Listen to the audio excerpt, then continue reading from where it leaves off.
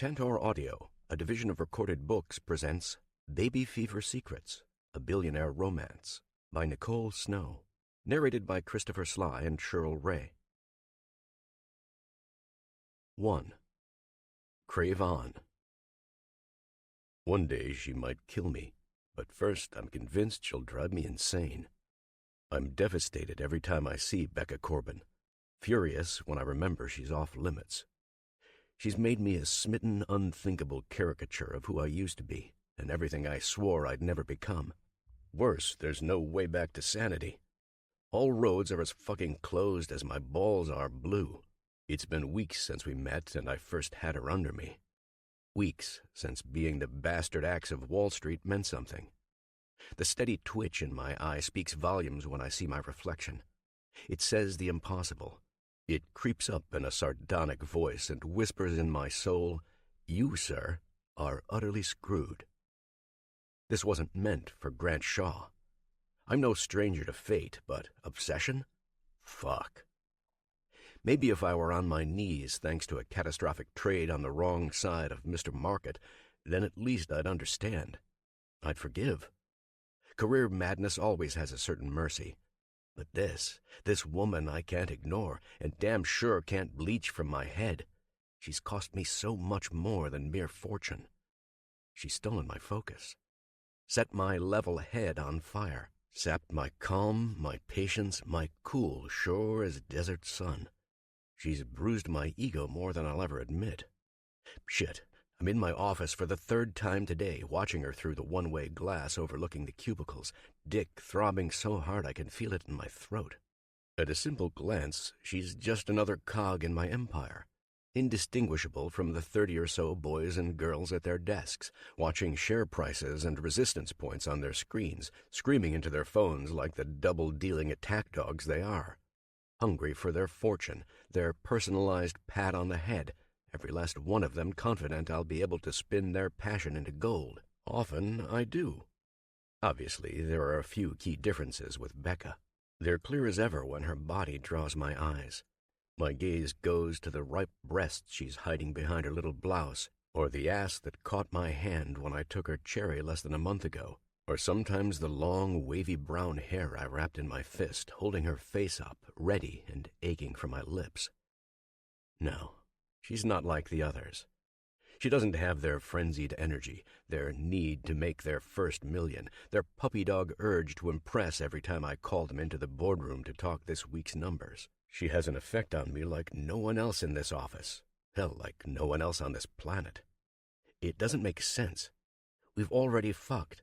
I spent the best 2 days of my life taking her over and over again in my quiet cabin, breaking the silence with her screams and my vicious grunts. I brought myself off in her a dozen times.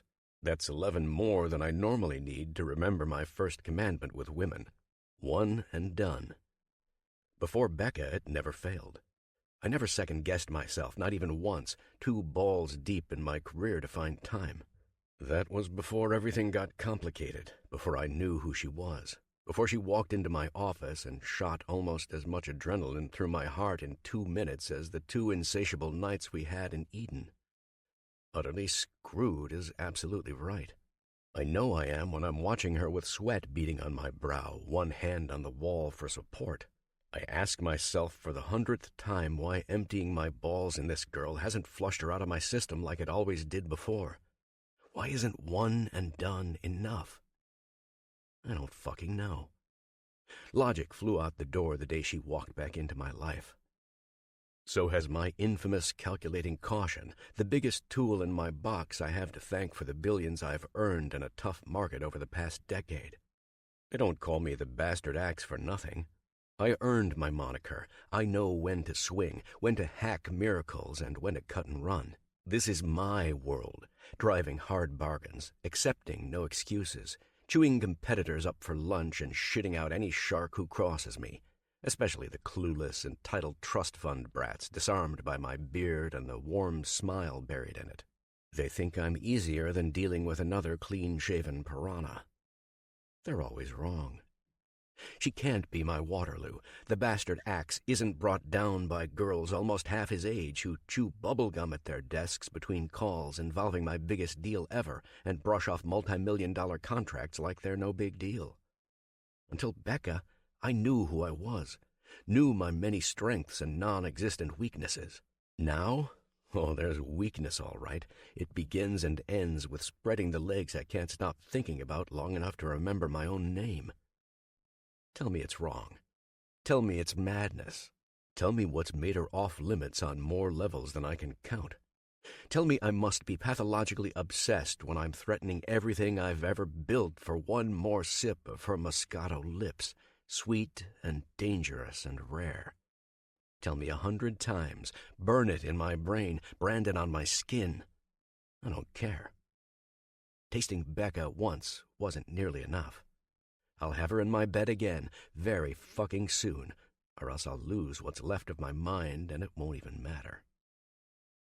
3 weeks ago. Sweet freedom. I start smiling like a fool when I see the sign for Chandlersport. 10 more miles ahead and hundreds from New York City, plus my obligations. The private lodge I've spared no expense to build in this tiny Maine town feels like home, more than my condo in Manhattan ever will. I love New York for work, but play? I need quiet, trees, and lots of fresh Atlantic wind in my hair. The city, the exchange, and the office gave me billions, but they'll never give me the glory within a few more miles of lonely coast. Part of that glory is the challenge when I hunt down a woman for the night. The girls out here are wholesome. None of them have seen my face on the New York gossip rags or read my latest hedge fund interview. The billionaire shtick is just icing on the cake, and for much of the pussy I've poached, not very much. Sometimes they're local gals, others starry-eyed tourists. Their tastes in men aren't much different. They want charm, class, heart. They love being wooed by a man who knows how to wear a tie but doesn't run at the first sign of a bar brawl. They love a beard against their thighs and lumberjack strong hands to hold them open. I don't spend much time chopping firewood in the boonies, but I've cultivated the look. It's become my trademark in a suit, and completely naked when I'm in bed with my next lucky lady. This week there's extra cause for celebration and a well-deserved break. I've made progress toward a lucrative merger with a 50-year-old fixture on Wall Street. In another year or two, my 10 figures could be 11. And there's no better reward for the good things to come than a couple bourbons on the rocks while I decide which small-town honey will get every inch of me tonight. As soon as I'm checked in at my gated wooden palace up the long dirt road and dressed down into a fresh Oxford suit and jeans, I'm ready. I feed and water my boy Jack, who rubs his velvet blue head against my legs and gives me a garbled mew for good luck. You love when Daddy's home. Hell of a lot more exciting than chasing birds and squirrels, huh? I pat his head, and he squeaks again. The cat was a stray. He came to me on my doorstep here one snowy morning a couple winters ago. Didn't have the heart to turn him away. Since his fateful entrance, he's made my cabin his, at least when I'm in town, or he decides he wants an easy meal left by my maids and a warm place to sleep. Chow down so you have plenty of energy to look cute tonight when I get back with my girl, I tell him. They always appreciate that. It's true. Something about having pussy to stroke and smile at in front of my rustic fireplace gets the pussy I'm most interested in extra wet when it's time to bring them upstairs. They never realize until much later I've done them a big favor, easing them into it. Because once our clothes are gone, I go hard, and they find out these muscles covered in ink are more than just a wild lumberjack aesthetic. I fuck like one, too. Longer, meaner, and dirtier than any city boy should. Sanford's is my traditional hunting ground. I'm in good with the owner, Mac, the only man in this town who knows what I really do back in NYC. It's also clean, well-lit, and they do the kind of craft cocktails that pull touristy chicks from across New England like bees to pollen. I order my usual, pull up a stool, and sip my drink while my eyes wander over tonight's offerings. The two bubbly blondes in the corner are both in their mid-20s. They're already laughing, making eyes at me the first time I give them a glance for more than a second. It's like watching puppies fight over a bone. It wouldn't take much to bring them both home tonight, but I've been there and done that too many times. Lately, my Dick just isn't interested in threesomes. There's nothing quite like giving one lucky woman my complete, unbridled attention. The Grant Shaw experience isn't meant to be shared, and if any woman walks away without that pleasant hangover lingering in her thighs in the fullest, I cringe. I ignore the girls when they wave. Next, I tell myself, taking a fresh pull off my drink. There's a lonely redhead in the corner, nursing her margarita and reading something on her phone. She's hot enough, shy enough, and innocent enough under ordinary circumstances. Too bad Mac's son has had his eye on her for months. I've seen the boy eyeballing her like he's a kid prepping for his first prom. I don't shit where I eat, even if he's too ridiculously shy to make a move. I ignore her, eyeballing the door as several more small groups stream in. It's the evening crowd, men and women mixed together, mingling. They're cheerful, loud, and probably halfway blasted to drunk already. My guts clench. Ever since I hit my 30s, the party sorority scene that shows up from the colleges downstate doesn't do it for me. It's too young, too rowdy, and there's nothing special about being one great O-maker in a long stream of men for the girls aiming to get their tickets punched as many times as they can before graduation. Next, damn it, there has to be somebody. Look again. My frustrated eyes pierced through the crowd, going over the tables on the other side of the bar again. I'm not sure how I overlooked the two girls keeping to themselves at first, but I did. They've been over there for an hour sucking down sangria, Mac says, noticing where my eyes have fallen while he wipes the counter behind me. Go on, Grizzly. Surprise me with who you decide to take home tonight. Yeah, I just might surprise myself. I stand, taking a second to let the whiskey do its delightful churn in my guts before I start moving toward them. The bartender always likens me to a bear, and the nickname stuck. He's doubly careful not to say my name. This helps keep me incognito. Smiling, I drift out of my chair, channeling my inner beast as I push through the stragglers toward my lovely targets. I'm next to the one with the dark hair, darker eyes, and softball-sized tits before they notice. One look at her tells me I'm not interested, despite her impressive assets. You're just in time, she says with a huge grin. Grab a seat. Becca and I could use another round of drinks. She knows the game. She may be thirstier for booze than she is for dick, but a gentleman always buys. Her friend, on the other hand, Christ, she's young.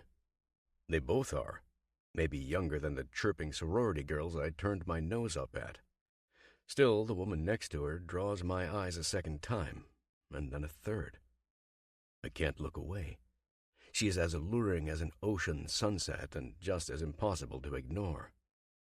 Long chestnut hair, jade green eyes, a hint of the shy librarian thing that gets me hard, minus the glasses. Reserved in her posture, perhaps to the painful degree that tells me she's interested. Her lips are a deep red contrast to the rest of her face. I'll bet she usually has a rosier glow, but it isn't evenly distributed because the heat, the energy, the blood has gone somewhere else. Yeah, there. The parts begging to feel warm and wanted on my mouth, my fingers. If there's any doubt I haven't found my target for the night, it evaporates when I notice how hard I am. I stop gawking and give Ravenhair a friendly smile before my eyes return to her friend. She bites her lip hard, refusing to look at me for longer than half a second, bashfully draining a melting ice cube from her glass. My hand goes up, signaling to the waitress. Whatever they'd like, and another bourbon for me, I say, waiting for their order. The loud one grabs the drink menu and moves her finger over it. Oh, how about the lobster trap, Becca? Vodka, citrus, pomegranate, with a cherry in the middle. It's totally Maine. Not for around these parts? I ask, begrudgingly taking my eyes off the shy one to chat with the girl doing all the talking. She's my key to the quieter, sexier door. Nah, we saw this place on a travel channel we like. Nice break from the Big Apple. So far, so good. We're having a blast, and it's only our first day, right, Becca? She moves like she's lightly kicking her friend under the table. My eyebrows twitch. New York? Too close to home for my liking. Exactly what I avoid when I'm here on the off chance I'm recognized. But then I see how Becca jumps, stiffens in her chair, and looks at me with a bright, all-too-sober flush on her cheeks. I extend a hand, spread my fingers over hers, tightening my grip until she gives me her eyes. Her heartbeat quickens when her fingers loop through mine. I smile, but it's only half as big as I want to. Heat arcs straight to my dick. This will be fun. Oh, fuck yes. Very fun. Grant, it's a pleasure, Becca. Her name rolls off my lips, sweeter than this bourbon. So smooth I decide not to use a fake name, though I've done it before with girls around the city when I really want to lay low. And you must be? I nod toward her friend. Trouble, Becca says, her voice soft and mild, the first word I've heard her say. It's Taylor, but everyone calls me Tay. She takes my hand, giving it a respectable shake. Welcome to Chandlersport, ladies. You'll find about 10 lobsters to every tourist between the beaches and bars. Becca laughs and Tay rolls her eyes just as our drinks show up. We're on a roll. What brings you girls here? Marine biology? I ask, enjoying the even warmth from my drink as it settles in my veins. It's a lot more soothing than the primal fire crackling in my blood every time I look Becca's way. As if, Tay says, laughing. We're both grads with boring office jobs. We're here to beat the urban hustle for a couple days. The boring crap will be there for us when we get home. The travel show tipped us off. You've got boating, drinks, and men who have to work harder than swiping right to get their junk wet. Becca looks too nice to come fishing for Dick. I set my drink down, eyes never shifting over to Tay. She can't even look at me. How's she prowling this bar for any boys her own age? What's my age got to do with it? Are you saying I can't have older guys? She finally snaps out of it, meets the challenge in my eyes, and then looks mortified when the words are out of her mouth. Tay laughs. That's my girl, too honest for her own good. Come here, Beard. I'll let you in on a little secret. I'm suppressing a smile. Becca's eyes get a whole lot bigger as her friend leans her lips to my ear and whispers, I'm trying to get her laid, jackass. Don't screw it up. She likes older guys, and I think she likes you. So play along. You're right, I say, pretending my dick didn't just jerk to her confirming everything I already knew. Becca is kind of cute when she's drunk. Tay, I'm not even close to drunk. I believe her, but she's slurring her words for another reason. Same reason she's aiming a dirty look her friend's way. Her cheeks go so red they're probably numb. I wonder how many places she's imagined my hands on her since I took her little fingers in mine. That's your third sangria, lightweight, Tay says, elbowing me surprisingly hard. Excuse us. I think we need a little trip to the ladies' room. It'd be a shame if anyone says something really embarrassing. What the hell? Becca fights her friend, but not really, as Tay yanks her up, walks her toward the back of the bar, and looks at me, flashing a wink over her shoulder. I think I'm starting to like this girl. The awkward ones are always hit or miss on approach. There's a thrill in the uncertainty, and it never fails to get me hard. While they're gone, I watch the crowds, spotting Mac's son Dean, who's pretending not to watch the redhead in the corner while he sweeps the floor. I try to telepathically transfer some of my luck to the kid. He needs it more than me. I'm not sure whose karma train I rode to make it this easy tonight, but I know before the night's done I'll be up inside Becca. I'm sure, and double sure I'll find out how hard she bites that lip when I tell her to call me sir. When they come to the table again, they're both a lot more collected. The girls sit and we talk. Tay sucks up most of the conversation, telling crude jokes and talking about the latest duds she slept with. I force my way in between her half-drunk anecdotes and train-wreck date stories, focusing my words on Becca. None of the boring shit. I want to know her passions. Tell me a secret. What brings a tear to your eye? A happy one. Humanitarian work, she says. I've been involved with water access in the developing world. Colombia mostly. My grandfather owned a fruit company there. It's heartbreaking, but it makes me happy, knowing I'm doing good. No one should go thirsty or worry about dying over tainted water. I drain my bourbon and lean in closer. It's a curious cause to latch her young self to with so many hashtag movements vying for attention elsewhere. Clean water in Colombia isn't exactly winning any popularity contests. It's pleasantly surprising. Why water? Your characters catch too much cholera playing Oregon Trail or something? Fuck. As soon as I've said it, I wonder if the game I played in history class is before her time. This one's young, but she gets it. I tell by the sour smile twisting her suckable lips. Offended and innocent angst shines through her green eyes. "Do you know what it's like to go without water?" she asks quietly. No, I don't do dry bars or dry spells. Haven't had to worry about them since I was 15. I look her dead in the eye, watching as her jaw drops. "Of course. I should have known I was expecting too much. Like getting your dick wet is totally the same thing I was talking about." She looks away from me, clearing her throat of sarcasm before she mutters the last word under her breath. "Ass." She's right. I'm being a royal asshole. Deep down, I admire what she does. It's laudable. If this were a standard business charity event, I'd be the first to raise a toast. But I'm not here to kiss ass, or to make her pussy dry up talking about the very real suffering overseas. Lord knows I've raised fortunes for good causes. No Shaw ever skimps on charity.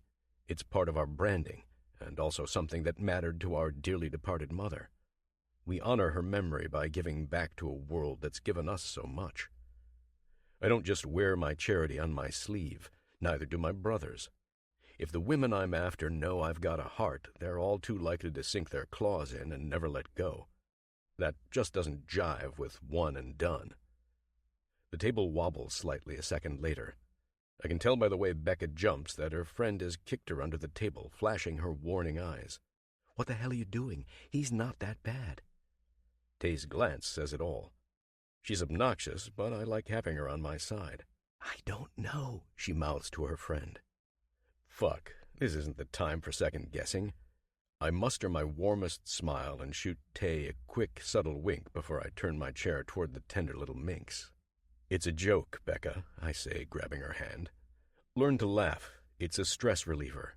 You've also got $1 million smile hiding between those cheeks." The barbs in her eyes soften the instant I've said it.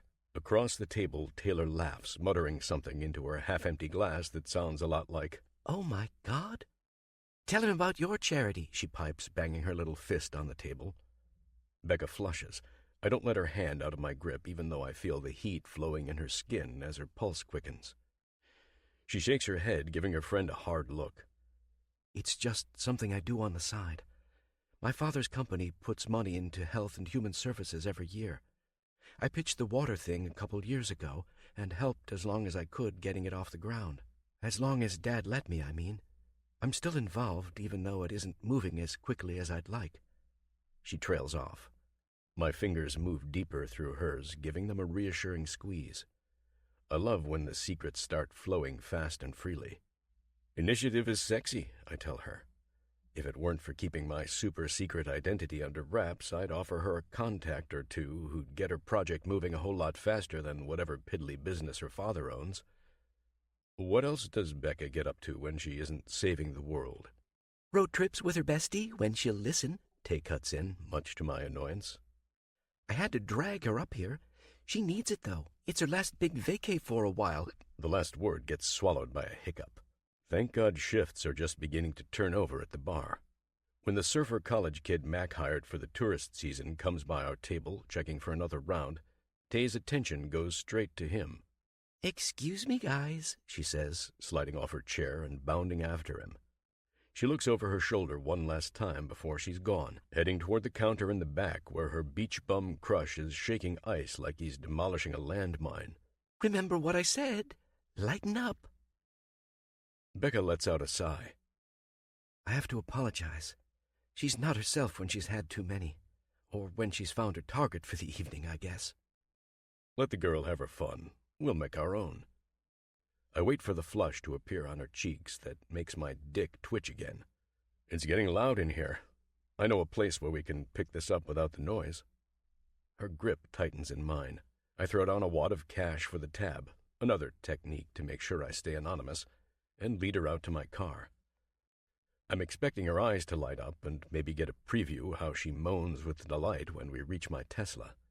It's a custom model with a sleek blue coat of paint, all the bells and whistles, some that aren't even on the market yet for regular buyers. Yeah, I'm doing my part to save the environment with my electric car. My chartered flights burn enough energy. She slides into the leather passenger seat without reacting, nothing more than a strained smile trying to hide her shyness. The neon-pink Christmas lights hanging off Sanford's year-round catch her chestnut hair, adding a warm glow that burns almost as hot as the need to get her naked raging in my blood. I can't figure this chick out. No, I'm serious. She's either unimpressed by wealth or she's so damned shy it'll take half the night to get her between the sheets. I watch her buckle up as I start my car, taking my sweet time checking all the lights, observing her in my peripheral vision. She sits like a statue, elbow propped on the door, her hand pulling a long lock of hair around and around, her finger in a circle. Hello, tension. It's so tight I think I could cut it with a knife. My place is just a short drive up the road, I tell her as we pull out, placing my hand over hers one more time. You sure you're game for this? As much as I want her, I'm not into forcing it. Where's the fun in that? Wouldn't be leaving with you if I weren't, Grant. Tay's just a phone call away if you turn out to be a creepy clown serial killer or something. Or something. Thanks for ruining the surprise. It takes her a second. She laughs at the silly joke before I give her a serious look. Actually, Becca, there's a lot I have to show you. In exchange, you'll keep that pretty grin on your face all damned night. You don't need to work so hard, you know, she says quietly. You had me at the beard, if you want to know the truth. You're making this too easy. I smile, running my fingers through the dark bristles covering my jaw. Every penny I dropped with the barbers who taught me to care for this beast was worth it. Money, power, and the sky-blue eyes I was born with have nothing on the pussy magnet attached to my face. If everything else sells this package, the beard closes the deal. I'm also happy to see her confidence. She leans in when I slow the car, turning onto the long dirt path leading to the carefully concealed gate to my place in the woods. Her lips touch my cheek, kissing through my scruff. Sweet fuck, her kiss burns. It's a smooth, easy blaze. Sinks straight to my core. Better than the expensive scotch my brothers like to break into when we're together, and hotter than the whiskey that's more my style, too. This isn't the usual hookup. She's keeping me guessing, something which should frustrate me to no end. But it's more than that. Guesses give her character. They give me a mystery I'm almost as interested in unraveling as the summer tank top hiding her body under the cardigan wrapped around her shoulders. Chandler Sport is my playground. I can have my pick of women who worship the ground I walk on any time. They're good for emptying my balls and not much else. The timid, playful, sexy little thing coming home with me tonight, though, shit. She might be more. Before the night's through, she may well scratch an itch I didn't even know I had. 2. This is crazy. I don't know how I ever let Tay talk me into going home with a complete stranger for casual sex, but I'm starting to feel glad I did. Yes, Grant makes me feel small, but despite his good looks, despite the years he has on me, despite how he teases me to an easy flush, he's a perfect gentleman. His hand rests on mine the whole short ride through the darkness and past his tall gate. When we park, he tells me to wait and walks to my door to help me out. The gate we've just driven through before circling the neat stone driveway to a stop, whirs shut behind us as I step out. I smile, slipping my hand into his, wondering why it feels so natural there. Good manners come with the high class, I suppose. It's nothing new to me, but it's reassuring. I've grown up around men like him my whole life. They haven't stopped kissing up to my father, hoping they'll earn a few crumbs off his wealth and prestige. When I first saw Grant's car, I expected a high-paid hothead pretending to be rich and desperate to be for real. His cabin tells me he actually is. The tall mansion with the old-world stone walls and the mahogany trim looks like a castle from a fairy tale, if the prince had a time machine to pack his royal abode to the gills with modern conveniences. Grant escorts me into the huge living room with the plush rug in front of his leather sofa. There's about as much money in here as my family's second home in Florida. I'm not sure whether I'm charmed to be with a man in my class or worried. "Have a seat, beautiful," he tells me, laying his hand on my shoulder. "I'll bring us a treat from the wine cellar. Maine Moscato, all right?" "Good pick. I love them," I say, hiding my latest blush. He must have an uncanny ability to read my mind, because a good local Moscato is my favorite. Yes, it's cheap, it's simple, it's worlds apart from the five-figure Cabernets and tongue-tickling champagnes flowing like water at Dad's fancy dinners. I'm only 21, and I've already had my fill of the gaudy, class status-waving liquid gold flowing down millionaires' throats. My respect for him just went up because he didn't need to impress me with the exotic, hard-to-pronounce rarities no doubt stashed in his huge wine cellar. I'm excited. Maybe too much. "Breathe," I tell myself, as soon as he treads down the hall, leaving me a few minutes to collect myself. Tay brought me up here to get laid. Her mission, she said, especially with that creepy French guy Dad brings around every week when we're both home. He wants us to date. His business associate from overseas, Ethan, is everything I told myself I didn't want. Entitled, disgustingly rich, and totally awkward when he tries to put the moves on. I rarely give him a chance, finding any excuse to get away from him. Anything to save myself from another cringe-worthy poodle hug with his gross, clammy hands wandering around my waist. His only endearing quality is helping me figure out what makes me wrinkle my nose in a man. Ethan is wrong on so many levels, but tonight it seems like all the reasons why are being thrown into a blender and scrambled. This beautiful lumberjack-looking bastard raised Tay's eyebrows instantly when she caught me looking his way. "Really, girl? He's got the lumbersexual thing down pat, but isn't he a little old?" I remember her first words. They had me blushing before he even came to our table, took the spot next to me like he owned it, and swallowed me up in his bright blue eyes. Yes, those eyes.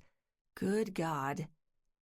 They're as dangerous as they are beautiful, ocean-hued gems, the finishing touch in a sculpted work of art. They give life to the square jaw covered in soft, well-groomed hair, his broad shoulders, arms so big they look like they could tear a man in half without causing him to break a sweat. Sure, he's a complete stranger. Exactly how it should be, according to Tay. What little I know about him, I like. I know Grant is rich. I know he's at least a decade older. I know he's as smooth as this soft leather sofa. He's a messy, intriguing, walking contradiction. If the reckless wild and sleek sophistication were given a shotgun wedding, they'd be him to a T. What I don't know is, why the hell can't I stop blushing every minute he's around? Why am I wet every time his hand slips into mine? A man like him wasn't supposed to catch my eye. He definitely wasn't supposed to get Tay's approval. But she warned me I'd found my cherry breaker, her words, and I'd better not screw it up as soon as she pulled me into the bathroom after our first encounter. "Don't go chicken shit on me, Becca," she told me in her usual blunt way. "If we can't get you laid before starting your new job, we're at least gonna do it before Daddy Dearest makes you marry Monsieur Creepo." If it ever comes to that, please put me out of my misery. I laugh when she uses our code name for Ethan. "Becca?" She narrows her eyes. too well aware when I'm trying to change the subject. Okay, but how do I even know if he likes me? I'll never forget her pose, hands on her hips, head cocked, her mascara eyebrows up like I just asked if the sky is blue. Really, Becca? Have you seen the way he looks at you? I know a boy who's fixed on plucking the cherry off his sundae. As if I could unsee Grant's baby blue eyes. They've been burned into my brain the whole night. They're in my head, and then some. I can't stop seeing them. Every time he catches my eyes. Every time he stares just a little too long to be friendly. Every time those looks get longer, pinning me down harder, ripping through my clothes and telling me in no uncertain terms that, yes, baby, it's on tonight. I'm desperate to turn in my V card, but I'm no fool. Grant does eye-fucking like some men do music. His look down inside me massages every muscle until I think I'm numb with want and promises a release that's bound to make me scream when the tension building between us finally pops. Yes, pops. I jump halfway out of my seat when I hear the cork fly off behind me. I do a turn, just as a chubby gray-blue cat jumps down from his perch on the fireplace mantel, startled by the sound. Grant stands beside me, grinning as he watches me with my hand fluttering over my heart, 2 glasses and a newly opened wine bottle in hand. "I see you've met Jack," he says, taking the empty seat on the love sofa next to me. Jesus, I thought he was a statue. Sorry, babe. Didn't mean to scare you pale. Here, this'll restore the color in no time. He pushes a crystal glass into my hand and pours the wine. Rich vineyard scents kiss my nose, soothing after the latest shock, which has my cheeks steaming. Try it, he says, laying his eyes on me while I take a nice long sip. He fills his own glass as I close my eyes. When I open them again, he's smiling. The beautiful bastard's grin has no business being so warm and likable when it also makes me ache. To new friends, good wine, and getaways. No disagreements there. We clink glasses. I try to get more comfortable, kicking off my shoes as I curl up on the couch, savoring the heat of his shoulder against my cheek. How long have you had the kitty? Going on 3 years. He showed up astray looking for a meal and a warm bed, and we hit it off. He's good company, when he'll hang around instead of hunting in the woods. Never was a cat person before. Jack changed my mind. You must do a lot of that to have all this. Changing minds, I mean. Nobody ever got rich being crap at sales. Tonight's drinks are making me nosy. This isn't a date, I keep telling myself. Thank God, too, because what little dating I've done never served me well. But is it too much to ask what he does before the clothes come off? Do people have normal conversations before hookups? My inner virgin blushes. Again, I'm reminded how deep I'm into uncharted territory. I don't know the rules when it comes to indulging these no-strings flings. I'm not Tay. Very true. I've done well for myself. Took a lot of convincing and closing deals to reap the rewards, but I can't take full credit. I had a leg up from the family trust when I started. Seed money grew tall and plentiful. Family, I repeat, sipping my wine, loving the burgundy sweetness. It hides the bitter thoughts that always come when I hear the word. Where's that? Chicago, born and raised. Didn't head east until a few years after I finished business school. My dad ran his dad's real estate empire back in the Windy City, and now it's in my brother's hands. Housing and commercial was too slow. I like turbo. Wall Street delivers. Hang on. I'm good at this. Let me guess. I put the edge of the glass against my forehead, doing my best impression of a psychic channeler. All brothers? 2 of them. One boxer growing up, or maybe a bulldog. Distant father. Carefree mother who enjoys one too many drinks. I open my eyes, and his face has gone very serious. My mom's deceased. Plane crash took her when I was young, about 8 years old. You nailed the rest. Cold, alcoholic father, 2 younger brothers, minus the dog I always wished I had. Boxers are great. My old man never let us have animals around the house. Crap. I feel like an idiot for letting the wine make me talk like one. I set my drink down and sit up straight, struggling to meet his eyes. Sorry, I didn't mean to get so personal. He smiles, a reassuring crinkle at the corners of his eyes. It's one more subtle reminder there are years between us, and it's gorgeous. Forget it, oh wise one. Even the best mediums needed practice to get it right. For your next trick, how about you tell me what color the sheets are on my bed upstairs? We'll see if you're accurate before we find out. He sips his wine while I try to form an answer. Thinking about his bed instantly makes me think about having those hands on me again, this time wherever they want to be. His hands, his bed, his big, broad-shouldered, 21st century Viking body. This is really happening, isn't it? God, I think I need more wine. Red, maybe?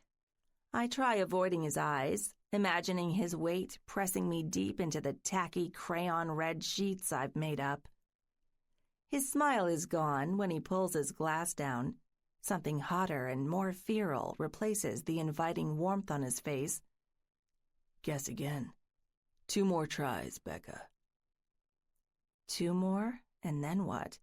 Sweet Jesus, I'm not drunk enough for this yet. I'm so flustered when I reach for the bottle I don't see the cat brushing up against it. I reach without looking. Meanwhile, chubby Jack snuck over to check out the source of his scare with the cork. He lets out a meow as his tail catches weirdly around the glass's stem. It throws off the balance when I pull my glass away. I try to catch it between 2 fingers before it slips, spins, and goes crashing down in the middle of my lap. Jack! Grant bellows, shaking a finger at the panicked cat, who's left in such a hurried retreat he turns up the corner of a Turkish rug. Decor and pets are his problems. Mine is the huge splash of red Moscato all over my lime green skirt. Shame heats my face. I look up, staring into his bemused face. At least I guessed the color I'd be by the end of the night, right? The tension on his face melts. He bursts out in the deepest, richest chuckle my ears have ever had the pleasure hearing. His laugh goes on too long. What's so damned funny? I fold my arms, looking him dead in the eye. You think that's as red as I'm letting you get tonight, Becca? Really? Mission accomplished. New heat rushes into my cheeks, lashing them brighter. I'm hot, angry, and flustered, but I'm also turned on. My eyes go to his chest, rising and falling as he quiets down. It's impossible to avoid thinking it's a lot like it'll look when he's on top of me, thrusting deep and steady, his lungs pumping as hard as the rest of him before my pussy squeezes, and I hear him curse his release. I don't know, Mr. Billionaire, I say. His wealth doesn't scare me, and neither do his rogue good looks. How many shades of red exist? I never paid much attention in art class. He reaches over, grabbing my wrist, a move so electric I struggle not to gasp. Plenty. Jack's also given me the perfect excuse to get your clothes off, seeing how the wine must have soaked your panties by now. Knew I kept that boy around for something. Red, red, and redder. I think my face is nearly the color of a fire hydrant when I look away. I need my eyes gone, anywhere except on this gorgeous giant with words like a whip. His mischievous cat prances into the room now that the excitement is over, brushing against our legs. Softy that I am, I can't resist reaching down and scratching his head, even if he's cost me my dignity. He purrs, pleased with himself for pleasing his master. I wonder if it's always like this with the girls he brings home. Any last-minute worries I can wipe before we do this thing? Grant asks, his hand brushing over mine as we stroke Jack together. The cat sniffs at our hands, showing his enjoyment in soft, brisk purrs. Age? There's a noticeable gap between us. My eyes search his, wondering what kind of bear I'm poking by stating the obvious. That's not a problem, I guess, if it's okay with you. Okay. Becca, it's hot, and there's an easy solution to make it feel right. This time, he grabs both my hands, helping me up, while Jack retreats to his place on the fireplace again. He quirks an eyebrow, as if I should already know the answer. Don't tell me you've never called a man sir before. Called him what? Ew. Ew is right. Sir is supposed to be for kinky people into spanking and blindfolds. It's not for a girl having her first time with an older man who just might be conspiring with the entire universe to get her naked. Ew is what my mouth says, but when the word registers in the part of my lizard brain turning my panties into a sopping wet mess, I'm intrigued. Okay, perhaps I'm a little hot for it even, because it seems wrong. Open your mind, my little Moscato. His palm circles my spine, adding just the right pressure, bringing me closer to him. My nipples throb, hungry and titillated when they go flush against his hard chest. You're young, you're beautiful, and we have the whole night to ourselves. You'll call me sir by the time we're done, and you'll love it. Oh, I wouldn't go that far. Lies. Filthy, rotten lies. I would, and I will. I'll lead you wherever I damned well please, Moscato.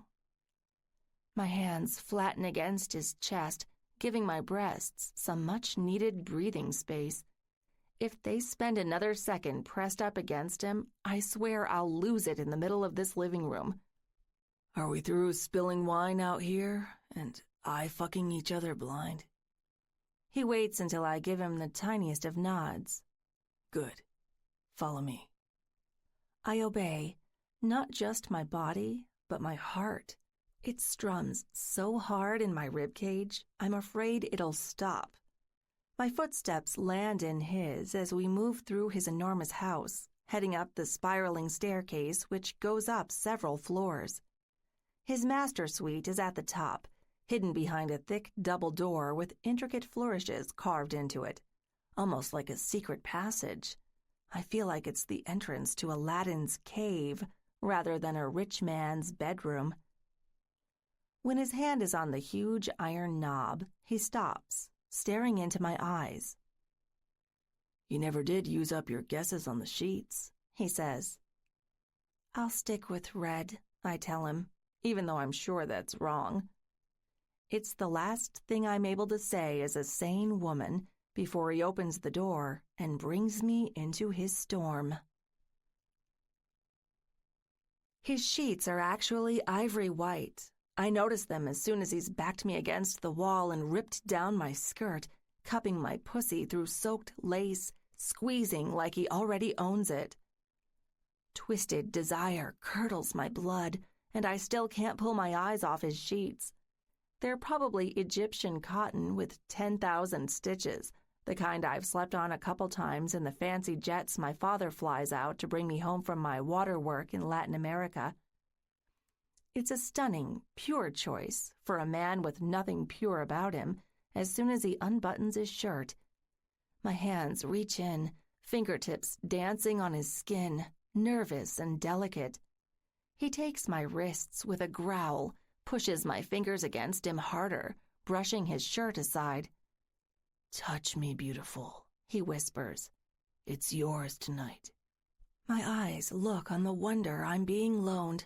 My jaw drops when I see what he's hiding. Tattoos galore. Dark, rich ink lines his whole chest and races down to his abs, a long axe with the word bastard written on its blade. Intricate lines race out around it, lightning and fire. His shoulders are flanked by a skull mounted on wings, a killer angel, fierce as his muscles. So, the Viking aesthetic is everywhere, maybe down to his soul. He could have walked in straight from the Middle Ages with his demon ink and irresistible beard. It's a little ridiculous on the surface, and totally over the top. This strong, gentle businessman with his button-down shirts, hiding his scary freak underneath. But I can't deny its power to get me wetter than I ever imagined. "You're shaking," he says, pulling me closer by the wrists. His hot breath drifts against my lips, dangerously close to a first kiss. Why bastard? Why the skull? I'm not sleeping with an ex-con, am I? He grins. "Old work name. Haven't dealt with blue-collar criminals since I got out of my old man's real estate business. Now, all the assholes I haunt wear suits and ties. Enough with the Q&A, love. Your pussy's begging for my tongue almost as bad as your lips." Our lips connect. Correction, they demolish each other. His kiss comes hard and crisp and all kinds of sweet. Fire in every tongue flick, pouring into me, lit by the delicious friction of his tongue on mine. I'm not a total angel. I've kissed other boys plenty of times, but never with this carnal intent brazing every nerve in my body. Oh, it's on. Finally. Completely. Tay's mission is about to be accomplished. I'll lose my V-card and possibly win so many orgasms in the hours to come that my legs start trembling just thinking about it. Grant's hot breath slurs into a growl. His teeth dig into my bottom lip, rough, possessive, merciless. The air leaves my lungs and spills into a moan, filling his mouth. If I was quivering before, then I'm a hot mess now.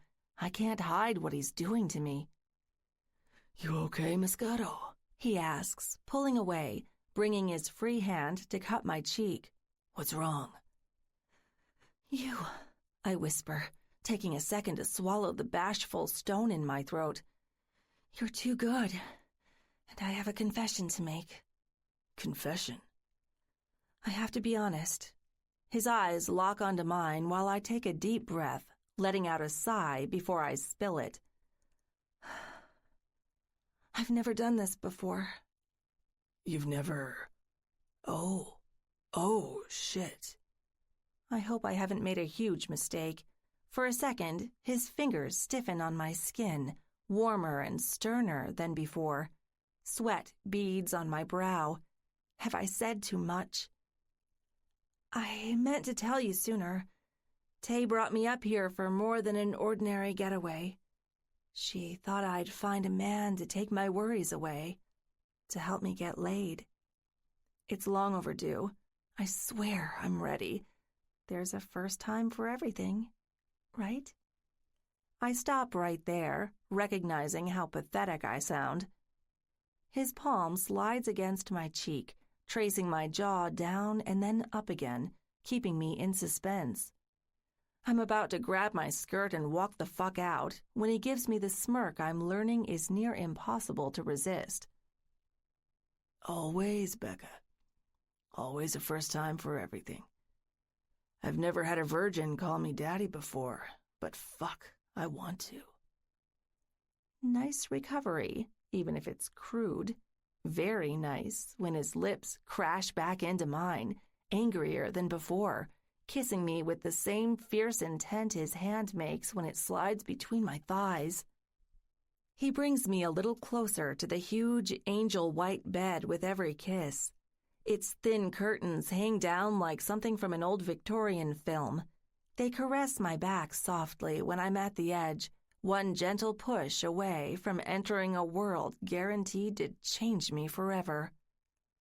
Fuck, Becca, you taste so sweet, so warm, so wet for me, so fucking ready to be owned by your sir. More, Moscato. Give me more. If the wine analogies are getting old, my brain doesn't realize it yet. I don't think my extremities could be more ready. They pulse violently every time he touches me. His hands go around my waist and he brings himself in close, dragging the rock-hard length hiding in his trousers against my panties. Surprise number 2, he's huge.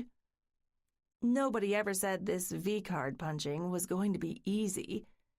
Still, I'm game, ready to wrap him in the pink, tender parts of me, craving every inch, ready to be his, and yes, maybe to call him that dreaded, stupid, kind of irresistible S-word.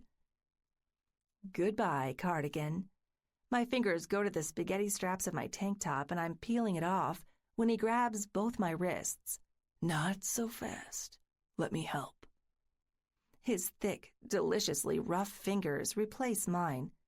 They undress me with a master's skill, starting at my top, lifting it over my head. It hits the floor, and his palms roam my breasts, bringing a tender heat to my nipples. My toes can't curl fast enough. God, I whisper, eyes rolling to the heavens. I barely notice when his hands move behind me again, taking my bra clasp, freeing my breasts from their lacy restraints. I recover just in time to see Grant fall to his knees. He backs me into the bed, eases my ass against it for support, and throws one arm around my waist. Then his face moves to my aching nipples, each soft bud calling for his bristle, his heat, his feral tongue. I whimper. I can't do anything else every time his stubble grazes my untouched skin. His tongue circles my left nipple, and I count, wondering how long it'll be before numbers stop making sense. 1, 2, sweet Jesus, 3. I'm a goner. He rolls, he sucks, his licks deepen, pulling my flesh between his teeth. Intense, delirious torture. It's the best and worst a man can offer. A tease and a deep, satisfying scratch. It's fire and ice and all the good things in between, written in carnal truth even a virgin can understand. Holy hell, I'm on fire. My fingers twitch, reaching for the source of this vicious delight. They curl against the back of his head, digging into his skull through his short brown hair, begging him to take me harder. Please, I whisper, staring down at him, too red with need and heat to say more. He closes his eyes. One big hand reaches up, cups my other breast, seeking my nipple between his fingers. It closes slowly, while his mouth sucks its twin in deeper. Oh, fuck. My knees buckle. I throw my hands on his shoulders. If it weren't for the bed behind me, alongside his steady arm, I'd flop down in a sexy mess on the mattress. He growls, moving his bristle against my cleavage, pushing his face into my breasts, taking over everything I've given him. He takes possession. He takes control. He seizes my mind and makes my writhing hips beg, shamefully and not so secretly hidden behind the frantic heat sweeping me. I didn't know it was possible to feel so helpless and also so enchanted. Grant takes my wrist in his free hand, holding me onto him, the better to suck my soft, pulsing buds harder, deeper, faster. I'm moaning. What's left of my panties are so drenched they're pulling on my thighs, soaked in lust and need. Bastard, the tattoo on him says. My eyes flick to it every time I manage to force them open between new wild lashes from his tongue. It isn't wrong. I couldn't have picked a bigger bastard to surrender my innocence to. And tonight, he's my bastard. My sweet, bearded beast. My dark angel, sent to fuck me senseless. I'm melting faster by the second, my legs shaking softly against his. He rises. Taking both my hands in his, he squeezes them, capturing me in his blue fire eyes.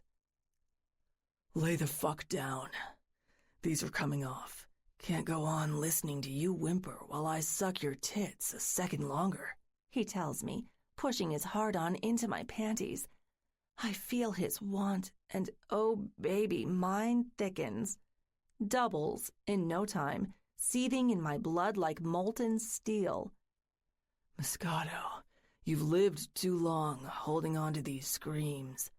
I'll make you sing every damned second my tongue fills your sweet cunt. One push, his knees on mine. I fall backwards through the veil around his bed, bouncing on the softest mattress I've ever laid on. I'm grateful I'll be comfortable for the filthy things he's promised. I'm breathing so hard my body shakes each time I exhale, watching as he peels off his clothes and joins me behind the silk curtains seconds later, naked and glorious. The dim moonlight spills in, reflecting brightly off something attached to his cock, something metallic that shouldn't be there, should it? I do a double take, scampering up on the pillows when we lock eyes again. Whoa, wait, what?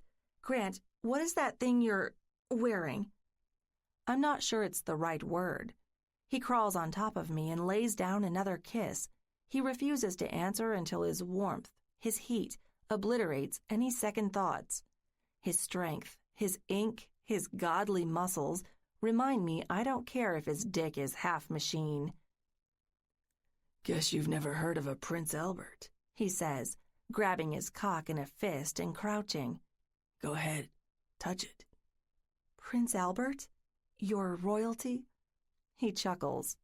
Sure, King Silas's long-lost brother, specially flown in to fuck you tonight, princess. It's a 1,000-year-old blue blood tradition. I'm quiet. He can't be serious.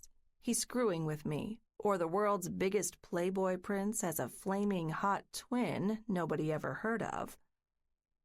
That's a joke, and this is a piercing, Moscato. God, you're easy. He growls, taking my hand, wrapping it around him. Touch it. Feels nice against your fingertips, doesn't it? Nothing compared to how you'll feel once it's in, of course. But we'll take this nice and slow, ample time to realize how good you're about to be fucked. Sweet Jesus. For a second, I'd forgotten I'm supposed to take this strange, beautiful flesh inside me. My fingers glide across the 2 metal beads attached to his swollen head, drifting down his very sizable length. He's so thick it's hard to even get my whole hand around it. I didn't know people did this, I say, stroking him very slowly while my eyes drift back to his. The way his dark pupils glow tells me he's enjoying it. He nods, urging me on, bringing his head closer. They do when they're dirty. And, newsflash, little girl, I don't do it any other way. Grant presses his forehead into mine, teasing my lips with his hot breath. He buries me in another sultry kiss before he speaks. You've got a lot to learn about fucking, Becca. It's adorable, frankly, and I'm a world-class teacher.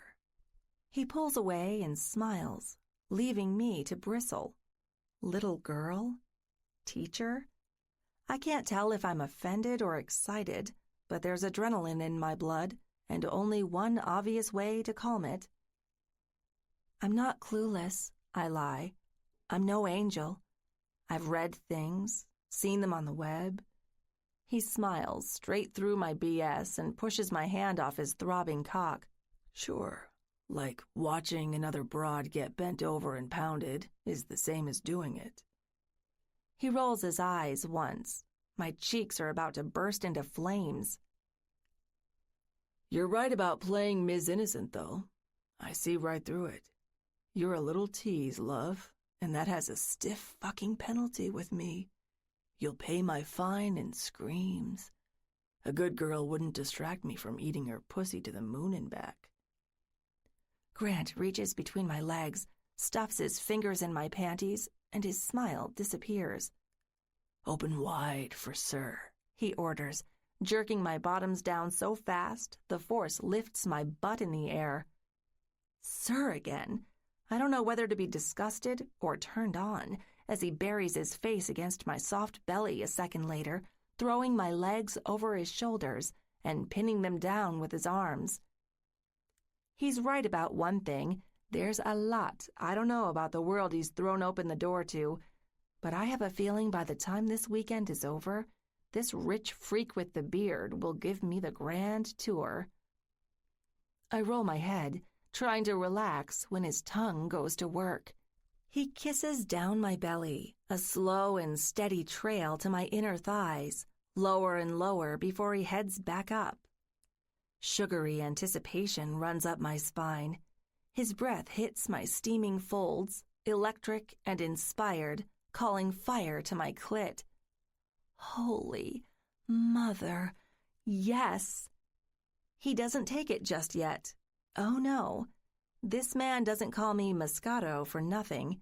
He savors me sweetly, gradually, only applying the full strength of his mouth when he's located the trigger points causing me to squirm and ache and whine for more. I can't keep my legs shut. The instant my thighs drift too close to his head or wriggle too much for his liking, Grant snarls, rips them open, and locks them around his head. Exquisite agony makes need in my womb. His tongue dashes through my folds, a little deeper with every lick, slow and steady and hell-bent on bringing me off whenever he chooses. Sir isn't so crazy at all. He's in complete control. My body belongs to him. Every raw sensation warms my blood several more degrees, sends me a little closer to the merciful release every muscle begs for, louder with every lick. His growls fade in the desperate sounds leaving me.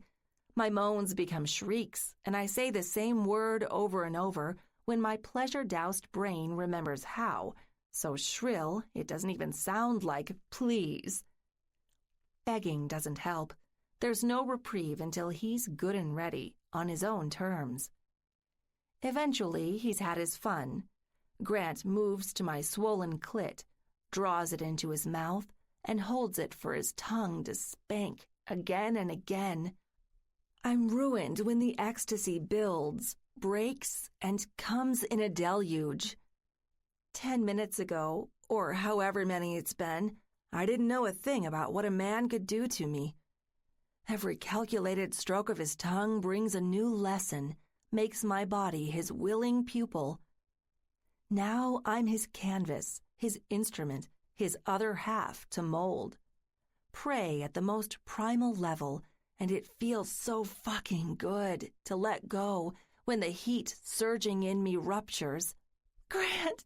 His name comes in a hot flash whimper as his tongue work quickens. My clit burns, and my hips drag themselves against his face, desperately grinding their way to nirvana. His fingers tighten on my thighs. His face pushes into me, so deep and undaunted I don't know how he's still breathing. He's pleasure incarnate every second my O approaches. My totality. Okay, maybe even Sir. His beard and tongue become one with my oozing flesh. Fire singes nerves in my pussy I didn't know I had. My clit twitches beneath his circling tongue, smothered in the pleasure that's like a key, opening the door to climax with 2, 3, 4 more rampant licks. Yes, yes, and fuck yes. I always thought my first O with a man would be like falling down a waterfall, tingling sweetness touching me from every side. This is more like becoming the waterfall itself. I'm too breathless, too smitten, too fucking gone to even scream. Muscles tense, twitch, and blaze in my pelvis, forcing every other part of my body to mirror them. Sweat beads out of me in a humid, streaming mess. coming. My O is a roar, a fire, a ruthless bearded wave owning every inch of me for the next several minutes. Nothing distracts him from his job. He's a growling, relentless, tongue-fucking animal, and he doesn't stop before my vision goes white. He's lightning, and my heart pounds like a heavy axe hitting wood the entire time. The high lifts me up, slams me down, and brings me back to earth like I'm riding a stray feather when the gods of ecstasy decide I've had more than any virgin should get her very first time. They send me home to him, into his strong arms, which close around me in a protective shell. A thick hand guides my cheek to his chest when I'm still halfway outside my body. We lay together. He licks the last of my cream off his face. The bed smells like sex and the last musky embers of a fire. And, oh, his pierced cock is still rock hard, jutting up between his legs, leaking pre-cum down his shaft in several sticky, translucent trails. In case I'd forgotten, it's far from over. I'm not really a woman until I've had him up inside me. You come like a goddamned rocket, Moscato. He laces his fingers through my hair, smoothing it against my head, bringing a new blush to my face when I imagine what a mess I must be. Do I have to fuel you up for the rest of our trip? His lips brush mine. Moaning, I kiss him back harder, amazed I want more after that white lightning. Worry about feeling this, I say, reaching below the tight valley of his abs, grabbing his length. He growls into our next kiss when I stroke him. Thick fluid spills out of him, flowing between my fingers, coating the silvery beads attached to his flesh like a well-oiled machine. Careful. You don't know what you're doing when you tease me like that, he says. His eyes are ice blue and serious when he gazes into me. Show me, sir, I purr, smiling. For half a second, he bares his teeth. I'm reminded how rough and animalistic sex can be when his hands return to my body, helping himself to virgin flesh as he moves between my legs, shoving his throbbing cock to my wet entrance. His fingers play while his lips take mine. His kisses come in waves, perfectly tuned to the rhythm of his hands tweaking my nipples. One hand glides between my legs. He tests my wetness, spreads my labia, and my breath catches hard in my lungs. That pretty little mind, Moscato. I'll blow it. You'll feel every inch, baby girl. You'll enjoy it. You'll fucking come for me over and over and over. Do you understand how completely you're mine as long as I want you to be? He waits for my nervous nod because I'm too stunned to speak. Butterfly lust numbs me again. Christ, I almost forgot. He lifts off me just long enough to reach through the curtain around the bed. The drawer to his nightstand opens, and he returns with a condom in hand, tearing the foil corner with his teeth. Roll it on me, nice and easy, he says, pushing the slim rubber into my hand. I tilt my head and watch, holding my hot little fingers to his cock. His hand goes around mine, guiding me down his smooth length. I don't know why it's so hot. This intimate gesture floods my blood with fire.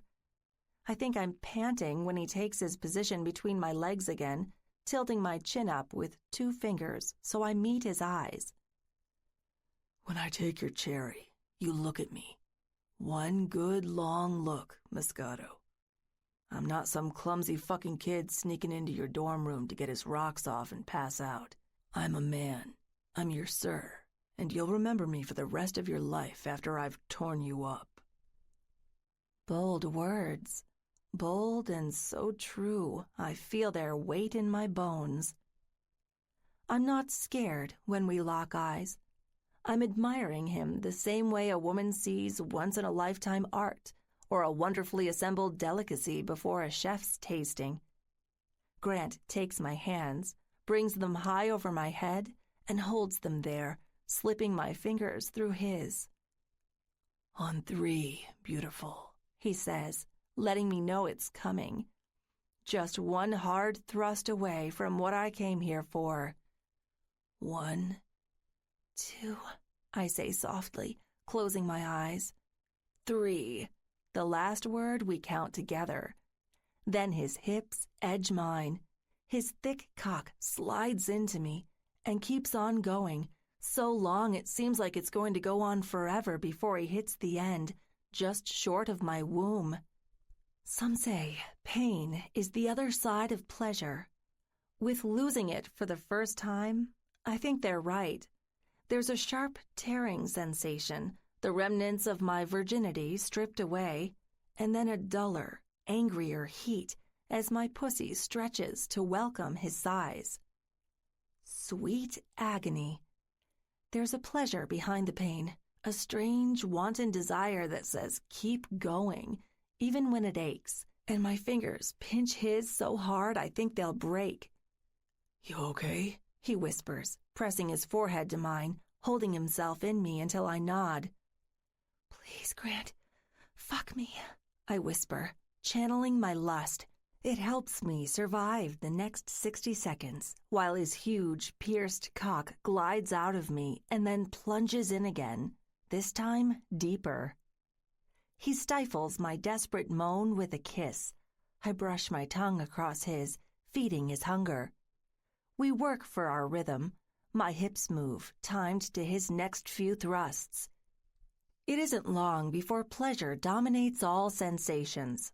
I wonder if it could be any other way when there's a man this gorgeous between my legs, holding me tight, telling me I'm sexy, secure, and entirely his every time he strokes to my depths.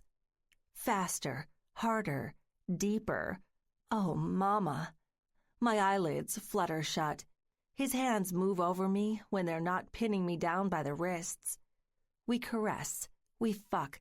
We find each other in every stroke, every kiss, every tangle of our limbs. His cock lifts me high and throws me down again, harder every time. His hips crash into mine, quickening as he grunts his pleasure. Another fireball deep inside me rises up, catches my throat, and leaves me panting. His thrusts own my every breath. His shadow engulfs me, swallows me in, as deep as my body pulls him into me. I'm almost undone. "Come for me, Moscato," he says. "Come on this cock. Let Sir suck your little screams down his throat." His mouth rules mine. I can't hold on, can't keep up, can't resist this fresh kiss of ownership. The tension builds, craving, wanting, needing release. It races through my veins, electrifies my nerves, sticks in my throat. New pleasure cries roll off my tongue and onto his when my second O comes, harder than the first. "Yeah, fuck yeah," he mouths, sweeping his tongue over mine. His pubic bone dives low, creating a delicious friction on my clit. Moans become screams as my pussy hugs his cock, pulling him into me, begging his cock to join me in messy release. No, he isn't through with me yet. When my eyes stop rolling and ecstasy releases its hold, I'm eye to eye with him again, taking in the sultry sight of his huge chest bulging. Whole landscapes come alive on his chest, guardians and demons in ink, each fighting for a chance to own me tonight. His lungs pump harder, seeking precious oxygen, all the better to fuck me harder, longer, delivering more. More. My body shouldn't want it, but it does. It's like he's cast a spell over me, and now I can't stop, crashing back into him with a ferocious swing of my hips each time he puts his full length into me. If he meant to teach me lust, frenzied, desperate, all-consuming need, he's succeeded several times over. "Moscato, you're burning up," he says, slowing his strokes when I'm about to give up another climax, laying his palm on my cheek. You want my cum this much? Every drop for your parched little cunt? Yes, I hiss, barely recognizing my own voice. Please, come with me. His eyes dive into mine, narrowing, considering the plea. His hands move to my ass, picking me up, bringing me down on his cock. I've seen this position 100 times in the old Karma Sutra books I used to sneak peeks at in our library whenever our servants weren't looking. Who the hell knew it felt so natural, so good? He rests me on his lap, fingers digging into my ass, guiding me up and down. Up, down, everywhere on his obscene cock. It isn't hard for a man his size to move me. His soft beard scrapes my neck, dives to my cleavage. He kisses his way up my throat, jerking himself off with my whole body. I'm on the verge when he slows his hips, reaches up, fists my hair, and twists my neck so my eyes beam into his. Say the magic word if you don't want to come alone this time, he growls. What word?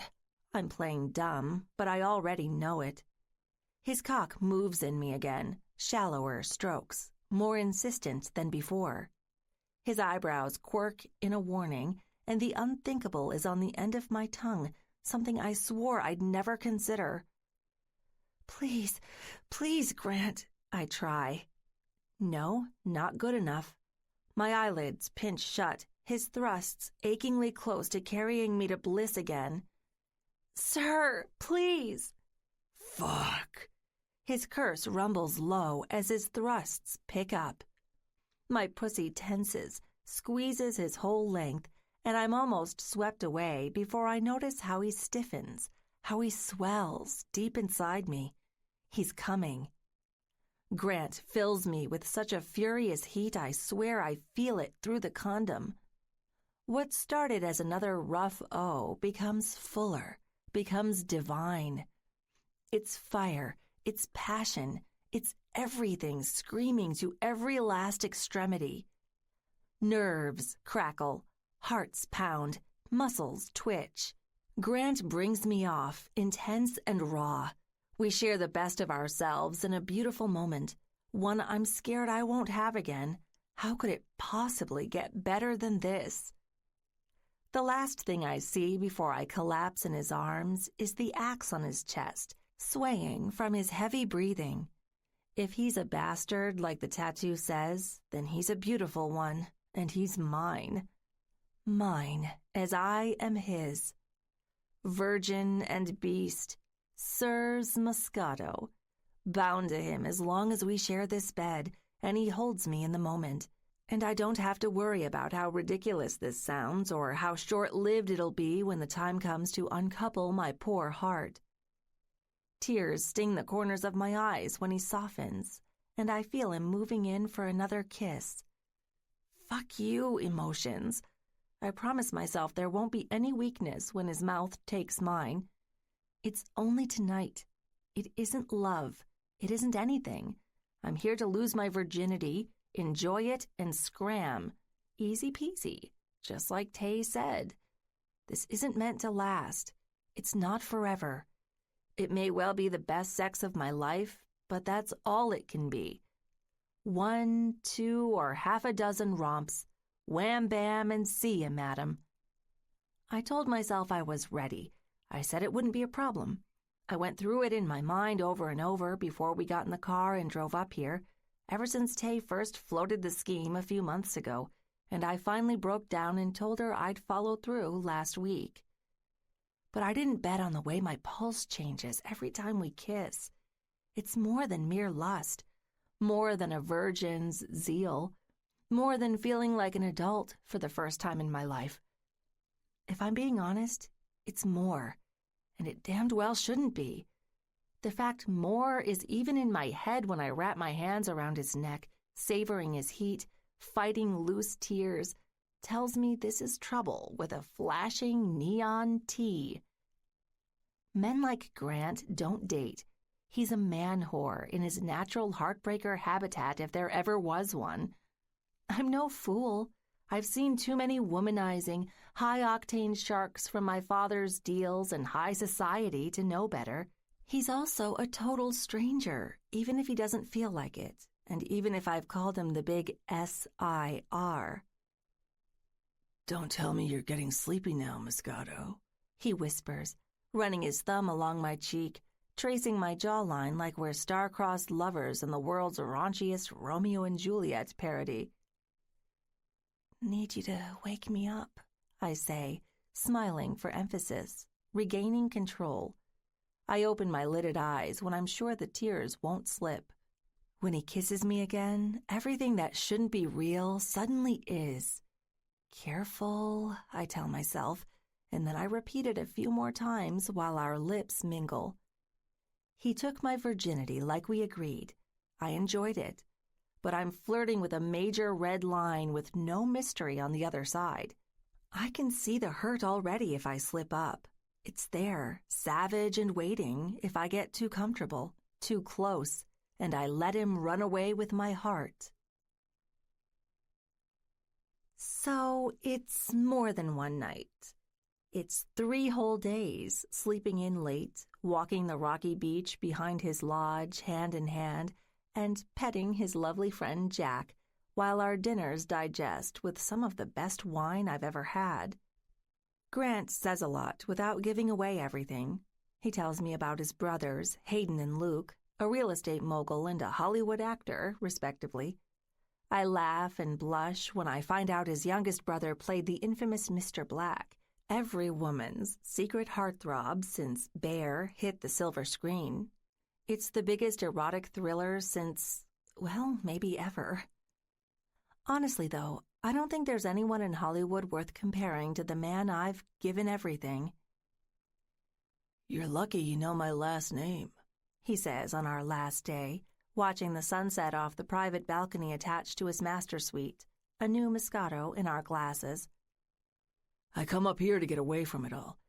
New York is a great place for business and fast entertainment, but I'd fucking crack without nature, quiet, and women." I smile, sipping my wine, trying to pretend I'm the only woman he means. He probably has a harem waiting in Chandlersport and plenty other towns across New England. Tell me about it. This is my last getaway, too, before I start the new job.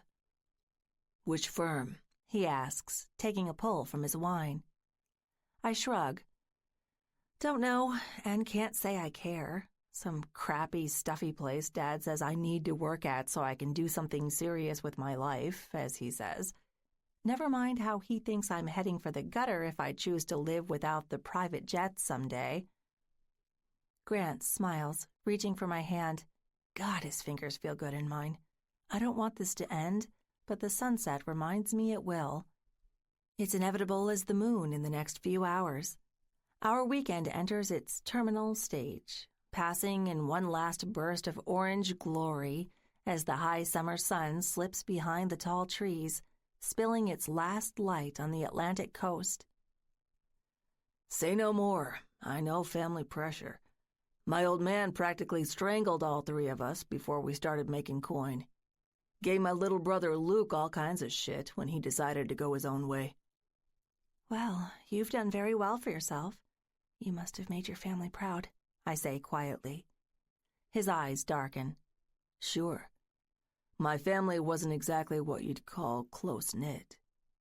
He holds his cards so close to his chest, draining the last of his wine, his grip on my hand tightening before he catches himself. "No more past. I'm here for the present, Becca, and I know you are too." You're right. I nod, catching up to him as I throw back the last few gulps of my wine. So, sir, since this is our last night, we'd better make it a good one, no? Fuck yeah. He stands, taking me by the hand, leading me to his bed again. We take our time enjoying each other for the next few hours, until we collapse sometime after midnight. He fucks with a passion I'll never forget. It's steady, hard, and always hungry, even when he's come in me at least 3 times, always finding his release with a feral snarl and a grind of his hips. It never fails to carry me to ecstasy. I thought the last few nights left me sore. Tomorrow, my legs will punish me more when I'm driving home with Tay, both of us taking our turns at the wheel. I'm guessing I won't be the only one, seeing how I've barely heard from her since she hooked up with the beach bum at the bar. I don't care. I'm wearing a sad, longing smile drifting off, but it's also happy. He sleeps with his face turned toward me, peaceful and strong as a well-rested lion greeting his dreams. The heat of his skin on my cheek draws my fingers. I stroke his tattooed chest in delicate circles, wishing I had 50 more years to admire this, to know it, to love it the way it deserves. I'll show myself out before he's up, just like I told him. It's how it has to be if I want to get away for good without showing him the tears I've held in every night. I don't need the man I call sir thinking I'm nothing except a stupid, emotional little girl who can't handle a casual fling. I'm all grown up, thanks to him. I'm used to life's disappointments and its boundaries.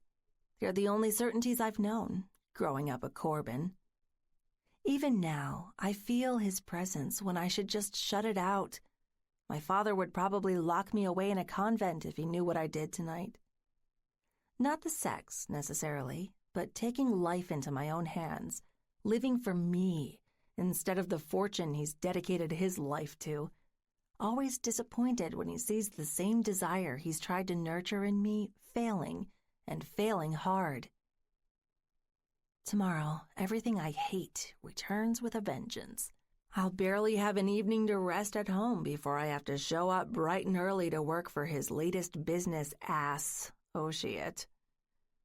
I take another long glance at Grant before sleep finds me, burning his beautiful body and the gentle but firm smile framed in his beard into my brain. I'll need it.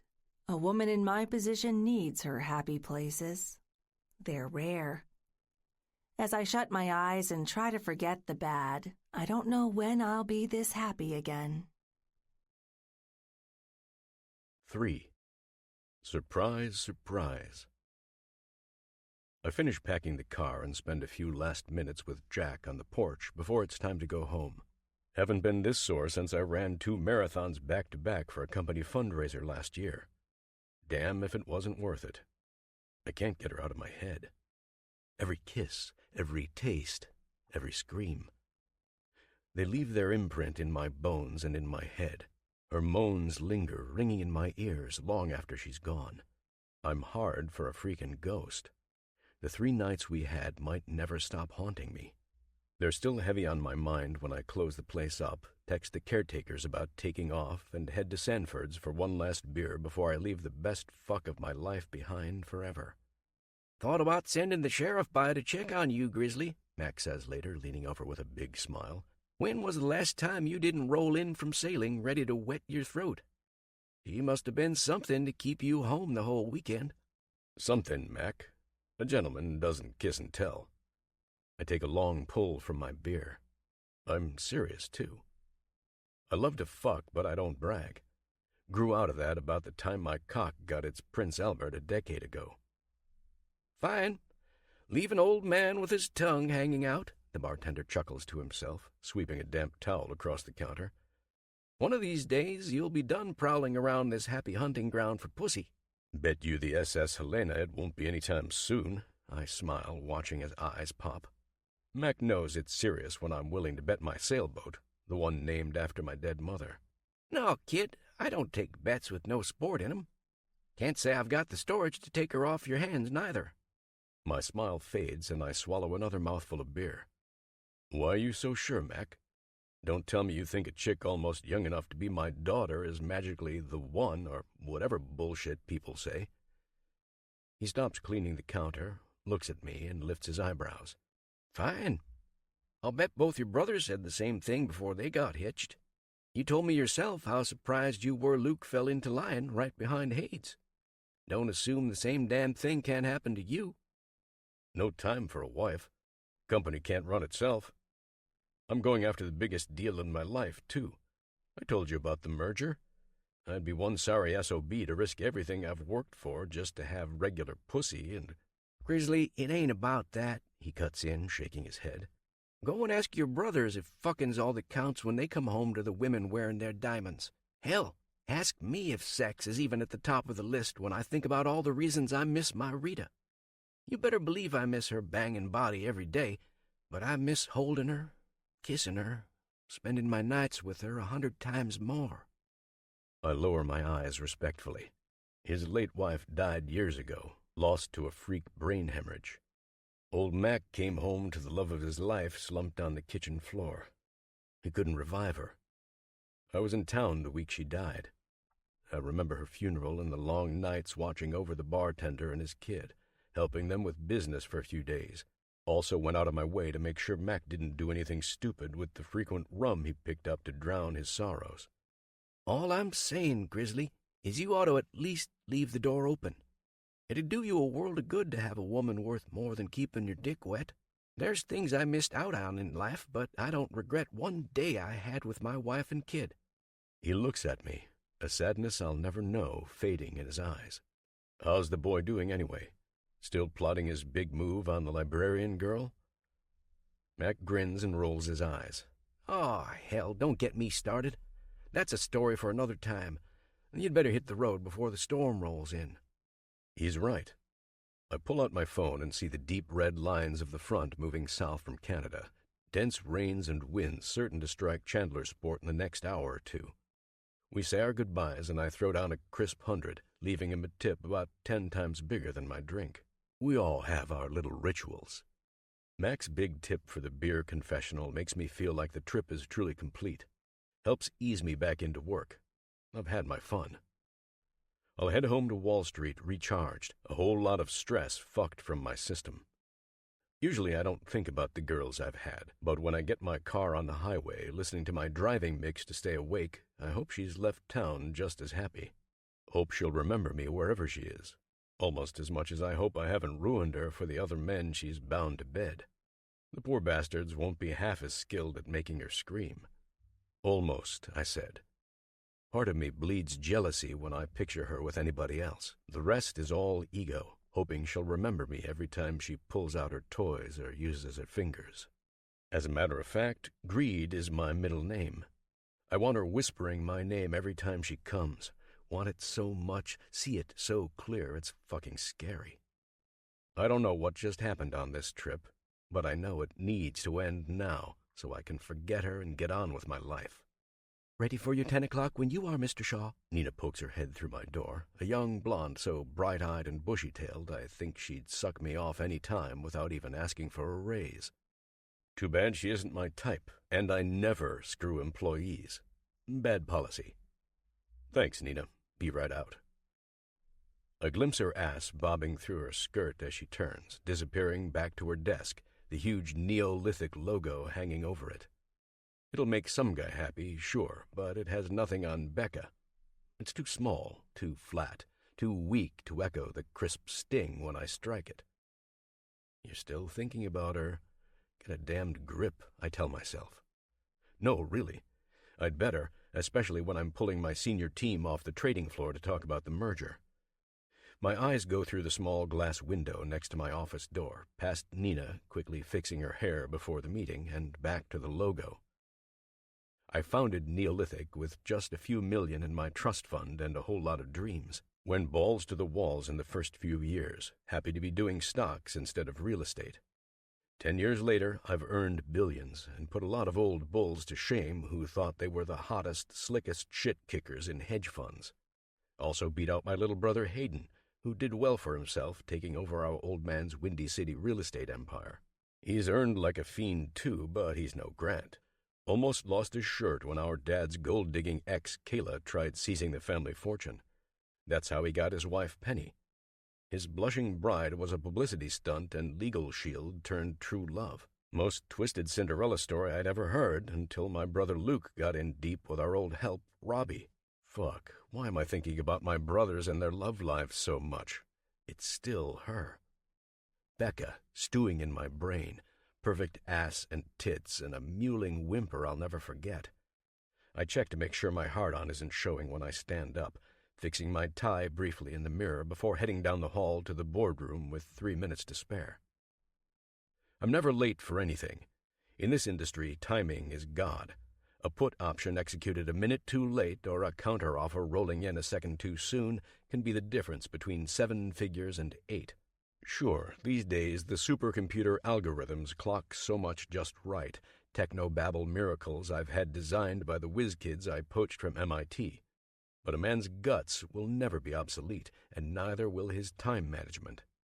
Half those kids in programming are a little older and wiser now. Okay, actually I mean a lot.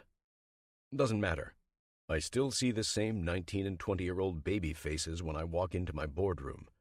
Half a dozen senior managers making more than most guys 3 times their age slam their phones down and give me their full attention, sitting up straighter in their chairs. I don't need "Hail to the Chief" to feel like the goddamn president. Morning, sir.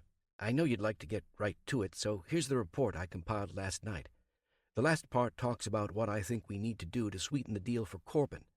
He wants to bite, or he wouldn't be doing this at all. My VP and chief fund manager, Jake, slides a 1-page piece of paper over as soon as I sit down. The room is silent except for Nina's fingers moving over her keyboard, transcribing every word while I scan over his 500 words. It's the maximum length I'll accept for a morning briefing, but I'll cut him some slack because what's on the line is damned important. Neolithic is in serious talks to merge with Corbin Financial.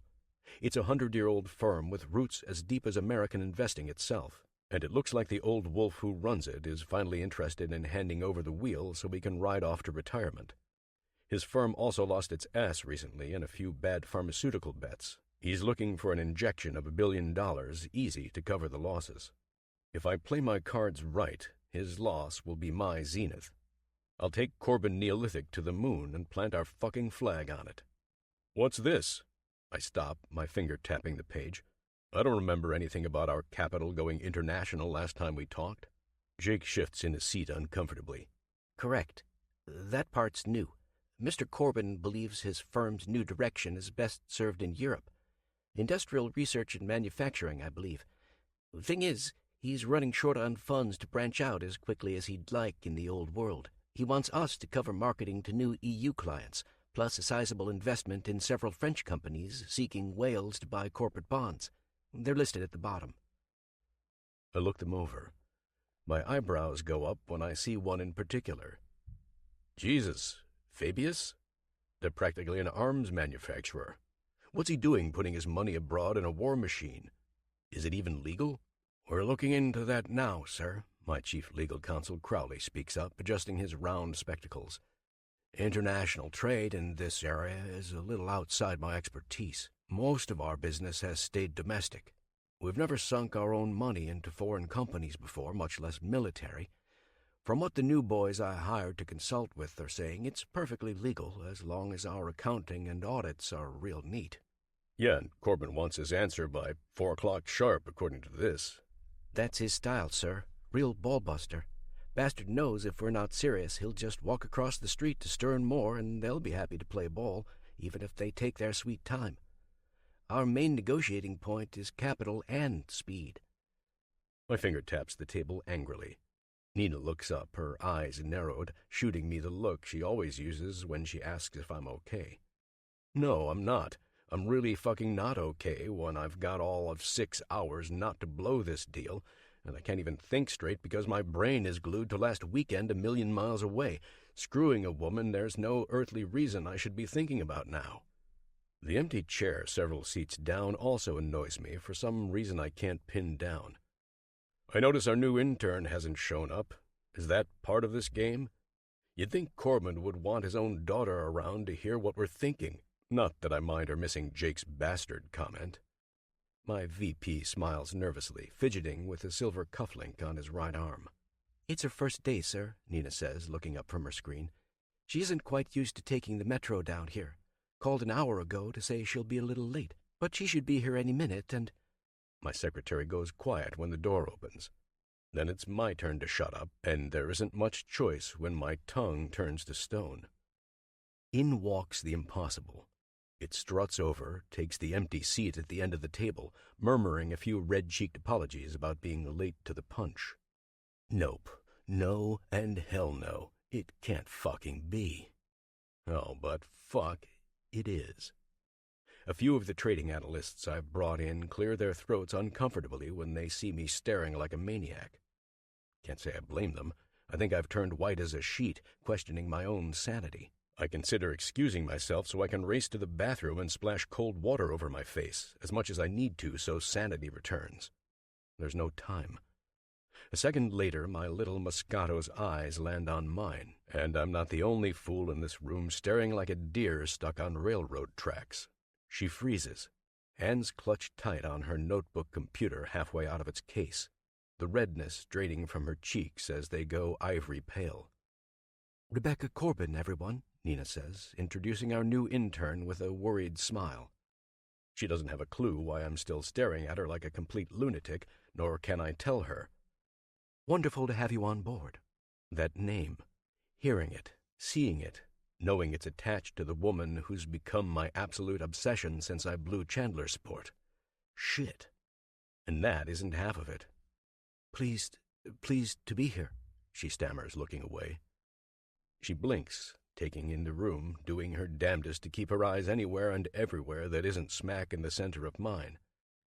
"Sorry about the traffic. I promise I'll make a better second impression." "What brings you to Neolithic, Becca?" Yes, I use the shortened version of her name. I also look the woman I've fucked dead in the eyes, watching the color flow back into her cheeks when her eyes finally meet mine, and damn is she ever red. "Good experience, I hope. I've heard a lot about your firm, Mr. Shaw." She hesitates, but at least she doesn't screw it up and tell the whole room she knows me as Grant. The room is quiet as she gathers her words. "I'm not interrupting anything, am I? I'm new, but I'm up to speed. I've read about the merger in the works with my father's company. I won't get in your way no matter who my dad is. I'm here to learn, not to spy. Dad made that clear when I took the job. I'm too honest, too clean to screw it up." "Clean," I say, my eyes drifting to the Puritan white blouse she's picked out for her first day. It would normally take more than a business formal outfit to get my dick hard, but normal went out the door the first time I sucked the perky nipples I know she's hiding behind it. "We can use another good girl or two around here. Make yourself at home, Becca. This firm has launched a lot of careers in finance and beyond, and it'll do the same for you, if you're willing to work it." Pardon the slip of my tongue. I meant to say work for it, but the only work that comes to mind as my eyes devour her involves us both naked, sweaty, grunting. My fists tighten on the table. I have to get a grip before one mad twist of fate derails everything. "So, Crowley, let's get back where we left off. I want to hear both sides of what's at stake and what's to gain if we go international." The next half hour is a normal Neolithic meeting before we break. Perfectly ordinary, except for the fact that the nicest cherry I ever plucked is sitting less than a stone's throw away, her jade-green eyes glued to her computer. She can't bear to look at me. Whenever her eyes go up, they're on Nina, seeking silent approval from my secretary. Good sport that she is, Nina gives reassuring smiles. My new intern's first task will probably be helping to clean up the transcript of this meeting later. Easy, if only the woman she's working under wasn't working under a man who had Ms. Clean under him 48 hours ago. By the time we're through scrambling to our offices, I hesitate, lingering in the room. I regret bowing out of that Zen karate routine I had going last winter. Meditation might have helped control this raging hard-on. I watch her scamper past in my peripheral vision. That tight ass she's hiding under the skirt is too much like the sun, deadly to stare at and just as likely to burn me raw. Hold it together, I think to myself. Simple advice now that she's out of sight and out of mind for the next 5 seconds. I can't deal with this now. I have less than 6 hours to find out what the hell I'm going to do before I throw the merger and lose my mind to this siren who set up shop just a few cubicles away. Logically, the smart thing to do would be to carry on with our business. Obviously, that won't fucking work. I have to say something. There's too much on the line to let it go. She has the leverage to screw the Corbin deal into next Sunday one way or another. But I can fire her any time and send her home to Daddy to get bawled out when he finds out she can't handle a simple entry-level office job. Mutually assured destruction. Little consolation. I'm not used to doing business with a sword hanging over my head. Any slip, any mistake, any choking on this brutal angst, I'm sure, is 10 times greater in her, and everything's blown to kingdom come. I can't have that. If it's even possible to coexist in the same office and pretend it's just business, I need to talk to her today. I'm locked in my office until late in the evening. After about 3, Jake comes in with the new reports from legal, plus the day's numbers from our usual lines of business. We're looking good. Fit enough to pull off this deal with plenty to spare, allocating what we need to overseas. Control freak that I am, I'm bringing a lot to the table. Jake heads out to draft the formal memo, and we sit in agony for the next half hour after I see it sent, waiting for the call. At 4 o'clock sharp, the phone rings. I rip the receiver up to my ear and try to forget about Becca while adrenaline storms my blood. Yet again, I can't fuck this up. Shaw. Mr. Corbin is on the line, sir, Nina says cheerfully. He sounds happier today, she adds, lowering her voice. Put him through, I snap, sitting tall as a board in my chair. Shaw, I've looked over the latest offer personally, he says, skipping the pleasantries. I'm not sure this man knows the word. The bastard holds me in suspense until I'm sure he can hear me draw a tense breath. I understand there was some hesitation before it went out, yes? You understand how important new markets are to Corbin Financial, particularly our close and growing partnership with the European firms I've listed? Of course. New markets, new friends, no obvious downsides there. My men dug through your internal obligations and collateral this afternoon one more time, and they're all looking very healthy. We're comfortable doing business. Trust but verify. How perfectly invasive of you. His voice is ice cold. He doesn't give me a chance to answer before I hear his hand slap something hard on the other side of the line. That was a joke, Shaw. We've done the same damn thing with your mortgage securities. We're not partnering with anyone too dumb to learn from 2008. Very funny. My nostrils flare, but I don't laugh. Normally, I'll gladly boast about how I made half my fortune whenever someone mentions the infamous year the entire housing sector went to shit and nearly took the whole economy with it.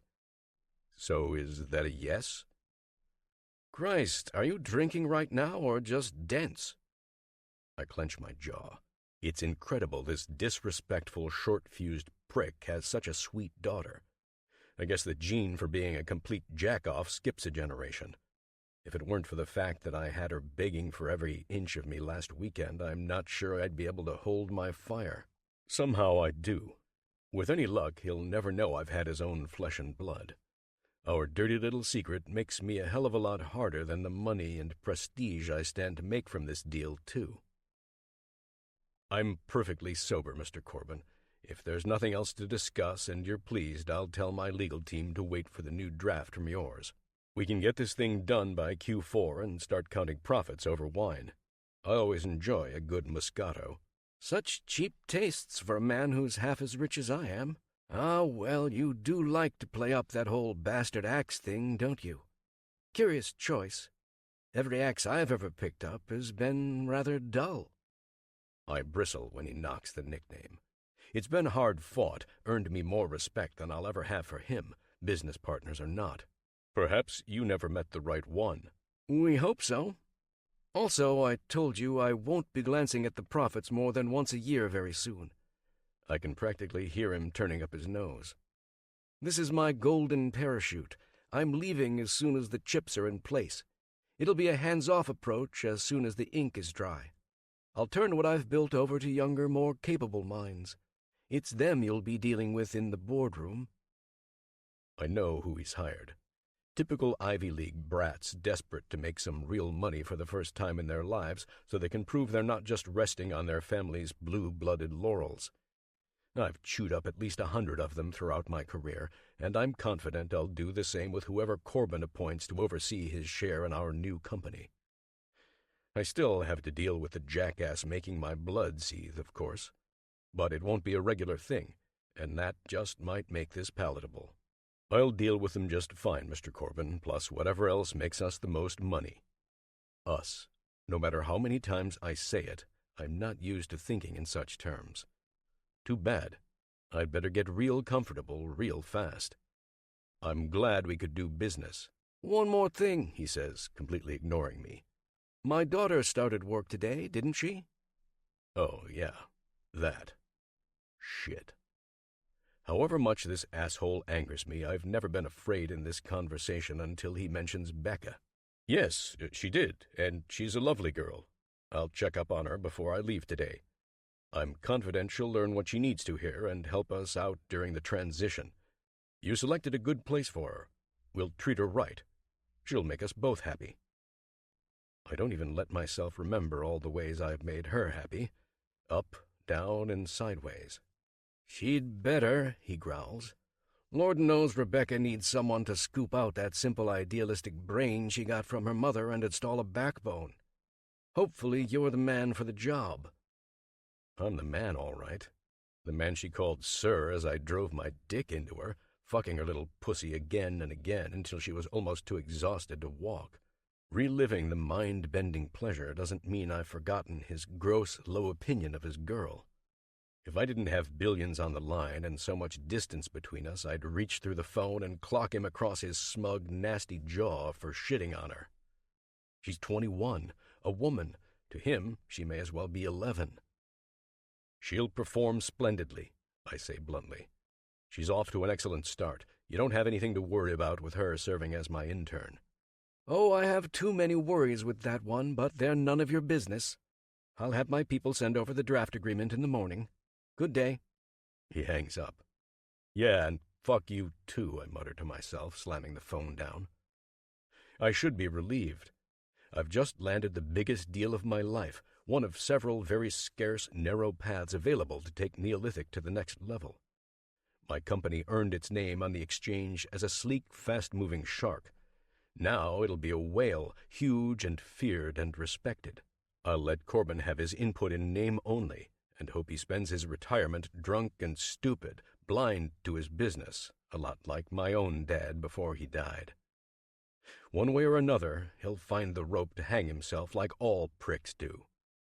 This Becca problem won't be solved so easy.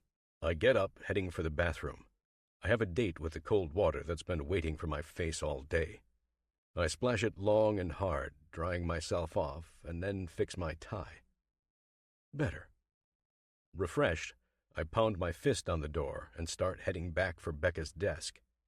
If I'm quick, I'll probably catch her before she leaves. I'm not wasting another second. If she hasn't figured it out yet, I left behind the only things I take my time with in Maine. In New York, I'm not the same man, and I'm damned sure not her sir, even though hearing it again would be a hell of a lot more pleasant than dealing with her asshole father. The lights are dim for the night in the main lobby when I step inside. I see Nina's monitor flick to black on her desk, meaning she shut down and walked out just a minute ago. Damn, that probably means Becca went with her. I'm about to turn and head back to my office for wrap-up when I hear the ladies' room next door to the elevators open. She moves fast, faster still when she catches a quick glimpse of me. I've never seen a person tap the first floor button in the elevator so many times.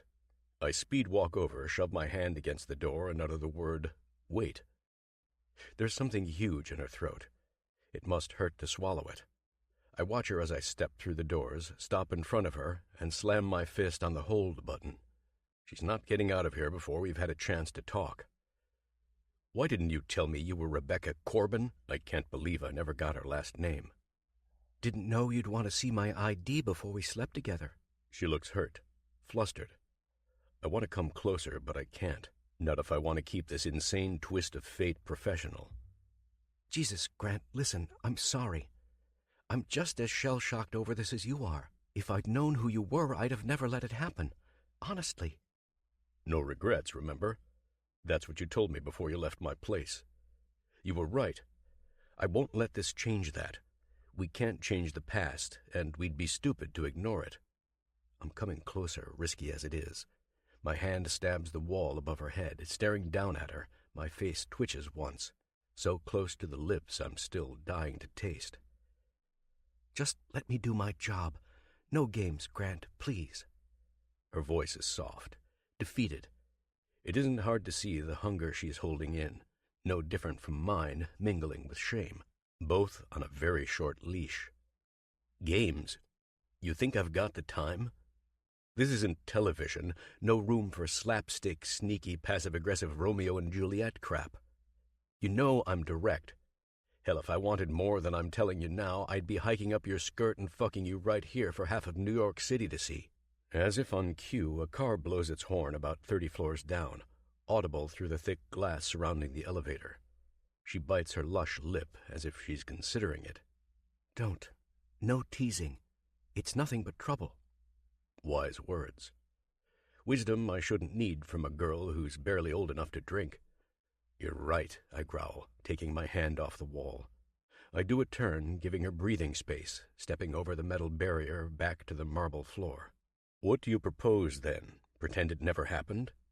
You're the one who said we can't take back the past, and I guess you're right, she says, lowering her eyes to the floor before bringing them to me again. Fuck, they're lonelier than I've ever seen. How could it be just 3 days ago when they were full of laughter, life, and the best pleasure she'll ever know? What's going to make you comfortable here? We both deserve an environment for work, someplace serious without any distractions. Without wanting to fuck you so hard I can't think is what I really want to say. I hold my tongue because I'm serious about making her comfortable. My tongue isn't getting the best of me again, and neither is the greedier lower part of my anatomy. She deserves that much. Neither of us asked for this abomination. How do I help you? I ask again, pressing her. Honestly, I'd love to see you take a nice long vacation from your own company until I'm done with this stupid internship. Becca's blush tells me she regrets her words as soon as they're out. She twists her head, flicking her chestnut hair over her shoulder. But you were here first. You have business, I get it. It isn't fair to ask for special accommodations for me. You're the bluntest new hire I've ever seen with her boss's boss, Moscato. My tongue slips, losing the pet name, and I watch the horror fill her eyes.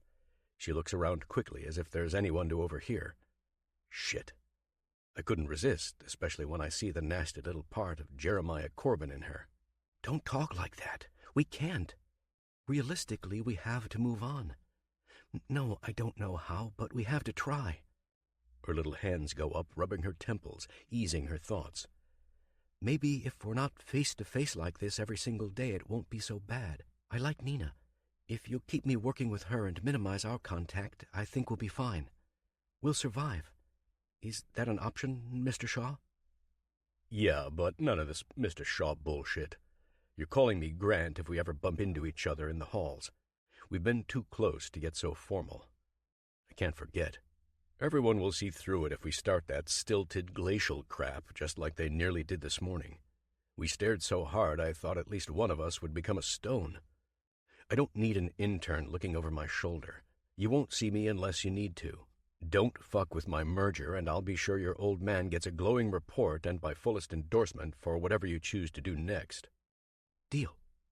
Anything to stay out of your way. I'm sorry about this again. Her voice becomes a whisper, like just talking about this crap has deflated her.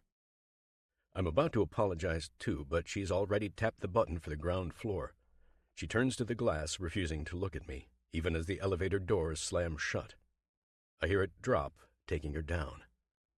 Just like that, my obsession is gone. My frustration isn't. I'd put my fist through the heavy metal doors if I didn't know they dented so easily. A disgruntled employee who couldn't hack it here several years ago proved that on his way out, kicking and screaming as security had him in a chokehold. Not everyone who runs through the Neolithic machine becomes gold. I've dealt with dirt and diamonds in the rough, but this, fuck, I don't know what to call it. Office romance? How about office tease? Except that makes me think of breaking every pathetic rule we just agreed to, dragging her to my desk and hate-fucking her on top of it at the first opportunity. Distance, idiot. Don't break your word, I tell myself. Right. When I told her she wouldn't see me again, I wasn't lying. Odds are I'll be busy tomorrow, cooped up with legal all day, making sure every T is crossed before Corbin and I sign our names to the merger. If only I didn't have that one-way window overlooking the rest of the office. She doesn't know it's guaranteed to draw me like a suicidal moth to open flame. It's a magnet and a doorway to her, a conduit to what I want like mad but can't have. A secret torment because whatever else I've agreed to in my cooler head, I won't be able to resist it. No distraction, no sedation, no vow will be enough to keep me from walking across my office, putting my eyes an inch from the glass and watching her while she works, remembering how fucking good we had it when we were just casual and I wasn't her boss. Sure, I'll be as professional as can be to her face. I'll smile warmly, make sure she gets the coffee and pastries I always buy for my crew, and tell Corbin what an amazing job she's doing for me the next time I meet his pompous ass. But when I'm alone behind the glass, I'll be an animal. I'll drink her in with my eyes however long I please, however long I need. I'll gawk until the ache in my balls stops. Whatever it takes to burn her into my brain so I can stroke off to her in the shower. She's made me an unwilling liar, and I hate dishonesty. I'm left with the cold truth stampeding through my head. No apology will make me sane when she's around. No agreement will ever take away the delicious thrill of want, the danger we've both been served on a silver platter. No fuckery will make me just move on as long as she's here. Not unless it involves one last taste of this forbidden wine becoming my obsession. 4. Home Sweet Home. After the day I've had, the last thing I want is to see my father smiling. There are only 2 reasons he ever wears anything on his lips besides a sour smirk. He's trampled someone new underfoot, or he wants something. Rebecca, my dear, how was your first day? He grabs me by the shoulders, too tight, and plants the same quick peck he always does on my cheek. Long. Reminds me how much I missed the sun in Columbia. Other than that, fine. Bah, you'll adapt, he says, sweeping away my concerns with a wave of his hand. If you found your bearings in every godforsaken jungle on the planet since you were 12, you'll find them in the office, too. I'm happy for you, Rebecca. Come, share a victory drink with your father. How about no? Conflict twists my stomach. He's throwing me a placating bone, trying to get me into the ancestral library where he spends most of his time, but he actually looks happy. It's an emotion I'm not used to seeing on his cold face, so rare I don't want to turn him down. Can I really say no to the warm smile below his salt and pepper mustache, or the light in his eyes? Can I live with myself if I bow out of the first after-work drink my father has offered me in my life? I guess I could use something to take the edge off, I say, following him across our huge estate into the grandest room. Our love for this room is one thing we share. Here, among the books, there are oceans between me and my worries. Bookshelves soar to the ceiling, their wooden shelves bathed in airy light streaming through the massive windows. Sometimes it's tinted soft sherbet orange and sunset red. Stained glass brings art and energy to an already lively room.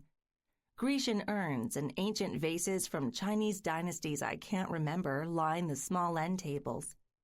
The walnut desks are the same ones I sat at with him since I was a little girl learning to read.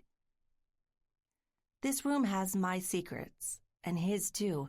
It's where I did my first homework and doodled my first crushes. It's the same place Dad himself used when he was a boy, and my late grandfather before him.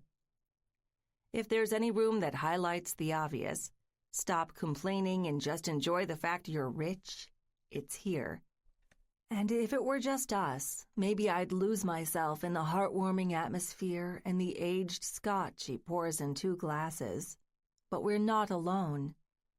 I knew I wouldn't be so lucky the instant I stepped in behind him and saw the tall figure sitting in the chair next to Dad's huge desk. Chérie, it's a delight to see you again. Ethan turns and stands, flashing his familiar off grin. The creep is persistent, I'll give him that. Without skipping a beat, he grabs my hand, holds it to his thin lips, and plants an unwanted kiss that's always clammy. Good to see you too, I lie, ripping my hand away as soon as I can, taking the seat next to him. I push it across the floor, putting several inches between us. My father's smile melts as he sits with his drink across from us, observing the awkward tension. Too bad. This isn't happening. Ever. If only he'd stop trying to force it. Almost as much as I'd love the weirdo next to me to stop eyeing me like a ripe strawberry. Ethan's pale blue eyes are colder than his lips, and they add to his strange appearance. He's a thin, lanky weasel of a man in his gray tailored suit, wiry and strong in his own way, and hardly my idea of handsome. I don't care how rich he is, or how many European royals supposedly share his bloodline. He's neither prince nor charming. He emulates what he thinks a gentleman should be, and it's not hard to see the entitlement behind every kind gesture. It's incredible he hasn't moved on to something better when I've gently rebuffed him half a dozen times over the past year. Perhaps the world's richest otter man has nothing better to do, but I'm sick of it. Emphasis on sick. My stomach revolts when I imagine sharing a bed with him, possibly worse than usual today, because my billionaire boss showed me how good it could be with a normal man who knows how to act more real than a shell emulating emotion. If he were anywhere except here, he wouldn't even get a glance. Unfortunately for me, he's Dad's new business partner, the youngest owner of Fabius in the 100-year-old industrial giant's history, meaning I have to pretend to be nice. Ethan and I were just discussing some very exciting facets of the merger with Neolithic. Tell us, dear, how does Mr. Shaw's firm look on the inside? Everything we hoped for? Whoa, guys. I hold up a hand, almost choking on my scotch mid-sip. You said when I got this job I wasn't there to spy. I'm holding you to that. Since you're the one doing the deal with them, you figure it out. So feisty today, Ethan says to my father, smiling like they're discussing a special on the menu. Love your passion, chérie. It will get a woman with your charms very far in life. Oh, I'll show you charm, Mr. Fabius. I'm not your chérie or anyone else's, I say through clenched teeth. Okay, screw nice. I'm not having the pet name anymore. Dad lifts a hand in warning, frowning. Be kind to our guest, dear. He's come a long way to see us. Before you continue your tirade, I wasn't asking you to sneak out their tax returns or count each time Shaw sneezes. Simply wondering how you liked it on the inside. It's a stuffy office packed to the brim with self-driven blowhards, just like every other firm. What else do you want me to say? I knock my scotch back, draining it, watching my father's eyes bulge from the corner of my vision. If Neolithic displeases you, Rebecca, there's other opportunities in the EU. Allow me the pleasure of introducing them. My connections go deep. Ethan's eyes flicker, secretly hoping I'll jump on his oh-so-generous offer. Fabius is a global company. If the continent doesn't interest you, we'd love to have you anywhere. Anywhere? I think the only place he cares about is having me on my knees or bent over so he can have his wretched way. Sorry, I don't speak French, I say, hoping he'll drop it there. I'm just venting, really. It's not like I'm ready to throw in the towel at Neolithic on my first day. I know the strings you had to pull to get me in there, Dad. Believe it or not, I appreciate it. Of course, there's one huge reason why I should leap at the chance to exit Neolithic with what's left of my dignity. Having a boss who also took my virginity less than a week ago is more than enough reason to quit in any sane universe. But I give them the same answer I gave Grant, digging my stubborn heels in, refusing to back down. Worst part is, I don't even know why it's so important to my fragile ego. English is an asset, Ethan tells me matter-of-factly, his expression cooler. If you change your mind at any time, chérie, You know how to find me. Thanks, asshole. I'll get right on that as soon as I'm comfortable with chérie. How does a century or two sound? That's a very generous offer, but it seems she's set on embarrassing herself in front of my business partner for the next few months. Cut her a little slack. Dad uses his patented joking but not really joking tone. It never fails to make my blood run hot. Better me than your precious company, I snap. It's a joke, dear, he insists. We both know the truth. He lets out a long sigh, rolling his eyes as he looks at Ethan. I'm sorry it's so difficult to catch her on a good day. We'll try again, maybe over dinner sometime in the next few weeks. I don't say anything right away because Ethan finally looks annoyed. Hopefully it means he'll think about giving up on pursuing me and move on to his next American trophy wife in the making. But my hope doesn't last long when I see his smile returning. Certainly, Mr. Corbin. That would be wonderful. I'll have my men at your beck and call to go over the merger's implications for our line of business. We're looking forward to the new injection of capital from you and Shaw. They stand, exchange wolfish smiles, and shake hands. I slump in my chair, wishing he'd never put the bottle of scotch away. I've never had a day since I turned 21 where I wanted to get blackout drunk as badly as this one. They're laughing, exchanging a few more meaningless words as Dad escorts the Frenchman to the door. Ethan stops before he exits the office one last time, looking back over his shoulder. Wish you nothing but the best with Neolithic and all your chosen ventures, chérie. Please rest. Perhaps you'll feel more refreshed next time we meet. I don't even look at him, just stick my hand above my head and wave lamely.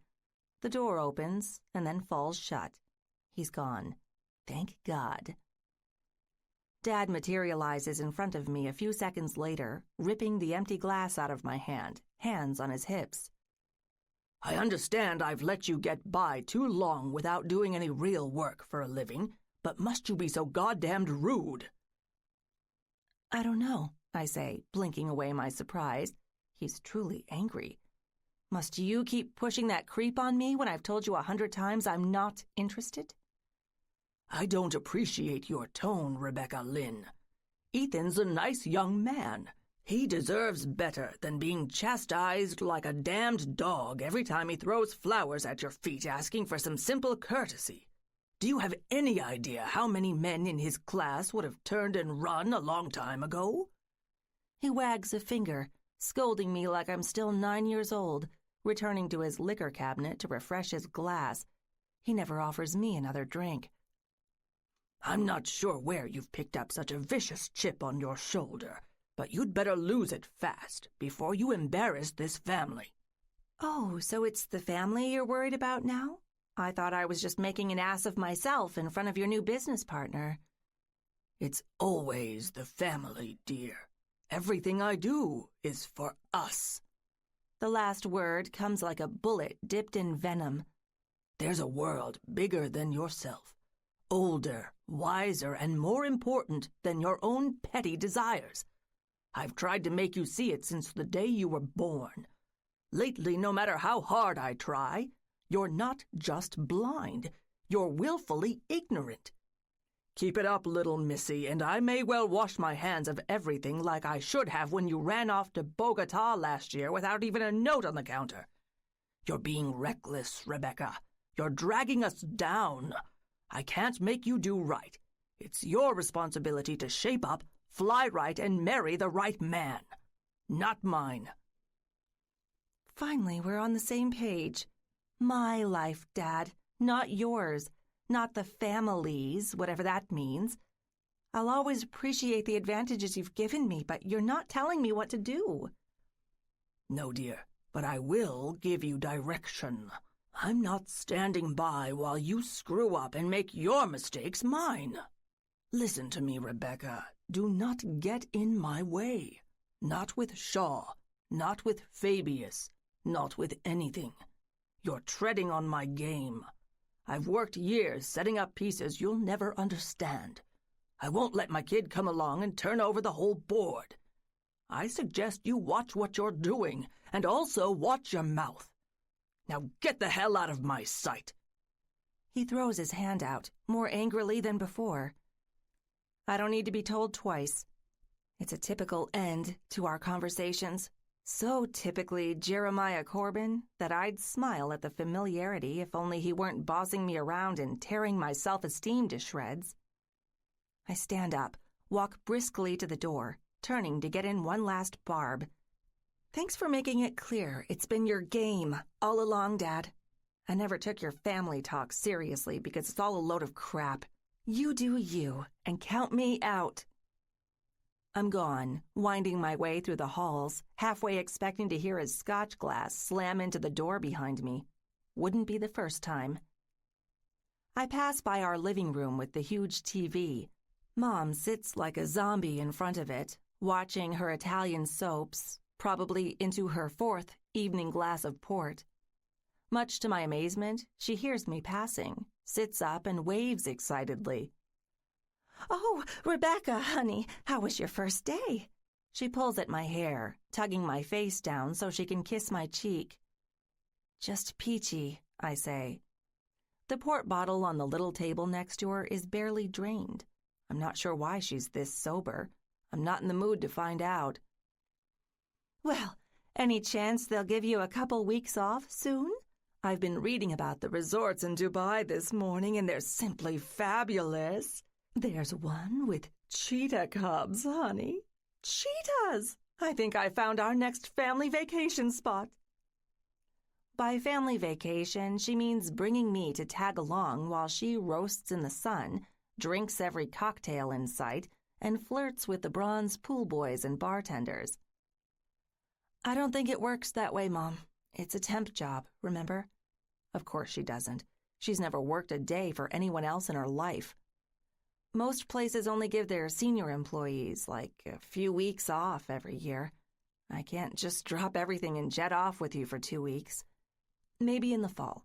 I'll only be at Neolithic 4 months, tops. She frowns. "Then who will take pictures when I do the day cruise in the Persian Gulf?" "Try the concierge. I think we have about 1 million of those benefits lined up on the charge cards Dad passes out like candy." She turns, stuffing her nose back into the travel magazine without even a goodbye. On the TV, an Adonis with bold blue eyes and just enough facial hair runs after his scorned lady, shouting in Italia. I'm too rusty to understand everything. But I do pick up just enough before I'm out of earshot. I mentally translate it and bite my tongue. "Dove, you think I care that you're my servant? You douse my blood in kerosene and light it on fire every time we breathe the same air. You think I care what they say, or how much trouble this brings? You're mine, love, and I'll make sure the whole town shares this kiss." Absolute torture, considering the last 24 hours. Before, my worries were packed away neatly in this house with my neurotic parents and their egos. Now I have a bigger, handsome, bearded concern at the office, and he isn't going away. The world won't quit reminding me either. Maybe I need to just hide in my room, order pizza, and talk it through with Tay. Really, though, I have a bad feeling none of those things will make me feel better.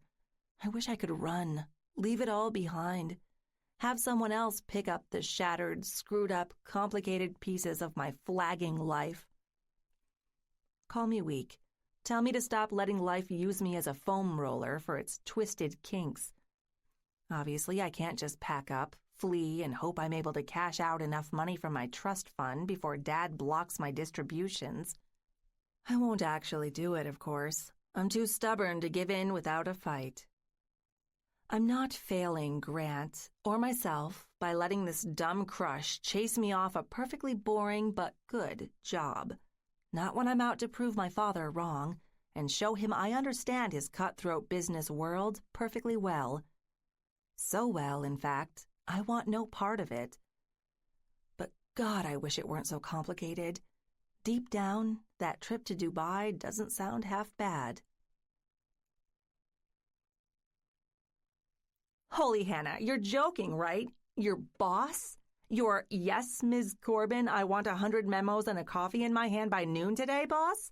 Holy shit. Tay never fails to be eloquent with words. What are the odds? It's like you're living a bad comedy. Well, I'm not laughing. We're on the phone.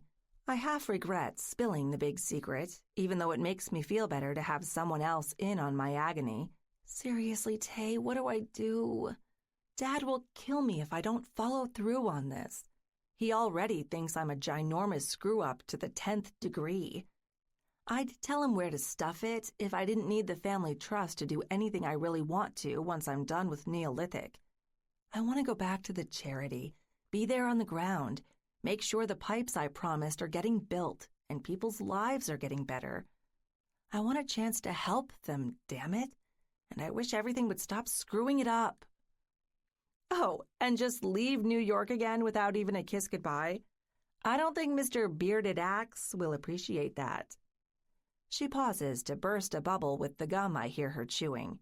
Hell, lady, neither will I. You don't walk away from a man like that when the universe dumps him in your lap. It's Bastard Axe. That's what the tattoo I told you about said, anyway. I sigh. What do you want me to do here? It's not like we can just pick up where we started in Maine without making it 100 times worse. Lay low. Let him come to you. If he wants it bad enough, he'll make it happen. Everybody else can get fucked. You're not helping, Taylor. Remember how I want to find a way to make this a boring office job without a million complications? No excitement, no drama, no tears. You worry too much, Becca. I basically had to push you into his arms just to turn in your V-card. We went up to Maine for fun, remember? I know you wanted to get it in up there so you could deal with the BS back here, but nobody ever said no fun ever when you're back in New York City. He's your boss. He's not God. He's the first man I slept with. You said it yourself before the trip to Maine. Keep it casual. Going after a man who probably wants as little to do with me as I do him doesn't sound like a fling. I did the casual thing once. Fine. But I can't have a relationship with Dad's fucking business partner. I'm not cut out for long-term playmates anyway. Tay laughs. I don't have to ponder hard to see her eyes rolling, especially when she's had a queen's lineup of boyfriends, casuals, part-time doms, and everything in between. We're polar opposites, despite being besties, and she thinks I'm being silly. Nobody said marry him. An office fling could be pretty hot. Why don't you just reach behind you, pull the stick out, stop worrying so much, and enjoy? Like it's that easy. For her, maybe. Me? I don't swing that way. I'm the girl with 100 different obligations dangling over her head like a piano on a rope, ready to crush her if she steps in the wrong place. Being a Corbin sucks, and our wealth comes with strings. Often it's a curse rather than a blessing. Hello, Becca? I'm here, I say, wondering how long I've frozen, digesting bitter thoughts. Help me, Tay. Grant agreed he'd keep our contact minimal. I'm hoping he'll keep his promise, but it's a small firm. We'll see each other. We're going to bump shoulders in the hallways or the break rooms sooner or later. We'll sit at the same table again, all eyes glued to him as he sets the direction for his company. What then? God, I can see it now. It's not hard remembering how hot he looked in his full suit. I thought he had a knack for making me wet in jeans and an Oxford shirt, enjoying the Maine shore. But when he's in his natural element, commanding billions on the line, it's masculine poetry, man art, like watching a lion dominating his savanna turf. Stop worrying. Seriously, girl, you'll give yourself an early grave. Remember what we used to sing in choir? Que sera, sera. Even the Greeks knew there's a time to just roll with it and let it happen. You're not going to blow this. I won't let you. Romans, Tay. It's Latin. I don't think anyone ever had to worry about their office crush back when it was in vogue, either. You know I never paid attention to that crap, she says, blowing another bubble with a loud pop. Give him a chance or don't. These things always sort themselves out.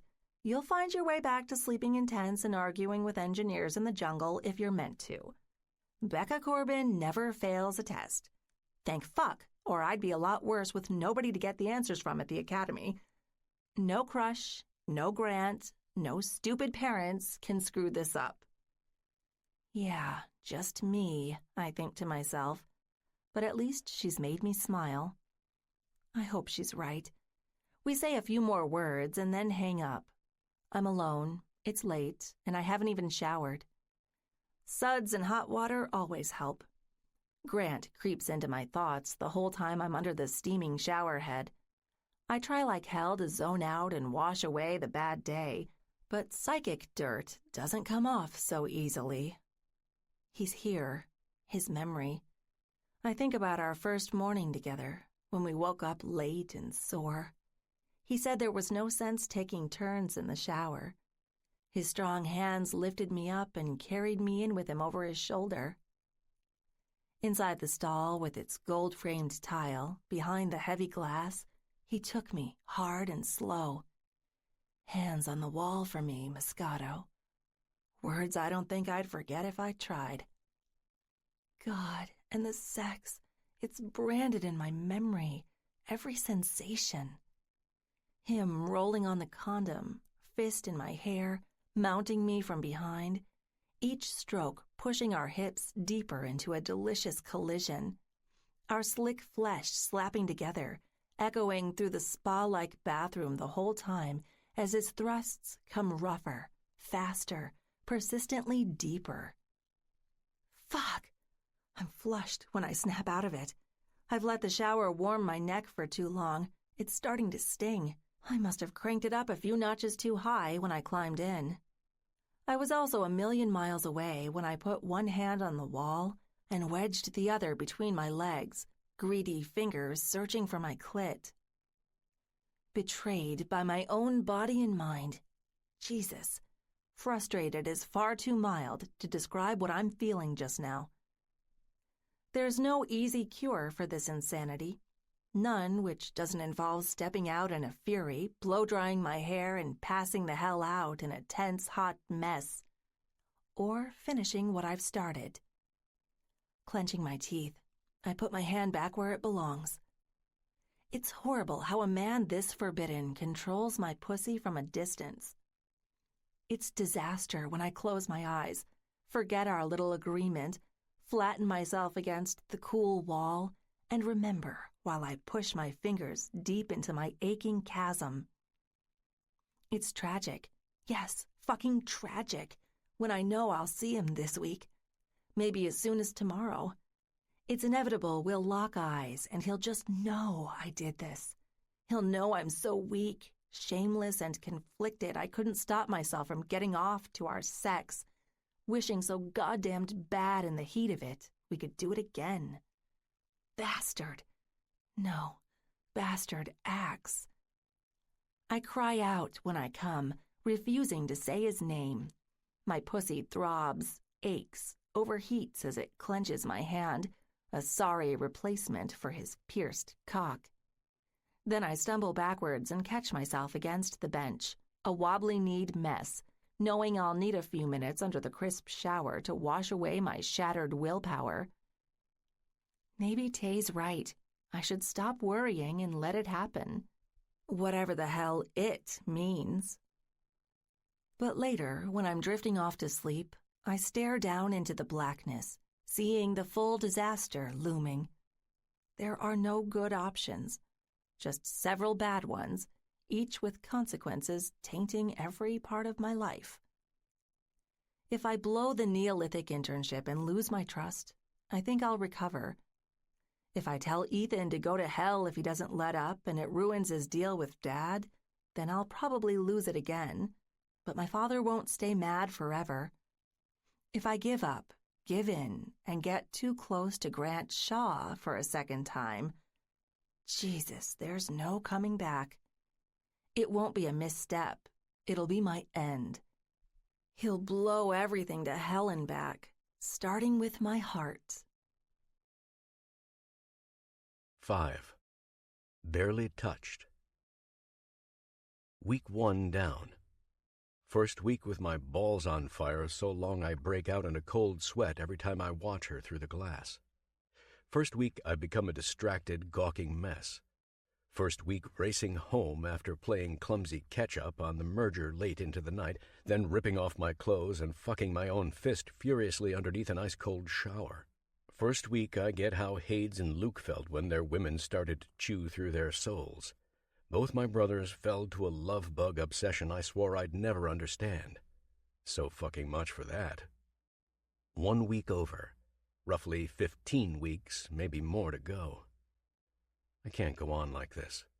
Not sipping coffee in front of the one-way glass, pretending I'm overlooking my vast empire. It should remind me what's at stake if I can't swallow this need to have her under me again. Reality is, it doesn't do a damn thing. Everything I've built with my own bare hands and a good head on my shoulders falls to pieces when I'm able to stare at her, knowing I can't touch. There are reasons I'm becoming a raving loon when I see Ms. Strictly Off Limits. 17 billion reasons, to be precise. That's what's on the starting line as soon as the merger with Corbin's group is final. Still, my screwed-up brain wants to put all 17 billion chips on the table for one more kiss. I don't know what's wrong with me. I've considered hitting the clubs for fresh skirt, leaving the merger to my managers and going away to a nice tropical island. Maybe even talking to a damn shrink. But the devil's in the details when machines as big as Neolithic and Corbin Financial move their gears. Besides looking like a reckless idiot, I'd seem unreliable and crazy to my own team if I pulled up stakes in the thick of this company growing like never before. Becca's one of the crew now. I watch her laughing with my boys at the water cooler, handing off printouts to them throughout the day, always with a grin on their faces that's a little too broad. She chews her bright purple bubble gum, popping it with her finger when she thinks no one's looking. It turns the heads of several boys a few desks down when they have just the right angle to see. Secretly, maybe I want to rip a few of those heads off each and every time they see her as more than just a co-worker. Hiring too many bright-eyed, bushy-tailed kids from the best colleges in the country means too damn many are still single, sniffing around her too close for my liking when they tell their buddies they're going to ask her to drinks after work. Yeah, I may have had Nina keep an eye on the gossip and report back to me. So the fuck what? It's Corbin's daughter, I tell her. I can't have the young hotheads here getting into her pants, screwing with her heart, sending her home to VIP daddy in tears. She doesn't need to know the real reason. Sure, I may have lied through my teeth. I've been doing a lot of that lately, mostly to myself. I'm at my desk on Monday evening, legs reminding me I went too hard on a fitful late run, picking over the latest details from legal with my silver pen. I'm learning fast. I can't just work her out of my system or bleach her from my brain with too much exercise. Every time I glue my eyes to billionaire legalese for more than 5 minutes, the words blur. They become words like Becca, fuck her, now, right before my screaming eyes. Crazy. What's even more insane is what I decide to do when the office begins closing up Monday night. I stand up from my desk, walk over to the window, and stare down at my obsession. She's one of the last to leave. As much as she loathes it here, she has a work ethic. Nina hasn't ever had it this easy, with Becca lightening her load. She's wearing a long blue summer dress today. It's classier than she usually dresses, and I want to know why. If it's for one of the boys from trade or IT, I'll strangle the sorry bastard with my bare hands. I wait for her to grab her phone, her purse, and make her way to the elevator. Then I count to 60 before I follow, giving her a full minute's head start. Those quiet walks in the Maine woods watching nature pay off. I'm as sneaky as I am patient. She won't see me coming.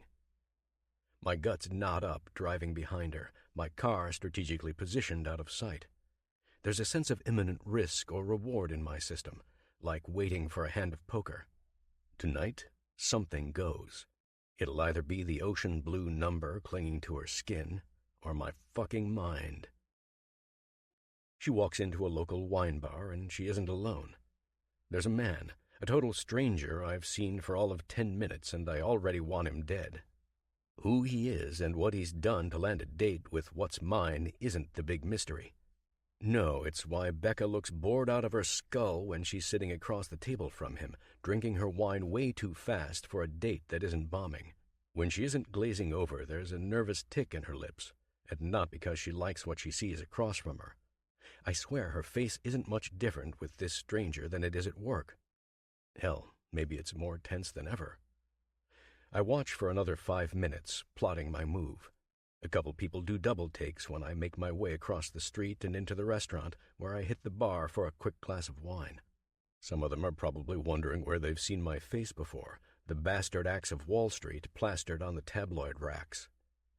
These days my publicity is less about my sales antics and more about business. I play it cool with the media, especially when there's as big a fish as Corbin on the line, especially when I'm after my business partner's daughter.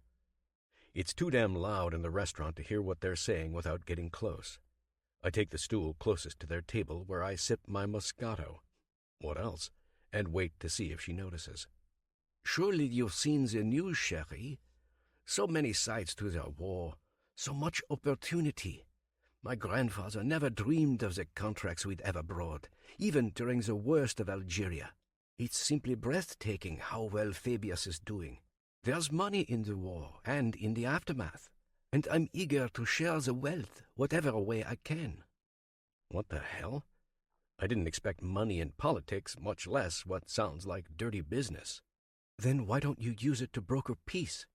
If you have deals with so many different sides, like you say, then you should have a leg up getting them to the table instead of selling them more to kill each other. Perhaps I misjudged. The grim expression souring Becca's face tells me she isn't interested in what he's offering. If I had billions to spare, I'd make the world better. I wouldn't waste it making more on war. War isn't the only thing Fabius does, chérie. Why don't you find out for yourself? You don't have to do everything your father insists. Why waste your time with this dead-end internship? Self-initiative would do you good. Come to Europe. I'll send you anywhere you'd like, wherever we have offices. Paris, Rome, both are exceptionally romantic in the late summer. I know the best they have to offer, and I can show you. Mystery asshole slurs his thick French accent. He's blasted, already had one too many, and it isn't helping his case. Ethan, I told you, I didn't come here to talk about that. I came because I want us to have an understanding without screwing up family business. She pauses as if considering her next words very carefully. Her hand goes to her face, wiping sweat from her brow. How do I put this? Tell me we are moving too fast, he says hopefully. Then the overgrown weasel puts his dirty paws on my woman and I fucking lose it. Becca! I call her name more angrily than I'd like, stepping quickly toward the table. She turns, blinks in disbelief, and totally forgets about the idiot next to her when she finds me standing behind her. Damn, it's really you. Such a small world. Grant, what the hell are you doing here? She whispers. I lean in, ignoring the dirty look from the Frenchman glaring over her shoulder. Saving you. Now play along. She turns, a nervous smile on her face. Ethan, this is my boss, Grant Shaw. Mr. Shaw, Ethan Fabius, business associate and friend of the family. Not date, thank God. I smile, extend my hand, and receive the limpest, clammiest handshake I've ever had in my life. Charmed, he says in his smooth accent. I'd intended to pay you a visit soon anyway, Mr. Shaw. After the merger, we'll both be working more closely. Wonderful. Is there any end to this tightrope I'm walking? I knew I recognized the name Fabius, I say, bringing my hand to the small of Becca's back. My apologies for the interruption. I came by to pick her up, and I got here a little early. Becca asked me to go over her charity's financials tonight, and for my favorite intern, I'm happy to oblige. Even happier to oblige her tight body. Sweet fuck, I have to pinch my thigh through the pocket just to control the instant annoying hard-on touching her brings. Tonight?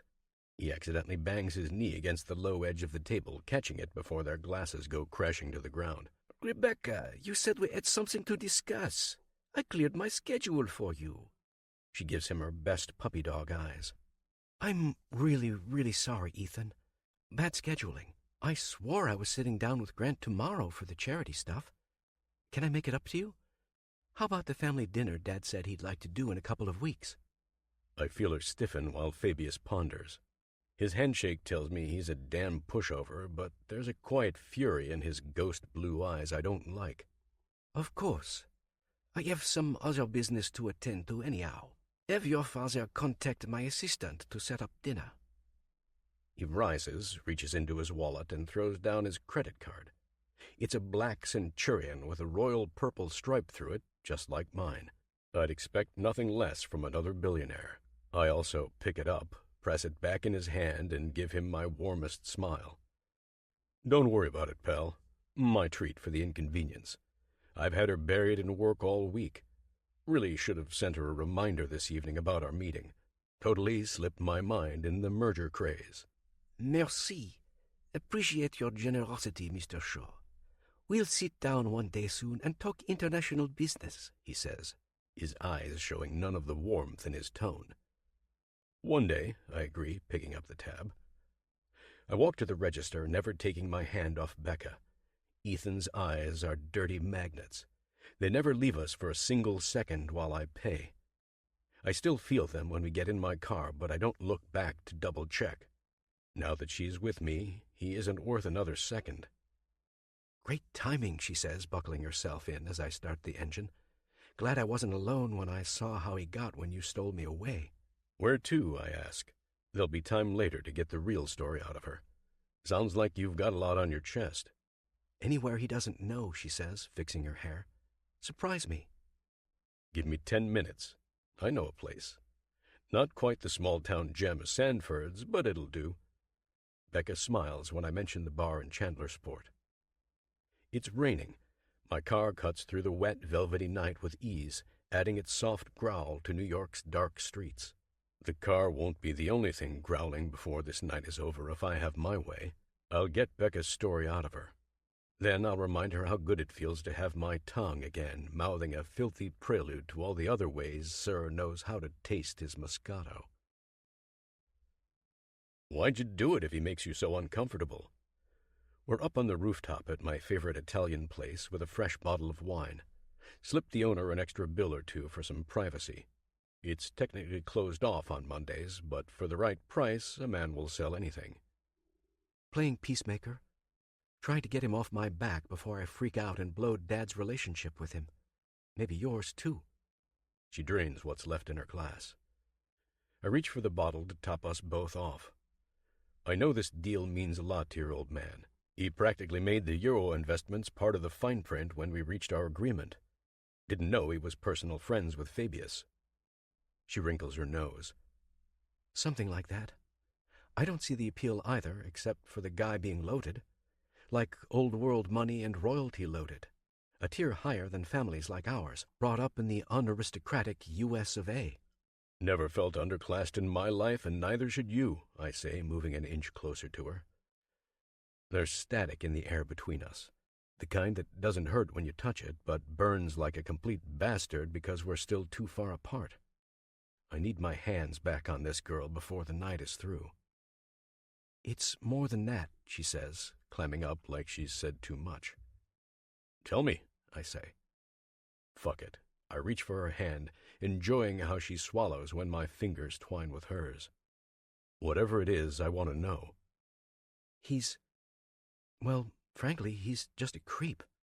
There's something off about him, Grant. Tay started calling him Monsieur Creepo, and it fits like a glove. Charmingly old world. Didn't know your best friend was an expert in linguistics, I say. She giggles. Sweetest sound I've heard since I first coaxed it out at my cabin. I'll never understand why my father wants to deal with this guy so badly. I feel like there's more than money at stake. More how? My eyes narrow and my fingers tighten on hers, pulling her nails across my skin. You think there's what? Something illegal happening? She doesn't answer. Not necessarily, but the man doesn't have a heart. He doesn't spend his personal time with other associates like he does with Ethan. I don't follow. She looks at me, and I lean closer, pushing the wine glass gently to the table, making room for my hand to claim her face. Brushing her cheek, Becca closes her eyes. Easier than I expected to bring her to the zone. That makes it twice as wrong, twice as dangerous. Damn if that deters me. And Ethan, he pretends, but deep down he's just as cold. He doesn't think twice about profiting off war. Before you barged in on us at the bar, he was telling me about his firm's new contracts in Syria, talking about building guns and bombs, passing them out like Girl Scout cookies. He doesn't see anything wrong. He thinks it's just Fabius pushing one more product to eager buyers. And you're a humanitarian at heart, I whisper, bringing my face closer to hers, heat pouring from my lips to her neck. Becca nods. It's hell keeping my hands off her chest. No, I'll find her nipples hard as stone, begging to be rolled and sucked, aching for me. You thought being a generation apart made us polar opposites, didn't you, Moscato? My lips brush hers once, very lightly. I hold the kiss until she nods. But before I move in to fully conquer, she twists her neck, her jade-green eyes strained and unsettled.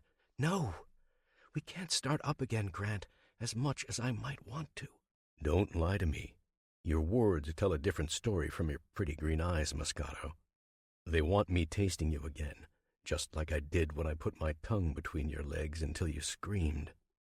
Her body seizes in my arms, warming a few degrees. Let those eyes do the talking for once. Forget what's right and wrong for one more night, yeah? I thought I did the right thing when we cut our little agreement last week. Thought I could honor it. Thought I wouldn't lose my mind to the urge pounding in my balls every time I lay eyes on you. I thought fucking wrong. Kiss me, Moscato. I don't give her a choice. Her lips soften a second after they're mine. It's even better than I remember. She's sugary innocence dipped in lust, heart and soul asking the flesh for reassurance. Raw, reluctant need seeking the perfect excuse to break its chain. Her tongue melts under mine. I own her mouth the same way I've dreamed of having her body again since our frantic nights together. When her hand reaches up, brushing my beard, I taste her moan. No, I'll have her again. No, I'll self-combust if I don't have her sweet pussy all over me by the end of the night. Certainty should be a relief. All it does is make my dick throb harder, impatient as ever. Mr. Shaw. I pull myself off her and spin around, ready to smash the wine bottle over the head of whatever idiot has decided to interrupt us. It's past the closing time, and the word on the street is the health inspector's coming for a surprise visit tomorrow. Terribly sorry about the cutting in like this. It's Emilio, the owner. Becca looks down with a flush, 100 times more embarrassed than I am about the old Italian walking in on us just when we were heating up. Annoyed or not, I can't blame a man for looking after his business. We were just on our way out, I say, forcing a smile, grabbing her hand. I'm happy I went easy on the wine so I don't have to worry about waiting to drive or finding a ride. If you'd like, sir, I'll refund you half for the intrusion. Keep the change, Emilio. Good luck with your inspection. I lead her out. We don't say anything until we're both in the car. Her eyes say she's rethinking everything that's happened tonight. The fear and doubt burbles up again when she looks at me, ready to utter a word about how it's later than she thought and she'd better turn in. I know another place, I say, cutting her off at the pass. Tell me about South America. I love a good travel story.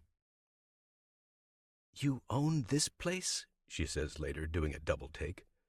The glittery neon sign going up the side of the building breaks the pleasant trance she's been in, telling me about her travels for charity. It's investing 101. Diversification, I say, smiling as I kill the car and step out, circling around to help her out the passenger side. I've had Club BIG for 5 years. Doesn't add a whole lot to my bottom line, all things considered, but it's a nice place to wow the younger kids who come to me for business. Sir! The bouncer recognizes me instantly behind the tight rope. He almost salutes, just like I'm the damned president, something I've told him at least a half a dozen times before to drop. I slip him a wad of bills before we enter. Inside it's dark, colors oscillating softly. Neon blues and dense pinks alternate on the wall, illuminating a couple dozen dance addicts on the floor this Monday night. I take her straight to my private booth, ordering a couple of drinks first. There's a curtain to separate us from all the commotion. Do I dare ask what the BIG stands for? I mean, I think I can guess, but you don't seem like the type who needs to compensate in other areas of your life. She looks down at my crotch. I grin, shaking my head. The idiot who owned it before me called it big. I made it an acronym. This club is all about what's beautiful, intense, and guilty. In other words, pleasure, Moscato. I hear it's amazing. You ought to try it sometime. My hand goes to her leg. She's so fucking warm, aching to resume where we left off at Emilio's. I have to be careful here. If I get too carried away, I will fuck her back here in this booth, something I've never done before with the handful of girls I've brought here. It's not my style. I don't want to wind up like 100 other club owners in this city, glorified pimps, kinksters, and exhibitionists. If diversification has always been my first rule, then don't shit where you eat has always been number 2. You're still worried? I ask, moving my hand up her thigh, feeling her cling to me. She shakes her head, fierce denial I quietly approve. It means she's starting to believe we can fuck without complications getting in the way. The waiter comes just in time with our drinks, 2 whiskey sours, something a little stronger than the wine earlier this evening to take the edge off her rotten day. I don't know, Grant. She lifts her glass, taking a long sip. My fingers caress her softly, reading the story her skin tells me in its warmth, its energy, its need. Actually, you do. I think you wore that beautiful blue dress hoping I'd notice. We both know it wasn't for Pepe Le Pew. Spare me, she rolls her eyes. It was Tay's idea. She told me a girl shouldn't go on a let-him-down-easy date without a parachute to bring in someone else in case he gets clingy. Curious advice for a friend, I say, hiding my smile in my beard. Guess Tay just wants me to work harder. If you'd run off to someone else in the bar looking for protection, I'd have had to steal you away from 2 unworthy jackasses. Laughing, her hands go to my chest. Playful resistance, familiar and sweet. I could listen to her airy, happy sounds all night, but my lips don't have the patience. My next kiss comes in hot, silencing her sweet and playful side with a more carnal urge. I haven't touched more than a sip of my whiskey sour. Good thing, too, because this Moscato taking my tongue on hers is a goddamn drug. I still don't understand it. The more I have her, the more I want. The closer I am to fucking her brains out for the dozenth time, the more I need to do it 100. When her hands slide down my face and push through my beard, I think how naked, how sad they look without a rock that would bind her to me forever. And fuck, I've officially lost it. This is how Grant Shaw goes down? This? A raging, confused, sex-crazed mess? Slayed by the first woman he's ever met who isn't just obsessed with his thick, pierced cock and the billions in the bank? A woman who's too young, too rich, and too damned complicated to ever make this right. Wrong? Damn straight. Knowing she's forbidden makes me want her more. My hand moves through her hair, collecting a fistful of soft chestnut waves, and I bury her in 10 more hard kisses before I move to her throat. My other hand won't stay idle. It goes up her dress, finds her panties soaked, and flicks them aside. Her eyes pop, roll, and dance in their sockets when I shove 2 fingers in her pussy. She loses another delicate moan in my ear while I'm kissing at her throat, my mouth roaming her perfect palm-sized tits, her nipples almost as hungry as her clit to feel my tongue all over them again. No turning back now, even if I hadn't shot down restraint since the second I decided to follow her out of the office. We're in for another penny with this crazy, beautiful thing, and I'm looking for a whole fucking pound. She twists under me as I move between her legs, laying her down on the soft leather surface beneath us. A low growl escapes my throat as I shove her thighs apart, inhaling her scent, wondering how fast I can shred her panties with my teeth before I bring her off so hard she drenches the rest of what she's wearing. I've trained more than a few squirters in my time. There's potential in her. Just thinking about her sweet pussy gushing all over my balls almost makes me lose a load in my pants. "Yes, Grant," she whispers my name, shrill and satisfying, as soon as I bite down on the lace between her legs. My hands lift her ass. Soon her panties are around her ankles, leaving her steaming, sweet little cunt wide open for my tongue. Oh, God. Sick, crude bastard that I am, I like to imagine she's decided to use the G word for me, as if "sir" wasn't enough to make my balls seethe. I give her my tongue, sinking it deep again and again. Her hips thrash in the leather seat as pleasure comes. Too much, too soon, but I don't fucking care. She'll come for me again. She'll be dynamite, convulsing beneath my tongue, surrendering the husky screams I've demanded since our last night in my bed, one indecent lick at a time. I'll make her mine, slave to nothing else. She'll forget the heaping price we'll both pay if her father finds out what we're doing in the office behind his back. Hell, it hasn't even happened in the office yet. Sweet lunacy hits when I think I might seriously have her on my desk one day, legs wrapped around me, sending my fancy pens and paperweights crashing to the floor. We'll shake the whole goddamn city with our animal lust. My fingers dig into her sweet ass tighter while my tongue fucks her to heaven. She's squirming, twitching, writhing just for me. No mercy until she lets go. Sweeping my tongue across her pussy, I master it more with every lick. I devour her. My teeth pull her fragile clit in and hold on tight, spanking her bud with the tip of my tongue again and again. "Grant! Grant!" she's screaming.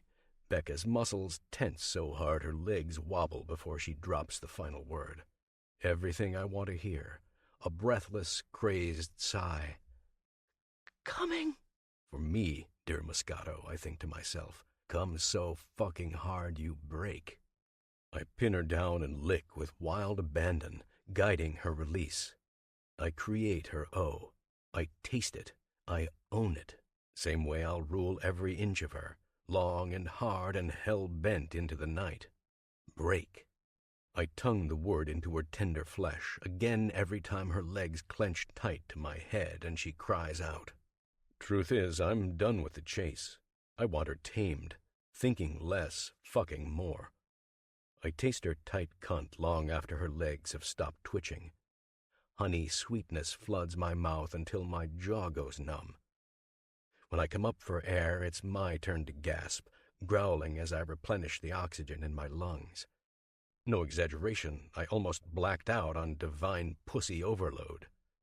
Her body is addiction incarnate, a vicious experience, a distraction from the very air I breathe. That's my Becca.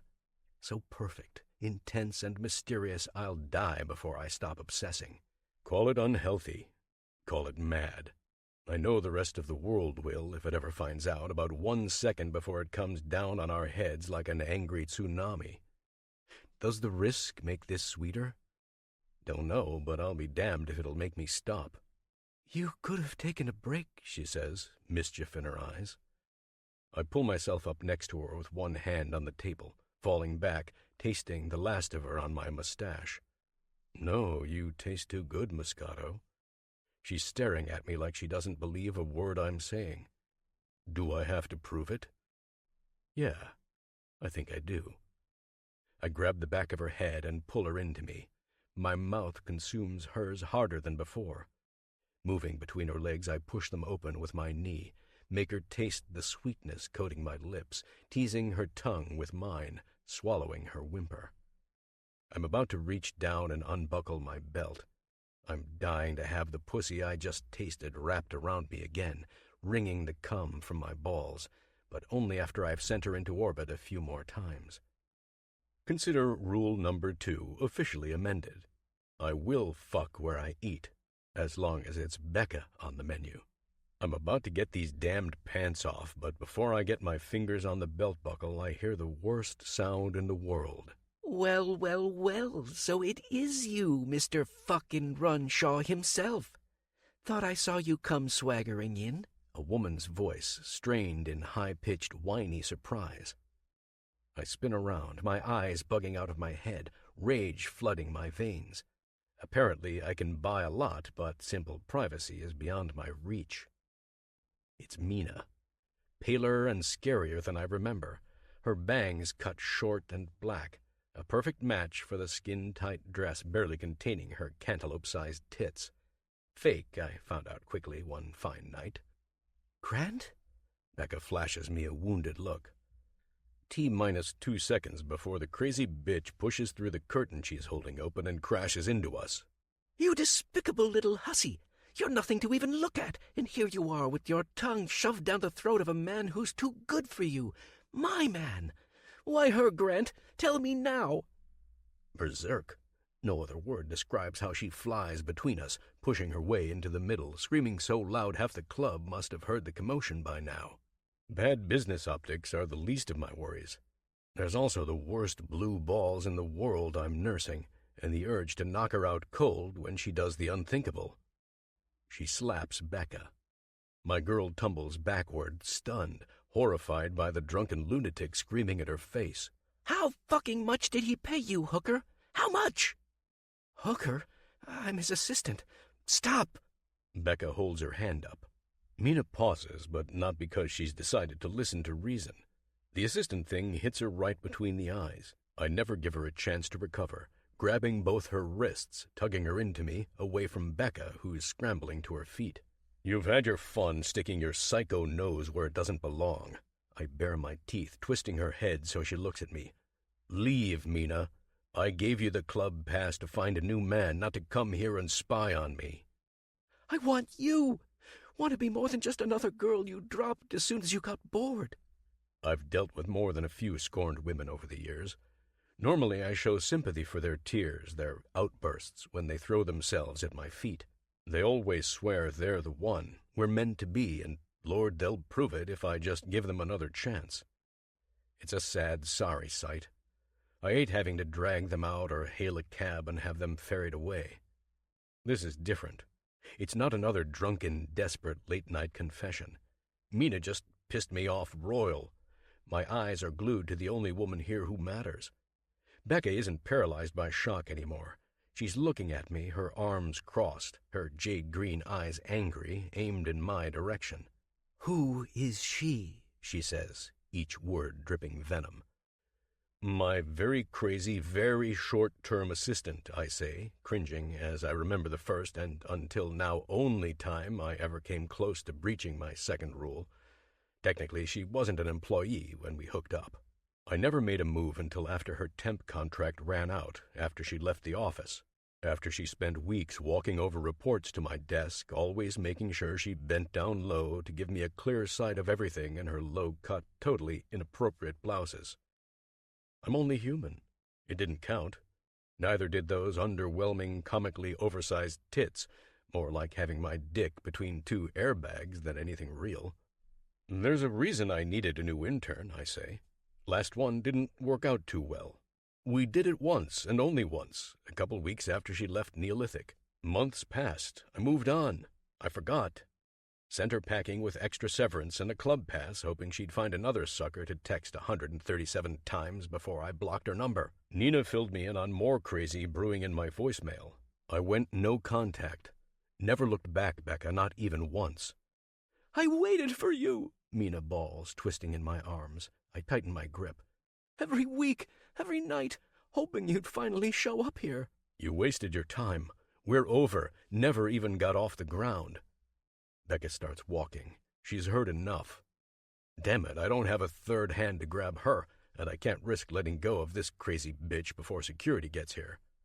"Becca, wait!" She stops in front of us, just at the edge of the booth, and raises her right hand. My eyebrows fly up when she slaps Mina across the cheek. It's a resounding clap. "Whoa, hold up, this isn't how we do this, Moscato. Let me call security and I'll—" She shuts me up with an equally quick, blistering slap across my cheek. Stings like a bastard, but it's not half as bad as seeing the tears brimming in the soft green eyes I lit just minutes ago. "Don't bother. I'm out. I'm not going to play your game and wind up just as burned. Maybe worse. We both know what's on the line." I do, and it makes me feel like the biggest asshole in the world. This can't go up in smoke. Becca! I call her name 3 more times before it's clear she isn't turning around. When the waitress shows up a second later and almost drops her tray when she sees what's happened, I don't bother waiting for her to fetch the bouncers. It's a struggle marching the blubbering, cursing mess in my arms over to them, but I do it anyway. Then I chase down my car and blow the club, pounding the leather wheel as I wind down the deserted streets. The cool summer rain picked up while we were in Club BIG, but it's no relief. I've fucked up bad. Tomorrow, walking into the office, will I feel like going before a firing squad? 50-50 chance I wind up with a kill shot lodged in my heart. 100% chance I take some kind of bullet. Maybe there'll be a resignation notice on my desk from Nina telling me Becca quit. Then a damn good chance the merger gets blown too if her prick father finds out what sent her fleeing Neolithic in tears. If she stays, then it means the obsession continues, an unbroken fever with its cure out of reach, possibly forever. Every hour, every day watching through the glass in my office as she works, pretending the wall of tension between us isn't pure hell. Raw obsession, burning without end until she either speaks to me again or I decide I've had enough of this shit and throw my Eames chair right through the glass divide. How haunted can a man be? How unlucky? How thoroughly, completely, inescapably fucked? 6. Running out the clock. 3 days go by at home. I tell Nina I'm sick and I don't know when I'll be in. She's very understanding and even calls to ask after me the second day. I never pick up because there's no earthly way I can tell her I'm suffering an attack of my own stupidity. Thankfully, Dad hasn't been home much to dish out hell for skipping work. Mom is too distracted to care, barking at travel agents over the phone, planning her big Dubai excursion. Thursday evening, Tay calls. I haven't been responding to her texts. "Did you go and die with no obituary?" she says as soon as I pick up. Her blunt, no-nonsense humor makes me smile. "Sorry. I've been laid up for a few days, feeling sorry for myself." "Oh, you mean what the hell is wrong with men-itis?" "Yeah, there's a lot of that going around." "You first," I say, hoping a good disaster will cheer me up. Server dude got bored fucking. I got really pissed when he blew me off last weekend. The end. Except for the fact that he'll never see me in the caramel-flavored panties I bought just for him. Caramel, huh? I wince, imagining it melting down her legs like a bad sundae topping. "Now you," she says, barely giving me time to catch my breath. "What did the bearded idiot do?" "It started well. Grant saved me from Monsieur Creepo. And no, I never got around to telling him off like we planned. Don't ask. Thought I had it made. We went to his club and started making out in his fancy VIP booth. Then his ex walked in." "Oh, juicy." She's relishing this. I can hear her pink fingernails rubbing together like a damned raccoon. Sighing, I decide to get on with it, knowing I've said too much to leave her hanging. This girl, Mina, I guess she used to work under him, his intern or assistant or whatever, months before me. Complete psycho. She hit me. "Hit you?" "Yeah. Fists flying, hair pulling, crazy eyes, the whole bad comedy vibes, except I wasn't laughing. Grant pulled her off me. I gave them both a piece of my mind, but the more I think about it, I ought to be thanking her. I'm not sure why it's so hard to talk about this with my best friend. The stupid incident forms a shameful lump in my throat, but I push past it, dropping the big question. Our cat fight knocked some badly needed sense into me, dumb as it sounds. Made me realize I'm risking a lot with him. And for what, exactly? There's no upside to this. Especially not if he's just going to discard me and leave me pining after him like her. "Becca, you said she was his ex. You're wrong." Tay's tone chides me, sending my eyebrows up. Sounds like you ran smack dab into a fuck buddy. Whatever. You know I'm not up on terminology when it comes to casual encounters. No, and I'm not here to make excuses for bearded idiot, but is it really a big surprise a man like him has got a few janky skeletons in his closet? You didn't see her, I say, shaking my head. Every time I see that woman's frantic, hurt eyes in my mind, I want to throw up. She was insane. Said she'd been coming to the club for months, hoping to catch him there. So, not just a fuck toy, but a crazy one. I'm not helping my case. I snort frustration. Look, maybe I overreacted a little, but not really. I'm not cut out for this like you are, Tay. Normal relationships are what I like, and there's no way this will ever be one. I can't do this. Can't go around the same block again with a man who's been down it 1,000 times before with other girls. There's no fun in it when I'll lose everything if this goes bad. Everything, huh? And what, pray tell, are you clinging to that's worth so much now? I don't say anything, biting my tongue. There are no words.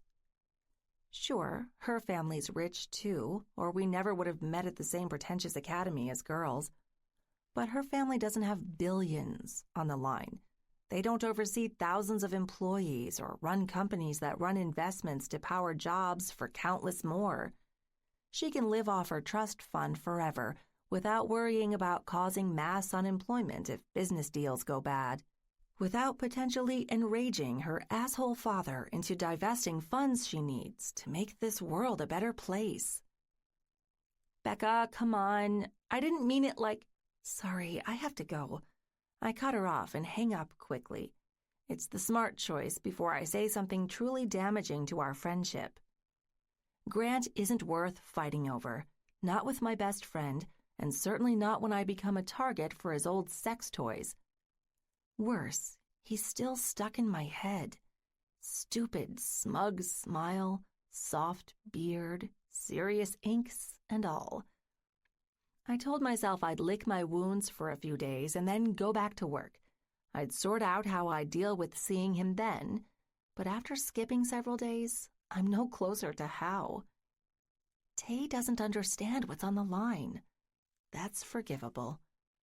I'm less sure I can forgive myself for the same hole in my head, because if I'm really serious about everything at stake, if I'm absolutely certain it means anything, I can't keep running. I can't hide from him forever. I have to end this madness before it ends me first. I feel better after a long hot shower. I've also left Nina a message saying I'll be in tomorrow at 6 o'clock sharp. Maybe there's still time to repair my standing with her if I get caught up on the supply request we started processing before Grant lit my week on fire. I head down to the library for some quiet time before I look for a late dinner, but I never get that far. I stop outside the closed door, listening to the voices. It's Dad. He's talking to someone else on the phone over speaker. Probably Ethan. It sounds like him, but it's difficult to be sure because they're both talking French. I can't understand a word, but the context couldn't be clearer. This is not a happy conversation. Dad sounds strained, like he's trying to keep his tone low, controlled. Several more foreign sentences fly back and forth. Then his fist comes down abruptly on a desk. I jump at the noise, catching my heart in my throat. Listen to me, you desperate little shrew. I said I'll talk to him again to expedite the bonds for Fabius. That's the extent of my powers at the moment. Dad slips into English, madder than ever. As for Rebecca, yes, I'll talk to her too. Understand I can't make my daughter do anything. She's a free woman and an adult, as annoying as it is.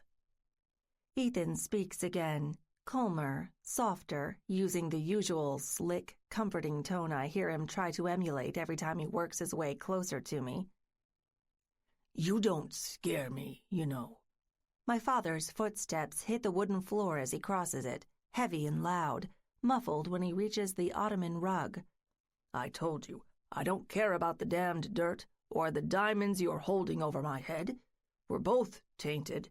If you think you're in any position to push Jeremiah Corbin around, think again. You won't flip. You'll be risking my word against yours if we're both found out. Hell, I'll call up the president of the U.S. fucking A and have him sick SEAL Team 6 on your ass if you get any bright ideas about busting my balls with your thugs. Hello? My heart is racing. It can't go faster, not even when I hear him curse again and send the phone flying across the room in a fit. It hits the wall with a deafening thud. Time to go. I don't walk back to my room.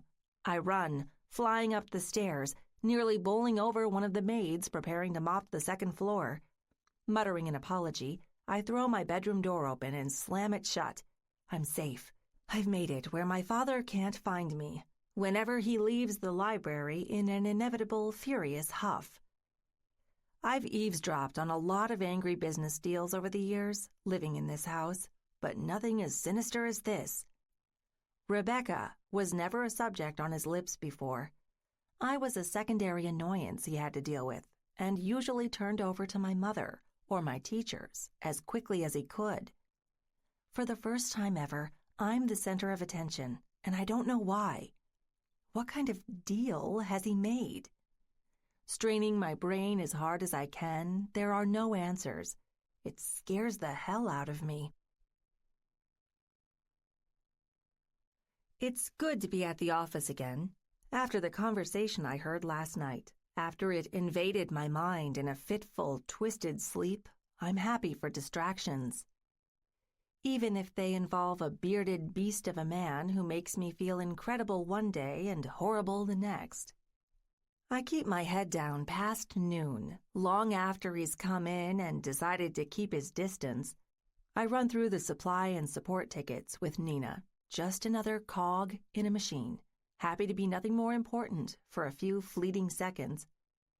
Grant never bothers me. It's the same on Friday. He doesn't leave his office, not even to make the rounds with the young men on the trading floor, who always look like they've received a pat on the back from God himself whenever he comes by their cubes and adds his encouragement. I'm stunned by his absence. Okay, maybe a little disappointed. I thought for sure he'd hunt me down, delivering all the excuses in the book. I expected an apology. Oh, she wasn't important like you are, Moscato. She's psychotic. Don't listen to her. She's out to get me because she knows we have something special. I've run the make-believe words through my head hundreds of times, crafting the perfect responses. I never get a chance to use them because he's mysteriously absent. No, not mysterious. Infuriating. On Saturday, I make up with Tay. We get coffee and Vietnamese food at our favorite little spot in Queens, then spend the evening shopping for shoes. Sunday morning, there's a knock at my door. Rebecca, wake up. Dad's voice. I jump out of bed, still rubbing my eyes, surprised to see my father standing there in a fresh new suit, a blood-red tie around his neck. He hasn't woken me up in the morning like this since I was a little girl on Christmas. What's wrong? I sputter, knowing perfectly well it probably has something to do with the eerie chatter I eavesdropped on. Nothing, if you clear your schedule for dinner tonight. I'd like you to dine with your mother and I. We're doing the dinner with Ethan. He's discussed it with you before, I trust, so you had plenty of notice. Consider this one more, short notice as it is. What can I do? Say no and choke on the invisible noose coiling around my throat? Maybe.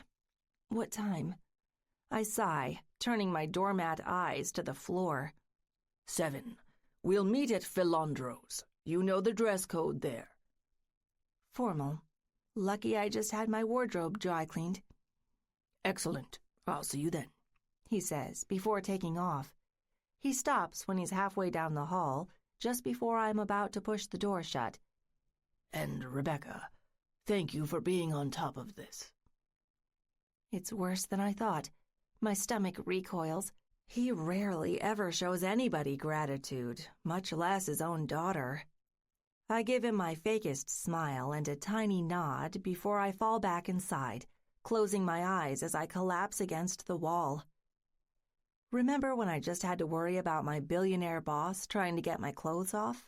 This is so much more complicated. I've picked a red dress, hoping it'll make me look like one of those animals whose hue screams danger. Philandro's is a stuffy, new money place with gold curtains, crystal chandeliers, and palm trees out the yin-yang. It's a perfect place to get this disaster over with quietly, or make one hell of a scene storming out. I'm the last one to show up, as usual. My parents are there, punctual as ever, seated with Monsieur Creepo himself. Ethan turns as soon as he sees them look my way, giving me his trademark half-smile, icy and off. "Honored you could join us," he says, rising to take my hand for yet another unwelcome kiss. Jesus, he just always has to get his putrid lips on me. I mumble a thanks, take my seat, and hide behind a tall menu. It's all exotic-sounding fusion dishes, crafted by desperate-to-impress 3-star chefs who studied under 4-star masters. A tall Long Island iced tea, heavy on the vodka, is my first order. Dad frowns while the waiter smiles. Frankly, I don't give a damn. Doesn't he understand I'm doing this for him? It's a miracle I'm even here. I'm not letting the business associate he's pretending to like step all over me. I want nothing to do with Ethan Fabius or his gross kissy faces. But I'll help Dad chew whatever it is he's bit off, if it helps keep me out of it. Whatever I heard them saying over the phone freaks me out. Why me? I don't know, but maybe I'll get some answers if I play this right. I listen disinterestedly to my parents and Ethan talk France over the table, nursing my drink. Mom practices her fakest laugh, the same kind she'll be using soon on the exotic pool boys in Dubai. "Chérie, tell me, how are things with Mr. Shaw?" Ethan says, remembering me shortly after our starters come out. Too bad he can't forget my presence. He clearly hasn't forgotten me blowing him off the other night when I thought Grant saved me from a confrontation with this freak. Just fine. I pop an olive into my mouth and chew angrily, feeling my father's warning eyes. You should really worry about your own business, Ethan. Sounds like you have a lot going on with Dad's merger, plus the deals on your plate. Nonsense. His wine glass shakes as he sets it down, narrowing his eyes when he senses my tone. I simply ask because I want you to be happy. A woman with your keen zeal for life deserves many things. Most of all, a chance to make dreams happen without any fool getting in the way. He's talking about Grant. The creep is more right than he knows, but I'm not interested in stroking his ego by giving him any indication. I'm sticking it out, I say, carefully stuffing more olives into my mouth. Dealing with him tempts me to break my teeth on the pits. This job isn't forever. It doesn't define me. It's good experience, like Dad says, and I know I'll gain something from it to do what I'd like when the time comes. Yes, something. I'm still waiting for that. So far, all I've gained is an infuriating crush with a man who wants me in his bed before he decides he's had it with his next sucker. One more conquest for him in a long string of many. "I hope you've thought this through," he says, twirling his glass by the stem, giving me a half glance. "Anytime you decide Neolithic isn't for you, come to me. I'll find a position for you, chérie. I always have a few on offer." I almost gag on my Long Island. It isn't hard to read between the lines and know exactly what position this despicable man would like me in. Not interested, I tell him again, more ice in my voice than ever before. I'm not going overseas anytime soon unless it's back to Columbia. "Rebecca," Dad booms across the table. His fingertips have gone white as they pinch his fork by the handle. "show our guest a little kindness. He's made you a good offer. even if it isn't the right one for you now. Apologize. We lock eyes. He wants me to bend my knee to him and Monsieur Creepo by default, and I still haven't gotten anywhere close to the bottom of what else they really want with me. It doesn't make sense. I look Ethan in his ferret face, his ghostly eyes shining, hungry for a bone. What does he have on Dad, anyway? My father surrenders to no one. He can't be so insane he'd bargain me for some kind of crazy arranged marriage, right? And if he is that crazy, no, I won't finish the thought. I'm not apologizing to a man who's clearly never learned no. I can't do this, I blurt out. Adrenaline shoots through me as I stand, throwing the burgundy cloth napkin I've been twisting in my lap down on the table. Look, I don't know why you've latched on to me, Ethan, but I'm done playing. I meant to tell you the other day, so here it is. I'm not interested in you. I never will be. Rebecca! A vein bulges in my father's forehead. He's about to blow. It isn't enough to stop me. Next to him, Mom reaches for his shoulder. He sweeps her hand off him. I've had enough. What's gotten into you, chérie? Ethan blinks, feigning surprise. He tries his damnedest to sound kind, but there's nothing except icy tension in his voice, like he's daring me to finish what I've started. You asshole.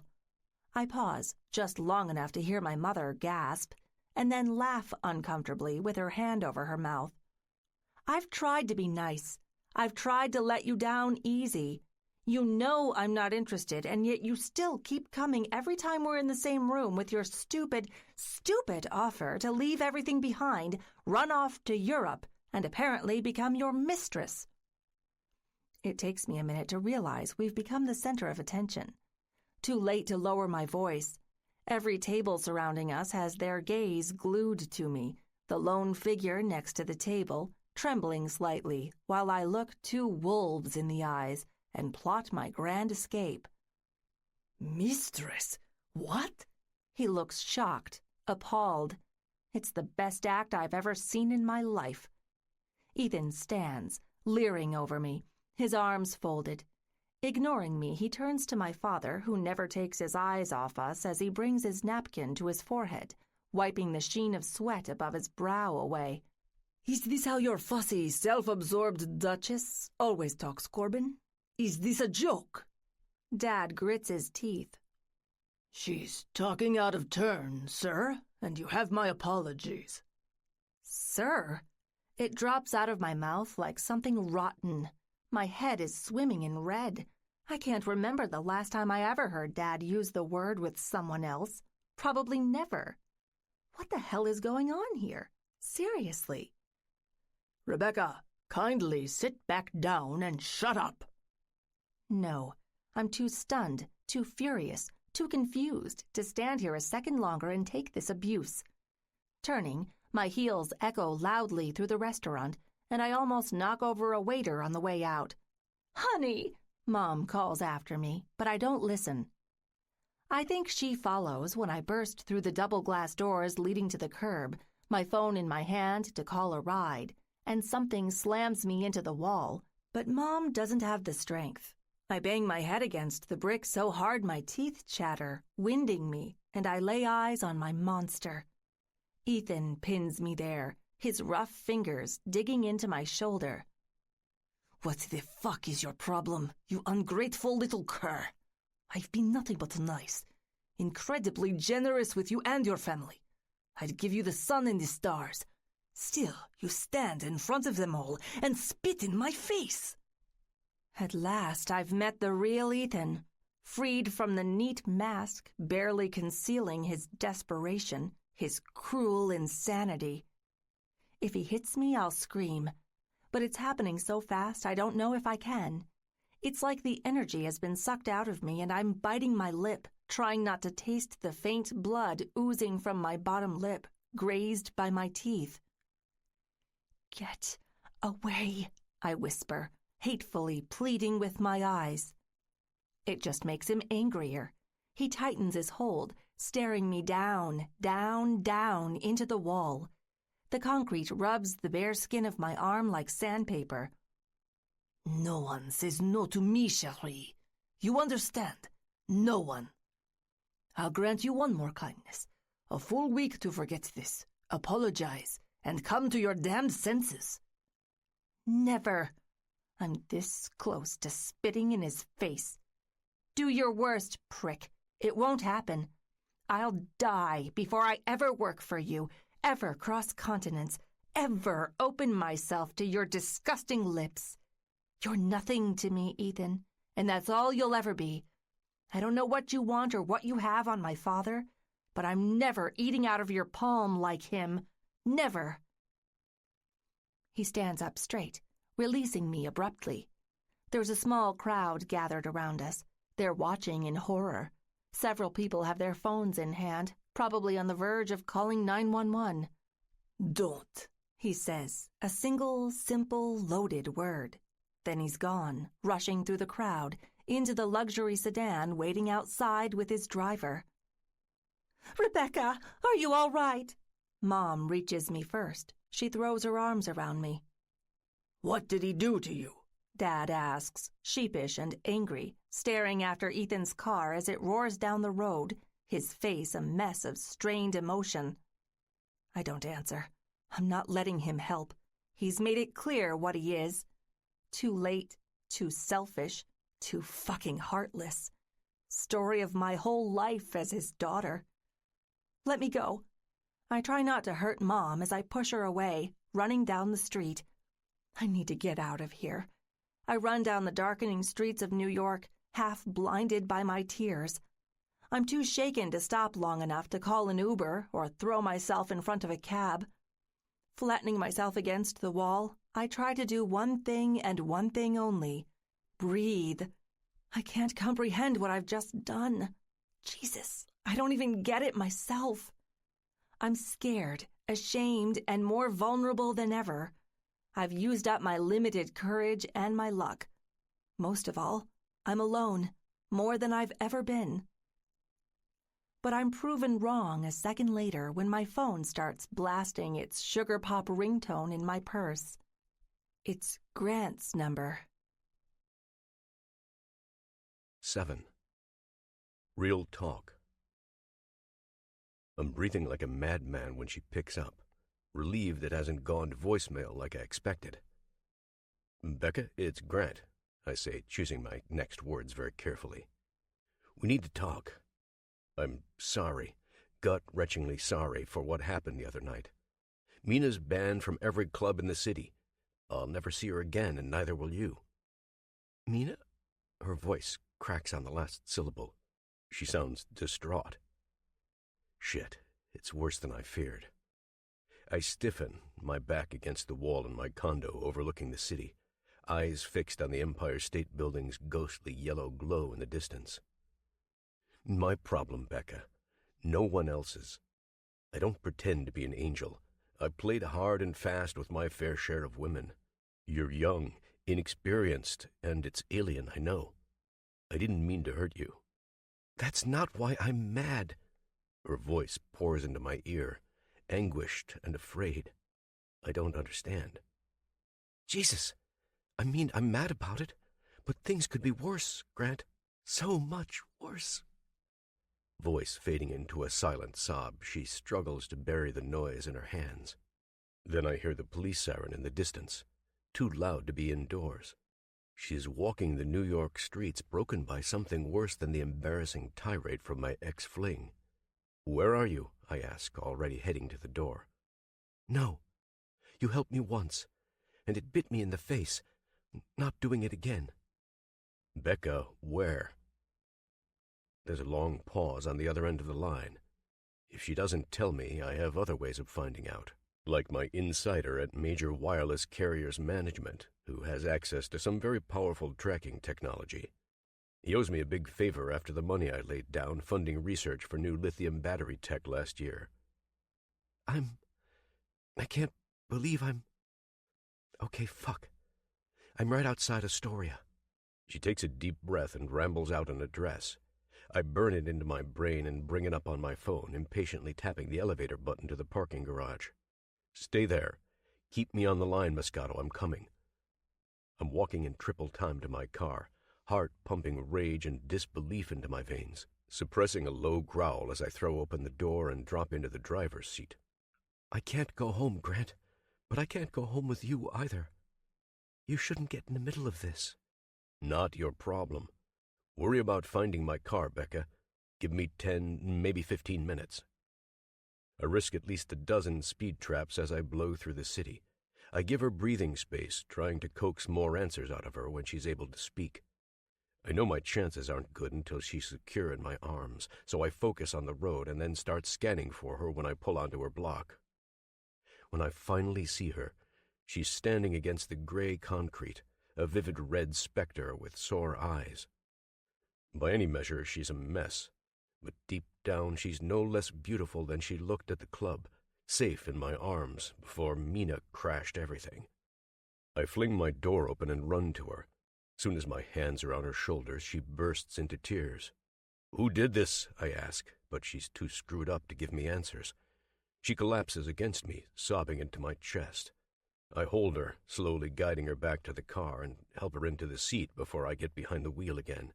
I spend the whole drive to my condo rolling the same question over and over in my mind. Who the fuck did this? I need an answer. I'm also certain it's going to invite trouble, and I've decided I don't care. If it was the same pompous, twig-necked Euro fuckboy she ran from before, the man who happens to be the CEO of Fabius, my merger's probably fucked. And if it was her old man, the vicious, entitled twit, I'm just screwed.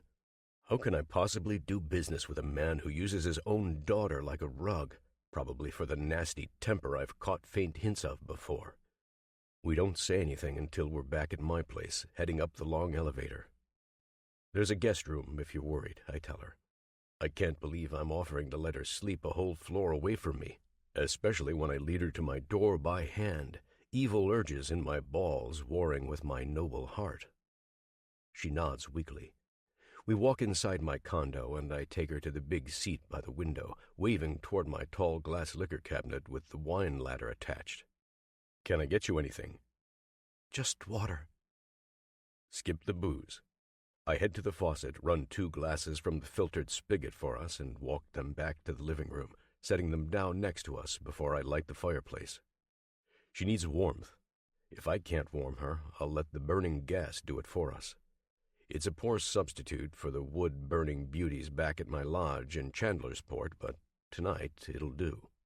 "Whenever you're ready, Moscato," I say, watching as she drinks her fill from the glass before I take her hands. "Forget the intern thing tonight. Forget I'm your boss. When you talk, I'm a friend, a lover, and a man who'll do whatever the fuck he needs to make it right." Her eyes look reassured, but my words set her off all over again. I let her cry it out. Her tears are hot, angry poison, but it's venom getting sucked from the wound. I'll make her better before I go after the viper. What happened? I try again, softly, pressing my forehead on hers. "Ethan. Dad. Weird, secretive crap I may never understand." She pulls a deep breath from the air, quiet and thoughtful, the look on her face weighing whether she's about to tell me too much. "More, Moscato. You have to give me more." I take her hands, easing the pained lines crisscrossing her beautiful features. She sighs. "I overheard them in the library the other day. I was angry with you after what happened at the club with Mina. I was walking around the house, heard Dad on the phone with him, angry and strained. He said something about how he couldn't make me do anything with Monsieur Creepo, but he wanted me to, almost like the guy was blackmailing him or something. Then he came up to my room the next day and said we had to do dinner. I decided to go to try to figure this out and tell Ethan point blank I wasn't interested." "He didn't take it well?" My fingers tighten on hers.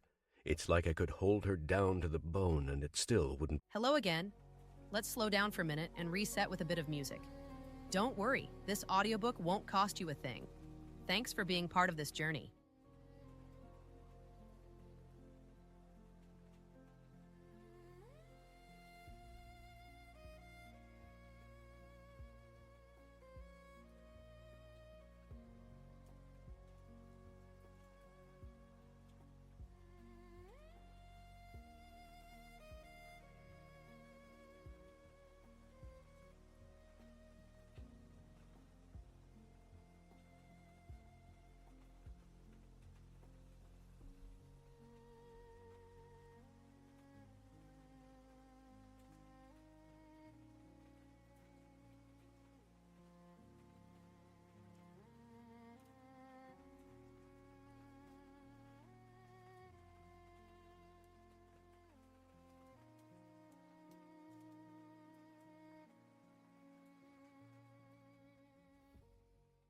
be tight enough. Her beauty drives me mad, but knowing she's in danger punches every caveman warrior button I have. Not so much.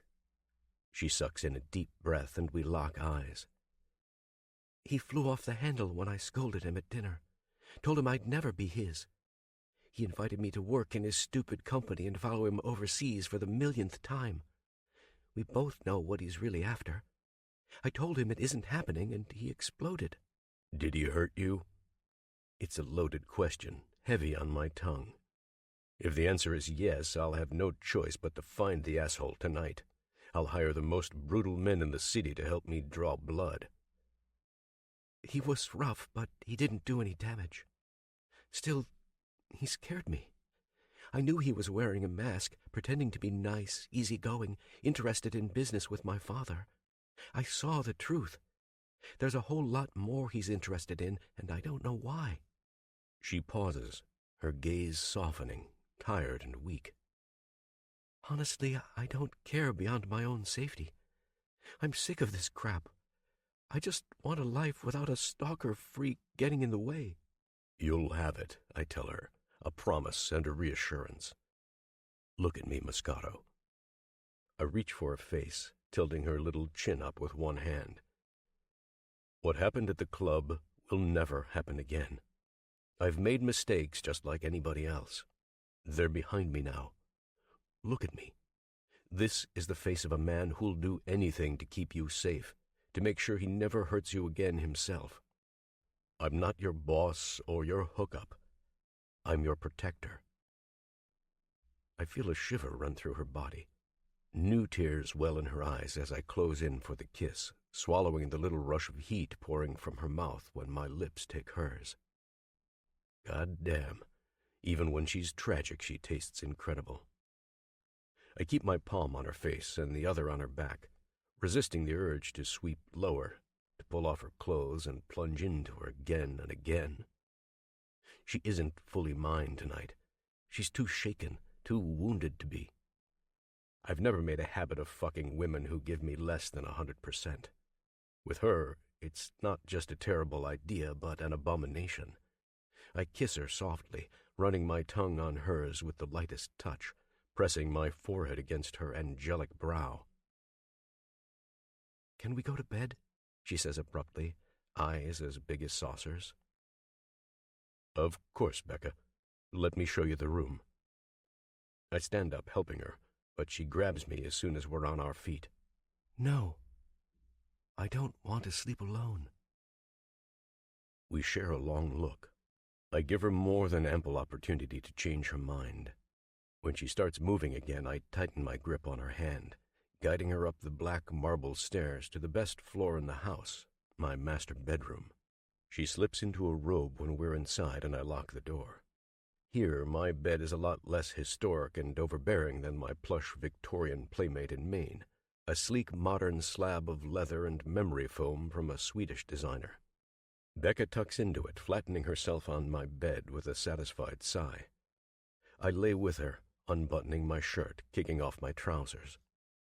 Dragging a blanket up over her shoulders, I wrap her in one arm, holding her to me while she closes her eyes and makes her silent prayer to the Sandman to take her. "Shit," she whispers, turning toward me at the last moment, her eyes a little panicked. I just realized I should leave early, shouldn't I? Otherwise everybody at the office will see us coming in together. Relax, Moscato. It's none of their business, and they're my employees. You'll ride with me, especially with Monsieur Fuckface trolling around. They'll turn their heads and they won't say a word. You've got a place here as long as you'd like. I'm not sending you home unguarded if it isn't safe. My answer seems to satisfy her. Before I know it, she's got her soft green eyes closed again and her breathing slows. I won't lie. Before, this was about sex. Hot, unbridled, tongue-lashing sex and nothing more. The howling animal need to mount her, take her, fuck her, pump my seed inside her as deep as I possibly can. Now, I don't know what this is. It's alarming, electric, exhilarating as it is the sweetest, most human grace in the world. In my arms, she feels right in a way no one else ever has, and I don't know what the hell to do. I can't translate what it means. I hold her long into the night, pondering the painful questions. I see the past, when my fucked-up father set me down the road to never having a normal relationship. I think about Mom's funeral after the plane crash took her in the Alaskan wild, my little brother Hayden crying on my shoulder, while the baby Luke sat mercifully oblivious next to us. After that, our old man took to drinking, nearly running his empire into the ground, chasing so much skirt he must have went through at least 100 nameless sluts before he landed his final gold digger. I wasn't meant to have a woman, not after his chaos. I laid off the booze, avoiding his mistakes, and drowned myself in the same distant, disposable pussy he did. Just a couple years back, we were all the same, me and my brothers. Last couple years showed me the unthinkable can happen to a Shaw. Happiness, marriage, kids, family. I'm older than my brothers. I should be wiser. More cautious than they were when love drama hit them in the face and almost cost them everything. Damn if I'm not heading down the same road, conscious it's happening, but it doesn't even faze me. I don't care if Becca threatens my fortune and reputation like what Hayden went through. I don't care if it sends me to jail, same as Luke chasing after Robbie. I can't let up. Not now. Not ever. This beautiful, troubled sweetness dreaming in my arms is too good to relinquish. She's an addiction, and quite possibly a fatal one, but damn if I don't feel whole every last second I'm drinking in her presence. When she stirs in her sleep, I'm drifting off, but I find the energy to lean in one more time, brushing my lips softly over hers. I'll see them smile again before we're through. I'll set them free. If Corbin is worried about his daughter, or knows she's run to me, so far he isn't showing it. I spend the day with legal going over last-minute details. The merger rolls on unaffected by recent happenings, secretly knifing my guts as I contemplate making the call to say, fuck you, it's off. But Becca doesn't know what's driving her old man to be a bigger prick than usual. Nobody does except him and Fabius. If I want answers, I need to hold my fire and my tongue. I pace the office angrily between work all day, waiting for 3 p.m. when I'm due to head down to the yacht for a private meeting with Corbin himself. If anybody noticed me and Becca coming up, they haven't said anything. I don't even see the usual signs of underhanded gossip flying around when I look down on the cubicles through the glass. The boys in trade keep themselves glued to the day's transactions, only breaking for coffee when Wall Street slows around noon, ribbing each other about sports and new Manhattan eateries. My eyes won't stay off her, of course. They're no less obsessed than they were a week ago. Hell, it's worse since we've spent another night together without even getting my dick wet. My phone rings at 2:30 sharp. Driver's waiting, Nina tells me. I thank her and remind her he's supposed to come back here when we're done to take Becca home. My secretary doesn't ask me why, she just says she'll get it done. Knew I made the perfect choice when I hired her. Later, at the docks, I'm on the boat, sitting in a thick leather seat on the yacht's main deck, a dry scotch in my hand. Corbin shows up a few minutes late. The ship untethers, beginning its short cruise up the coast, just as he sits down across from me. His aides hang back, ready to jump in if he needs to cross-check details. He snatches a whiskey sour from the waitress's hand and plops down across from me without so much as a hello or a handshake. It's a fitting drink for a man who's always sour, perhaps rotten, straight to his fucked-up core. Knowing how he's walking on Becca and letting that creepy Fabius asshole do the same forces me to cap my rage before it explodes all over us. Shaw, he sizes me up, turning his nose skyward. Mr. Corbin, I say his name, skipping other pleasantries, locking eyes with a jackass who shouldn't be more than my new business partner if everything hadn't gone insane. He isn't much to look at. Same expensive suit I'm wearing, tailored to fit an older, skinnier man. His salt and pepper mustache twitches when he lifts his eyebrows, draining half the drink in his glass before he even looks at me with his dull green eyes. On the surface, they're a lot like my Moscatos, but without the warmth, the energy, or the beauty. Before we get too deep, I'm curious about Fabius, I begin, setting my drink down next to me. Specifically, I'm wondering about their role with the arms contracts overseas and whether or not— Shaw, did my daughter come to work today? He cuts in, heading off the info I'm trying to get the easy way. Rebecca? Of course, I saw her this morning, doing her job like she's supposed to. I try not to let too much ice creep into my voice or give the bastard the satisfaction of catching me off guard. Why, is there something I should know? No matter, no matter. He waves it away with his hand like it's nothing. I'm simply checking up on the girl. My daughter has a nasty habit of not following through. However, I'm pleased to hear she's working out for you. She's perfect, I tell him, wondering if he'll sense the other 10 layers of meaning in those 2 words. Perfectly unpredictable, you mean? But we didn't come here to piss away our evening on her antics. He scoots to the edge of the chair, folding his hands in a neat triangle, staring me down like dinner. What is it you'd like to know about Fabius? You told me your people ran the numbers last week and approved the bond purchases. Surely there aren't any last-minute concerns. Corbin Financial doesn't second-guess. I trust Neolithic is the same. We prize accuracy. When the consultants we hired to go after the pending contracts wrote their reports, I noticed a striking lack of detail about fulfillment profit strategy. Plenty of high-tech supplies going straight to NATO, but it seems they're making a lot of money outside the standard buyer chains, too. I'd like you to enlighten me. He turns his face up. What are you implying? Illegal arms trade? You think I'd do business with some messy fucking greenhorns who'd get themselves slapped with sanctions from half the civilized world just to make a quick buck? Nothing of the sort. I asked for details, Corbin. I didn't accuse. He's silent. Then he raises his hand, asking for another drink, and mutters something under his breath about getting the damn team over here stat. A minute later, I'm surrounded by 6 seasoned lawyers and corporate ball-busters. Half of them have gone white in the face, sipping nervously at their drinks. They know things can't be going well if he's waved them over.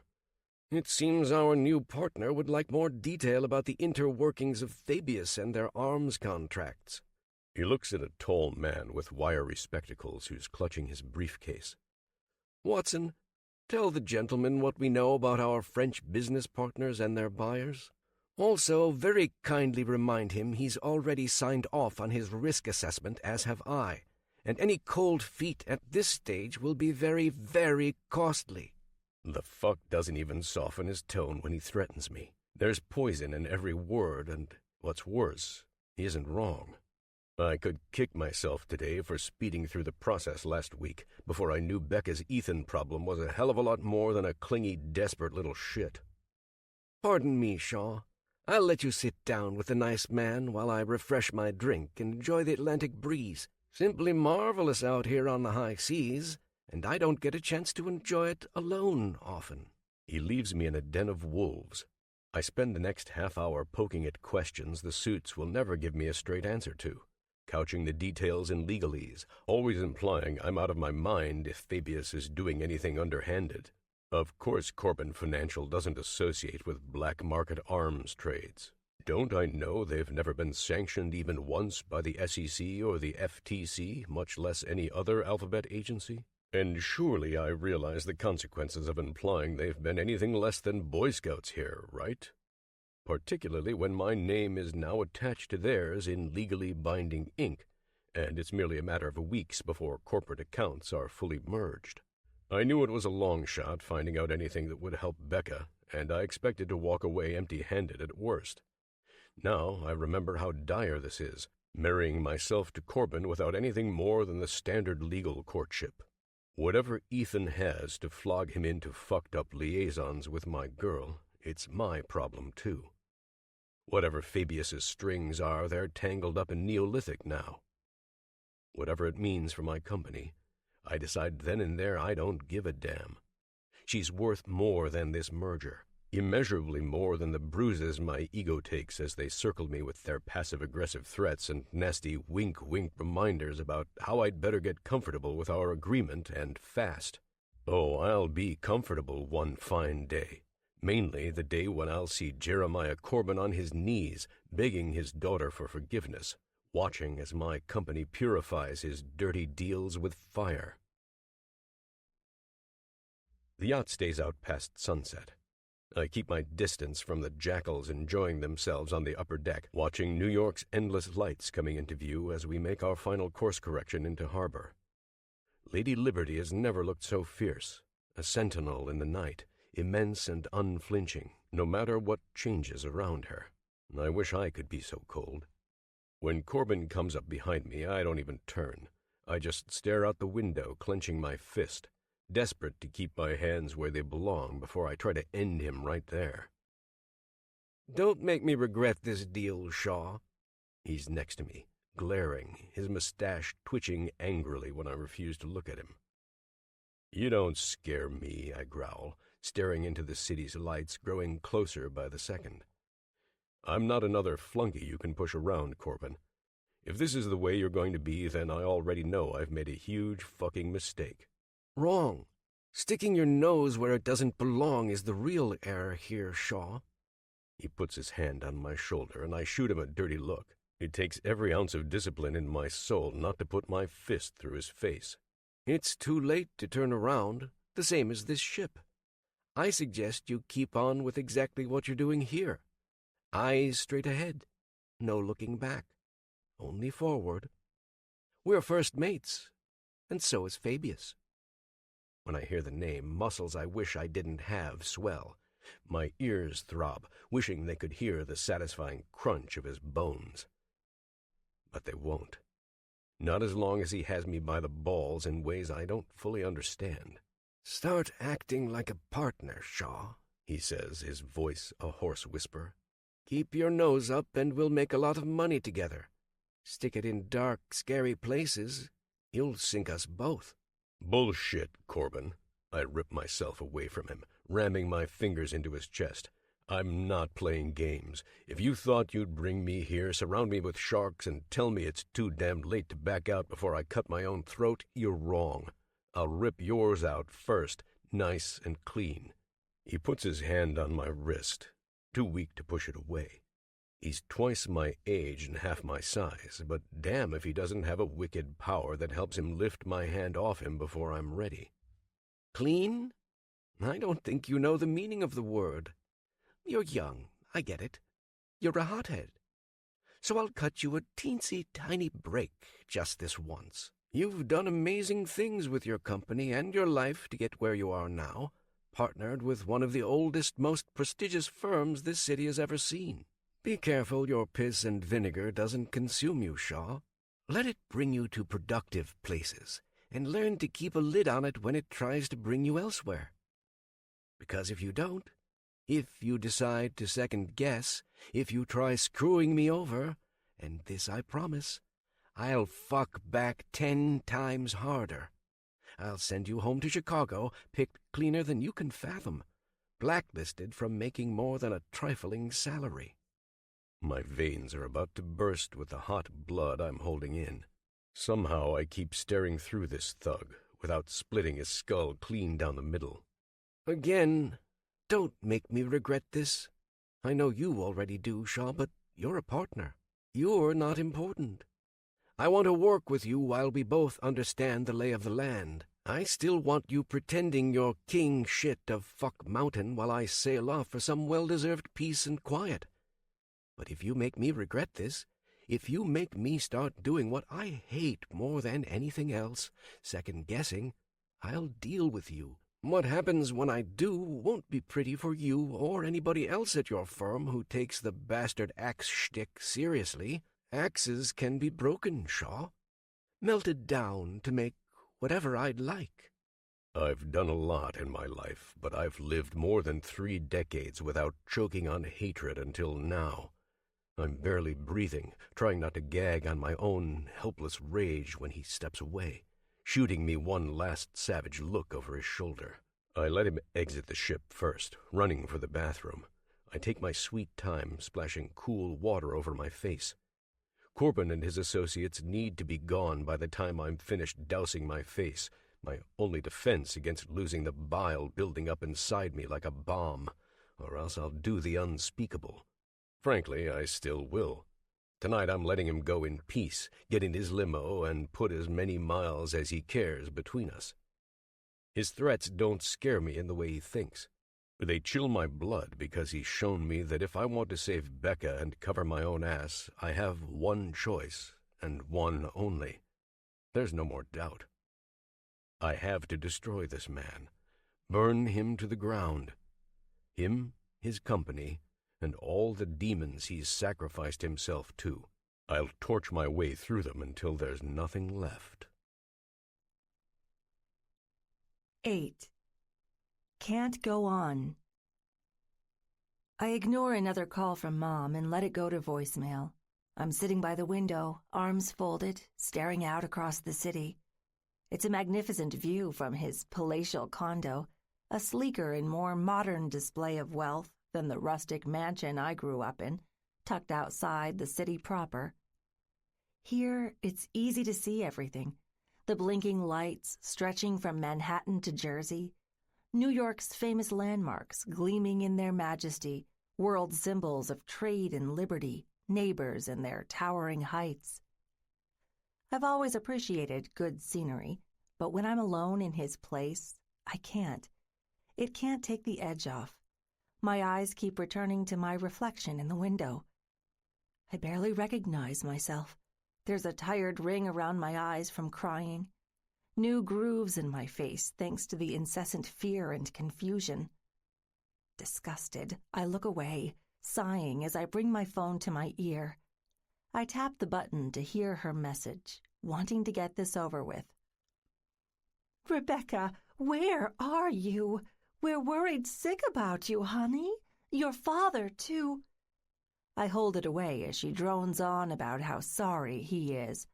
So is Ethan, supposedly, profusely apologizing to Dad up and down for his untoward behavior. Listen, if you can't come home, please tell me you're all right. I have to pack for Dubai.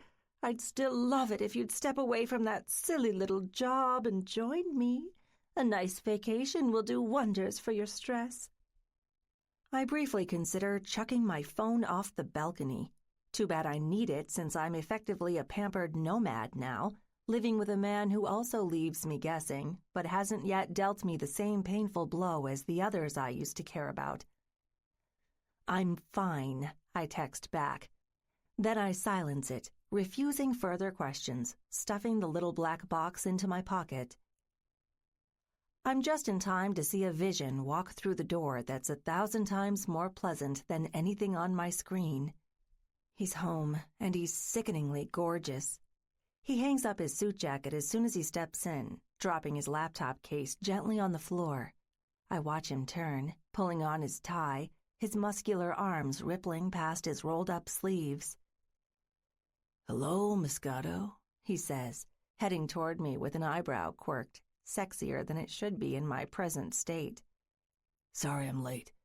Merger business." I let him wrap his big arms around my waist before I open my mouth and risk ruining it. "You were with my father, weren't you?" His smile disappears. "I was. Tried to get answers.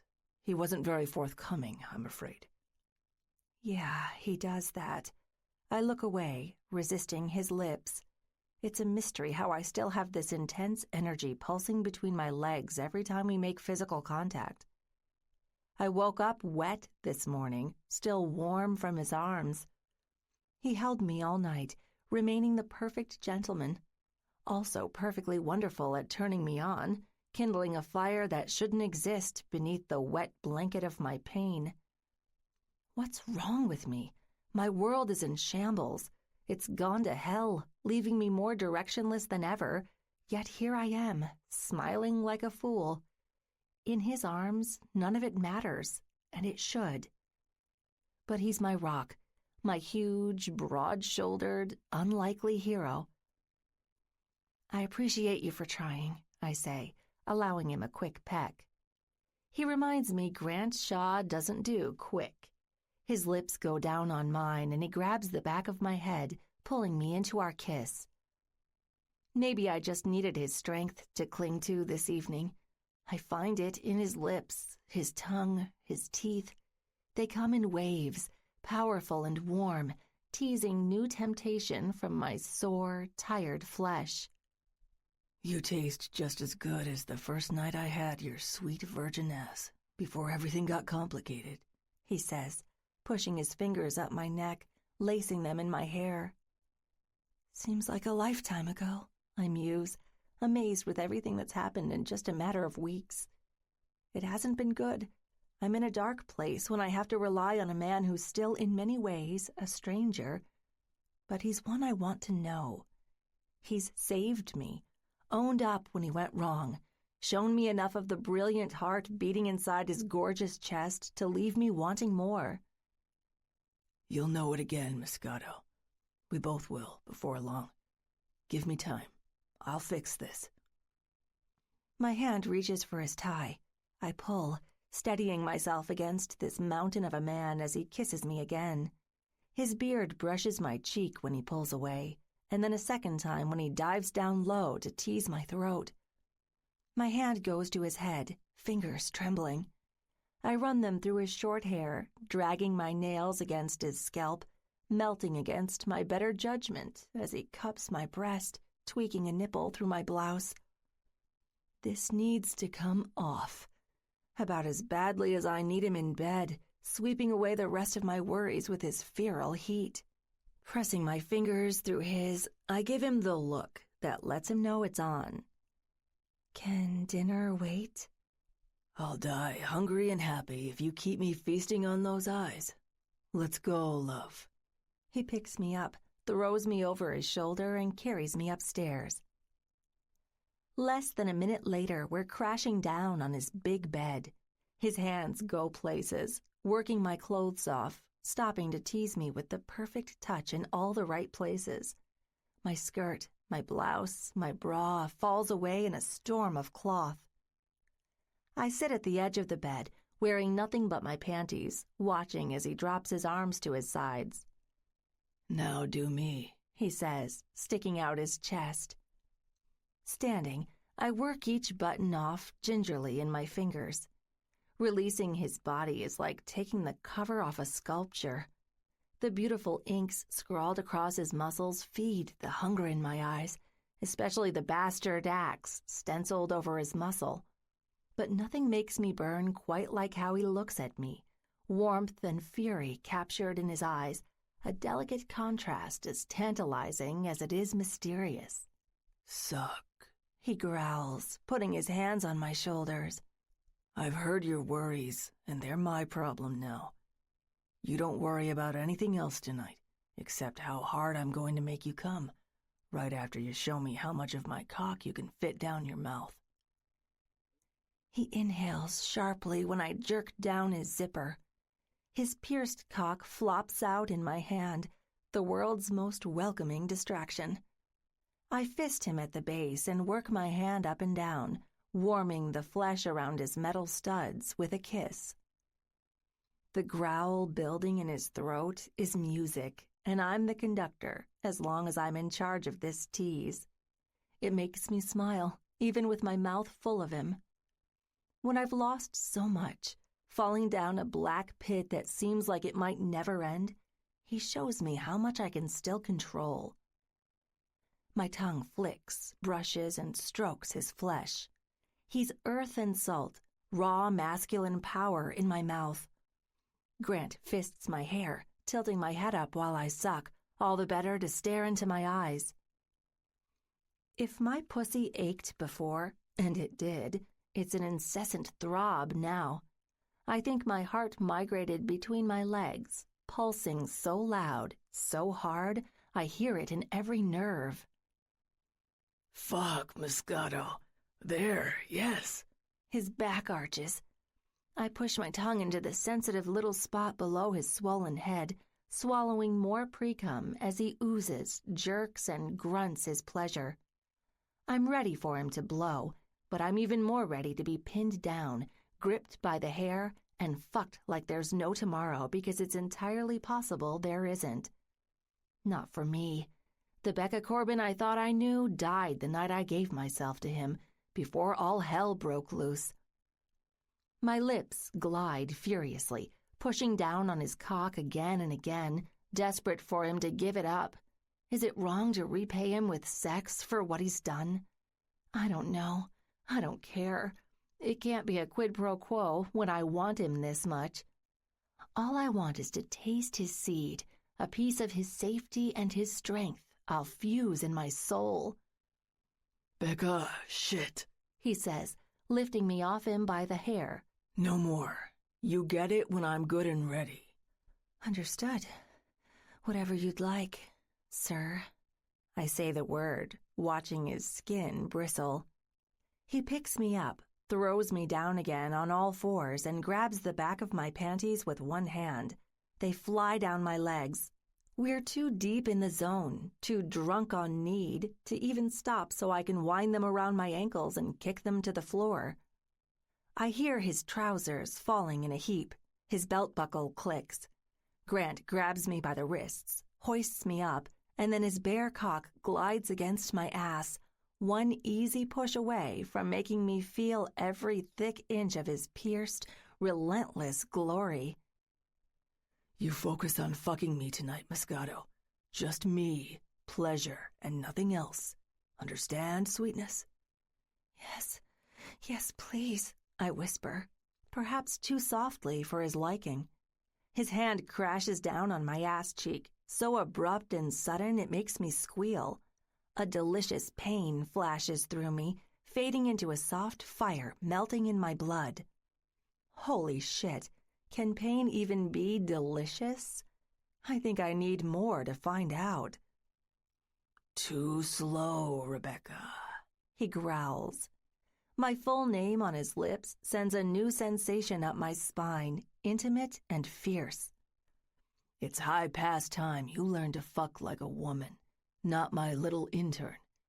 We left that behind in Maine. Only thing I've wanted since I took your cherry is to see how red your ass can get when I paint it with my hand. I think you're ready to show me. Oh, hell. I think you're right, I think to myself, fingers curling against my palms. He pulls at my hair. His other hand cups my ass, the very same cheek he smacked. It's a powerful, personal pose that makes me gush. Please, sir, I whine. Please, I'm yours. Tonight, and maybe so many more. Maybe. His next slap comes harder than the first.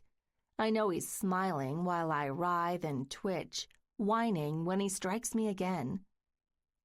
His palm comes down 4 more times, making my heartbeat a roar in my own red-hot ears. My swollen pussy needs this so much, I'm not sure it'll ever want anything else. I'm dying, sir. Fuck me, please. He doesn't say anything. I hear him moving around the bed, to the nightstand, where he's probably stashed his condoms. He turns around with a small foil package in his hand when I look him in the eyes and say the magic words. Don't bother. I'm on the pill.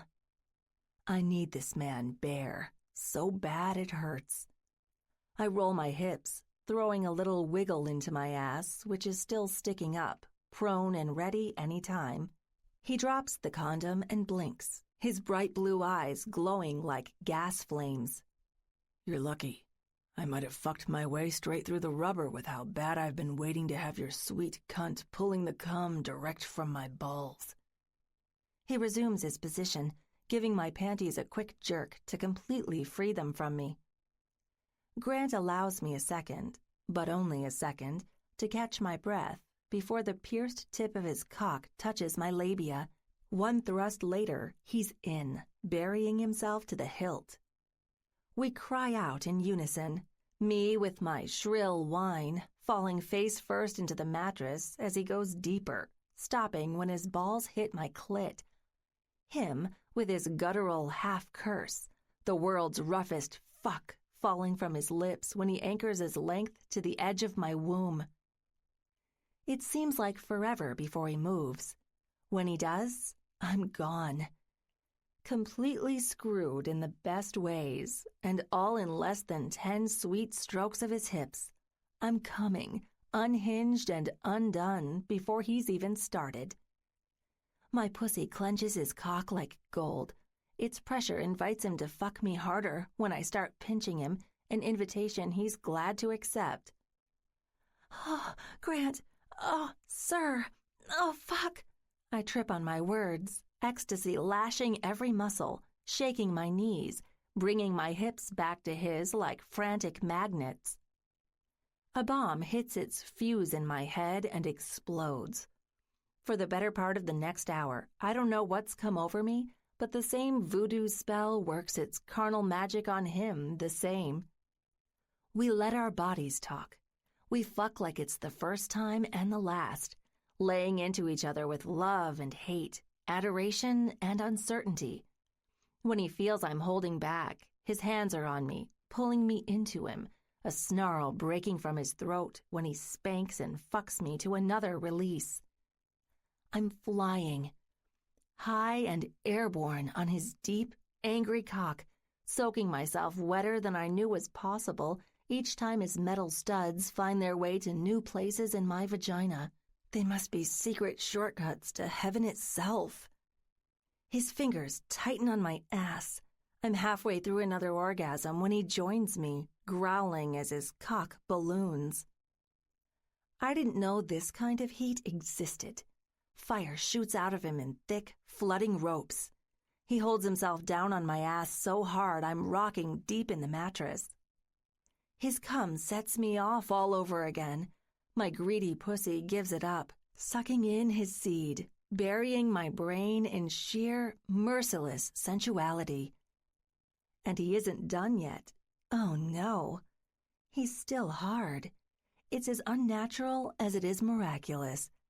Grant turns me over when he pulls out, looks me dead in the eye, and silences my panting lips with a commanding kiss. Then he says the magic words. Grab my shoulders and don't let go. He lifts me up, carries me across the room, and plunges back into me as soon as I'm against the wall. Behind him, his master balcony captures a perfect view of the city.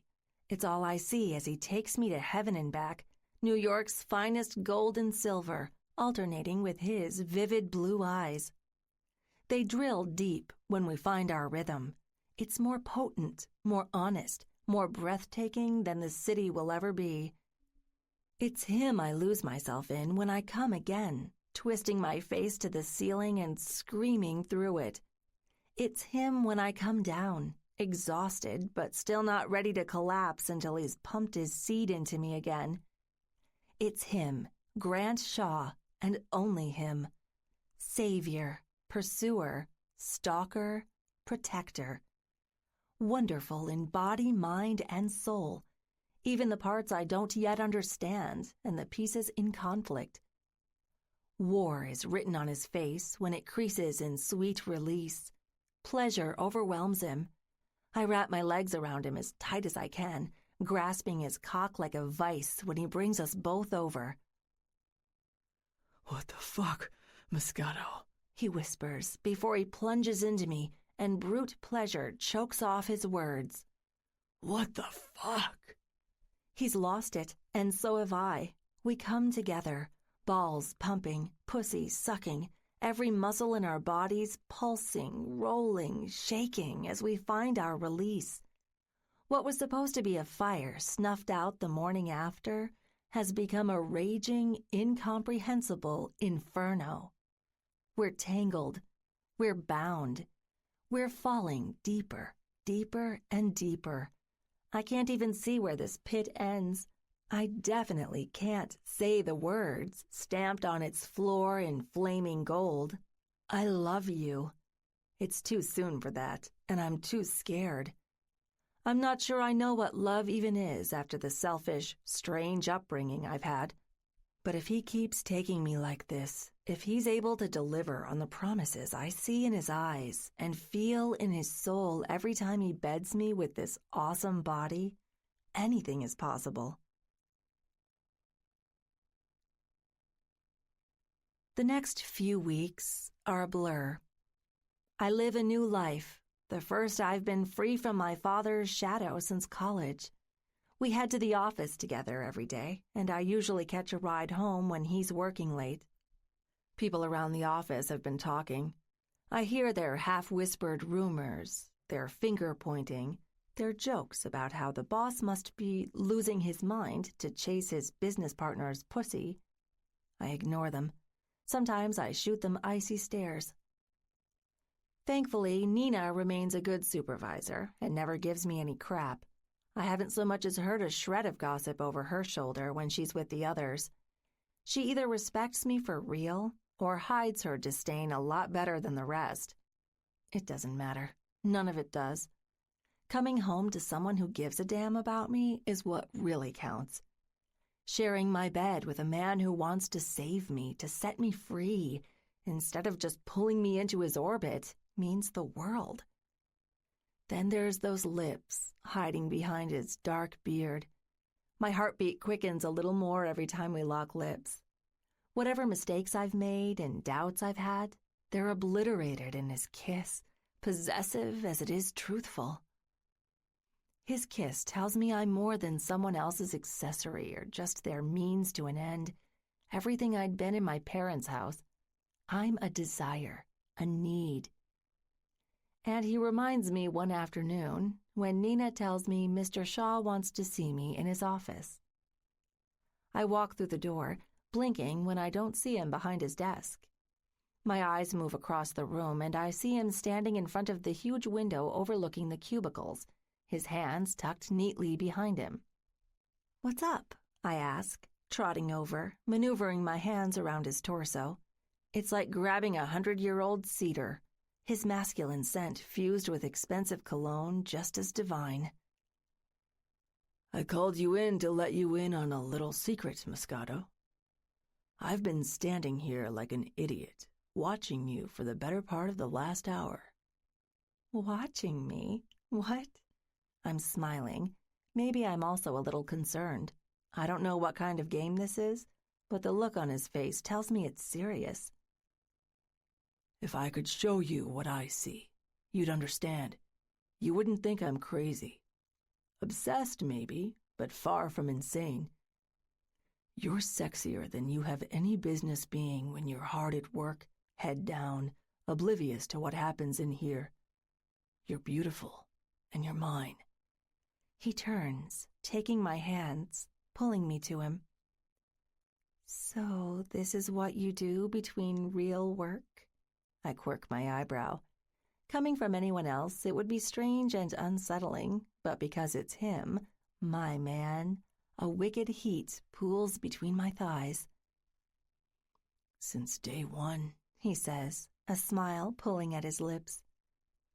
"It's wrong, this fixation I get in front of the window, but so is everything else we do. It was torture just a few weeks ago when I thought we'd never do what we first did in Maine again. Since then, you've become my sweet madness, Moscato. Doesn't matter how many nights we crash down in the same bed, how many times I press you against the shower wall and fuck you through the steam. You're still my daydream here. Even when I have you every night. I can't wait for us to get home. I can't wait now, and there's so much work ahead. Calls and contracts I can't ignore. I need you, beautiful, and I don't want to wait." I'm screaming inside when his lips attack mine. It's so sudden, so sharp, the grip of his hands on my body so intense, the world starts spinning. When I open my eyes, he's led us over to the edge of his desk, blinding me in fiery kisses. I don't notice where I am until my skirt touches wood. "Grant," I whisper, flattening my hands on his chest and giving him a soft push. "Whoa, we can't. Not here." "We can, and we will. I'll hold my hand over your mouth if you're worried about the noise. His hands are unstoppable, moving up my skirt, clenching my ass through my panties. Palms down on the desk, Becca. Down, he whispers, teasing me with another brush of his lips across mine. I don't have time to contemplate the ethics of fucking my almost boyfriend boss in our office. What little resistance I had from the start fades when he pulls on my panties, taking them to my knees as he drops to his, kissing his way up my thigh. You're shaking, he says, laying his beard against one thigh. Yeah? Nerves. It's crazy doing this in public. I bite my lip, wondering if anyone can see our silhouettes compromised through the door's frosted glass. Grant's touch is warm, but his nerves are cool as ice, calm and controlled. There's a locked door between us and them. That's plenty. I have another meeting at 4 o'clock. Spread your legs, woman, or I won't be able to lick long enough to make you pass out. Oh, God. If there's such a thing as a password to my body, he's just spoken it. My legs open for his gorgeous bearded face. I'm face down next to his paperweight, trying not to moan as his tongue goes to work. The man is as good as his word, like always, except here that may be a curse. It's hell holding in my screams, especially when he licks through my folds, shoves 2 fingers inside me, and makes me fuck them while his tongue lashes my clit. I think I last 5 minutes, a new record breaker with his mouth carrying me to my inner sanctum. He's growling when I go over the edge. The raw, throaty groan adds one more sensation to the wild melee his mouth and hands bring. I try to gag myself, sucking my bottom lip into my mouth hard, but I'm sure a few loud moans slip out while orgasm tsunamis through my body. Coming, here in his office, here on his face, here in sweet surrender. I'm letting him use me on demand, and I'm loving it. This isn't just a lewd chore or an obligation. It's a gift to the man who's done so much for me, the man I'm falling harder to my knees for every day, if I'm honest. Moscato. He speaks my pet name like a command. I open my eyes. He's just as gorgeous naked as he is in his suit. Turning my body, he pushes me into a sitting position on his desk. He guides my legs over his shoulders very gently. Then his forehead hits mine, and we kiss as he undoes his zipper, bringing out his pierced wonder. I gasp when he pushes inside me. It's the first of many breathless slips to leave my mouth as his thrusts come like a storm, filling my body like rain conquering earth, his thunder booming a little louder in his throat when he strokes to the hilt. Fuck, Becca. So tight, so warm, so goddamned perfect. He says the last word with total conviction. I still can't believe it, can't comprehend how a screwed-up, technically homeless girl who's only rich on someone else's dime seems so wonderful. I don't understand how his bright eyes are always full of patience, admiration, maybe a love I'm still afraid to probe. But they are. They just are. That thing he said about how it would be if I could see myself in his eyes, maybe he's right. Maybe this wouldn't seem like the craziest thing in the world. Biting his hand as he brings it over my mouth, all I can do to stifle the shrill scream ripping out of me as his cock slams in and my already frenzied heartbeat doubles. But because I can't, because I'm infected with too much pessimism at heart, there's a split second before pleasure obliterates my darkest thoughts, where I wonder how long this amazing wildfire will last. How long before life's sobering hand puts us back in our places? How long before Dad and Ethan catch up to us and use whatever strings they're bound to have to bring me back in line? How long before Grant gets sick of my crap and walks out, leaving me mourning the greatest romance? Yes, dear God, romance of my life. I don't know. When I'm pinching his ass like a vice with my legs, losing one of my heels, I don't have a clue, nor do I care. For now, the present is enough. Every beautiful moment we have to ourselves. And we have one more as he smothers my lips and takes my tongue, slamming his hips into me one more time as he lets go. I ride out every thick, screaming rope of his cum. His cock roots itself deep, throbbing and twitching in time to his grunts, so intense I feel his pulse in every domineering kiss and flex of muscle. I love you, I love you, I love you. It's on my mind like a mantra, and it's almost as hard to hold in as the ecstasy blooming on my lips. Whether we're meant to last weeks or years, I have to say it soon. I have to tell him, even if it makes what's happening 10 times crazier. Because if I don't, I'll never forgive myself. Fridays never meant much before. Now they're a happy time. I show up at the hot new Italian restaurant we've picked for our date. I'm almost late, spending more time than I really should picking out my dress, something I never cared about before. I choose a smooth white cream-colored cocktail dress with matching heels. Too virginal white not to be fitting for my handsome date. Possibly a hint too much like a wedding gown not to inspire thoughts about our future.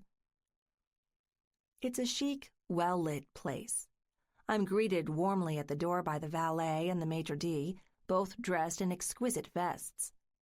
The million-dollar view of downtown Manhattan shines through the windows as soon as I'm at the table. Grant is right on time, 5 minutes later. For me, Moscato? Sweet Jesus. Excitement crackles in his sky-blue eyes, taking in my outfit. He has a gift for making me blush, no matter how much time we spend together. I'm glad you approve, I say, pulling my foot from my heel to rub his calf under the table as soon as he's seated. Yes, we do those things. The secretive puppy love affection I've been denied my whole life because there wasn't anyone worth doing this with until now. Approve? He cocks his head, lowering the menu in his hands. I want to skip dinner, take you in the back, and drag you out of that thing with my teeth. He takes my hand. I slap his knuckles playfully, laughing, knowing full well he's crazy enough to try. We came here for a night out. Be good, and I'll be very good to you later. Sir, promise. I say the last 2 words under my breath. He sits up straight. If I brought my foot to his lap, I'm almost certain I'd find him rock hard and ready to go. Fortunately, our waiter comes by to fetch our drink order and start our apps, saving my modest plan to do dinner and then sex like a normal couple. Jesus, a couple. That's what we're rapidly becoming, isn't it? The idea knocks around my head while we make small talk, sipping our wine and tucking into the escargot and fancy cheese plate between us. I want to freshen up and also make sure the happy buzz in my head doesn't make me float away, so I excuse myself before our entrees come out, heading for the ladies' room. I'm washing up when I hear the door open. The figure who steps inside slams the door shut, throws something metal into the handle, and closes in fast. There isn't even time to scream. Ethan surrounds me, backing us into the corner, a sick fury written on his face. You're a hard one to track down these days, chérie, but I have my ways. Thank God, yes. Your father's worried sick about you, and so am I. A low whimper escapes my mouth as he shoves his arm around both sides of my face against the wall, boxing me in. Don't do this, I say, wondering why I'm wasting my words. There's no reasoning with this psycho. Do what? He snarls, grabbing my face with one hand, forcing me to look at him. Apologize, because I've tried to for what happened over dinner about 50 fucking times, Rebecca. I tried my utmost to set things right with you and Jeremiah. Would have said it to your face 100 times over. Except no one knows where you went. What's happened? His voice is a low, monstrous sigh. I tilt my head as far as I can, refusing to answer, refusing to even look at him. You're with him tonight, aren't you? The man who's supposed to be your boss? The man you lied to me about? His tongue flicks over his lips. His clammy hand trembles on my face just above the temple. What does Shaw have that I don't? Tell me. A soul, I think to myself, letting the hate flow when I'm able to look him in the eyes. Manners, I try, worried what will happen if I enrage him more. Looking over his shoulder, it looks like there's a crowbar lodged in the door. It keeps anyone else from entering, but it could easily be used against me another way if he decides to get violent. Please don't let him be that crazy. Manners, he snaps, throwing it back at me. Perhaps you suit each other then, chérie. You all too willing to run from the people who love you into the arms of a stranger who's using you like a common whore. You know there's no future, yes? No future with you? Yeah, obviously. My voice shakes, but I won't go down quietly. I'll let him hurt me before I ever buckle to this sinister, disturbed freak again. His lips twist. I mean with him, fool. You can't be blind and dumb, Rebecca. Your father won't simply nod his approval when he finds out. I won't let Shaw use you. He doesn't appreciate you like a real man should. He's got you confused, corrupted with his lies, twined around his finger like the other meaningless whores he's kicked to the curb. Let me go, Ethan. Last warning. I'm going to scream bloody murder if you don't. I'll go to the police and... I realize my mistake as soon as he slams me into the wall, shoving his hand over my mouth. You'll come home with me tonight, chérie. I'm taking you back to your parents.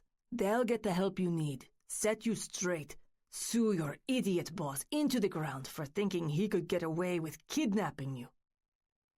You're the kidnapper, you fucking lunatic. It's the last thought I have before my bones shake.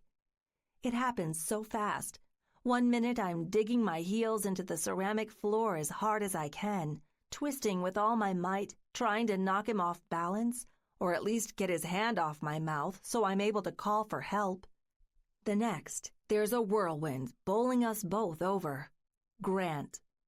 I've never seen him so furious, so determined, his face creased in a brutal mess of hate. He pins down Monsieur Creepo with his weight, straddling his chest, slamming his fist into the asshole's brittle face again and again. Grant, no, we have to call the cops. I'm on him, shaking him by the shoulders, trying to get through before he murders the Fabius CEO in front of me. It's a small miracle the commotion hasn't brought anyone else here yet.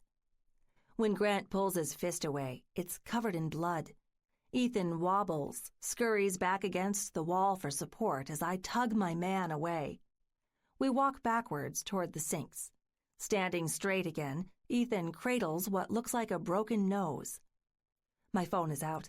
I'm about to dial 911 when a manager storms in, an older, balding man. His eyes bug out when he sees the drama. Christ, everybody okay in here?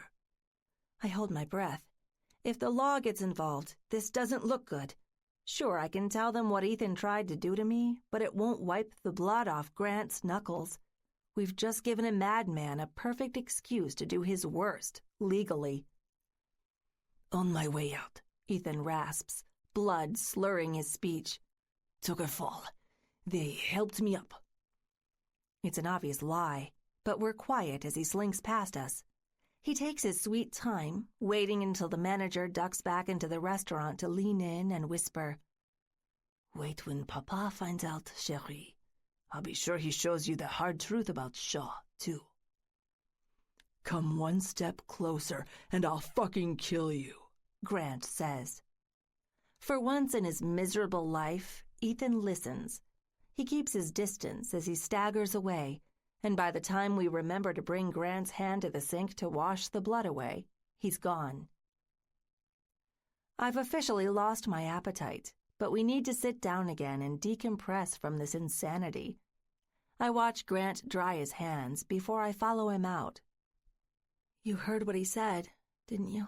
I ask later, when we're seated again, trying and failing to enjoy Manhattan's tinsel lights. "He's going to tell my father about us. God, what then?" "I tell him you're mine, and I'm not giving you up. If he doesn't like it, I'll remind him it's none of his damned business." Grant pauses, stabbing into his steak frites, swallowing a mouthful of wine. How he's able to drink after our savage encounter, I don't know. "He doesn't scare me, Becca. Even what he's threatened to do with my company." "What threat?"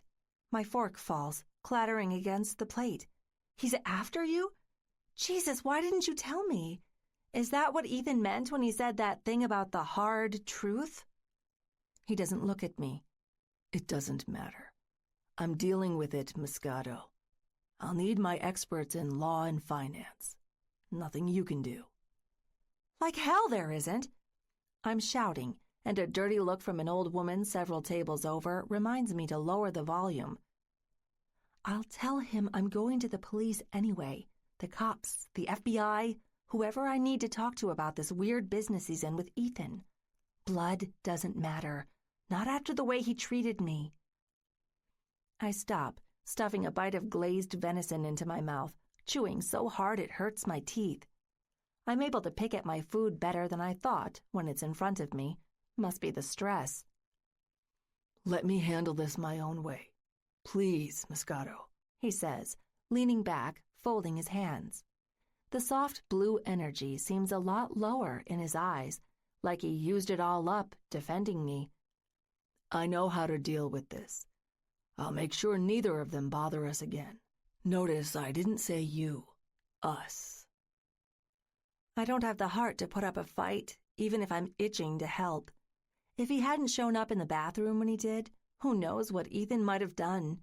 I still feel like a fool for not rushing out after him, holding him on the street while we brought in the cops to deal with his warped hostility disguised as compassion. "Fine, we'll try it your way. But what do we do in the meantime, if Ethan comes back?" "I meant what I said," Grant says, ice in his voice. "I will kill him if he ever lays a hand on you again. If he's wise, he'll back the fuck off and let me deal with your old man instead."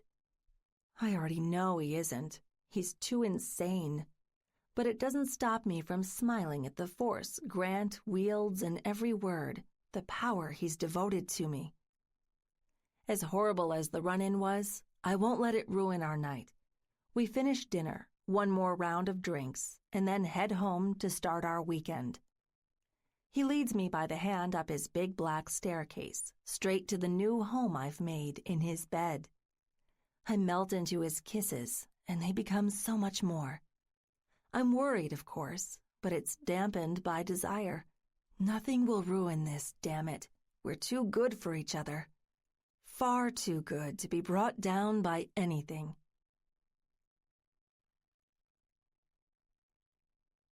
A seasonal flu bug hits hard about a week later, giving me something new to worry about. It's worst in the mornings, leaving me feeling like I've been run over after a marathon.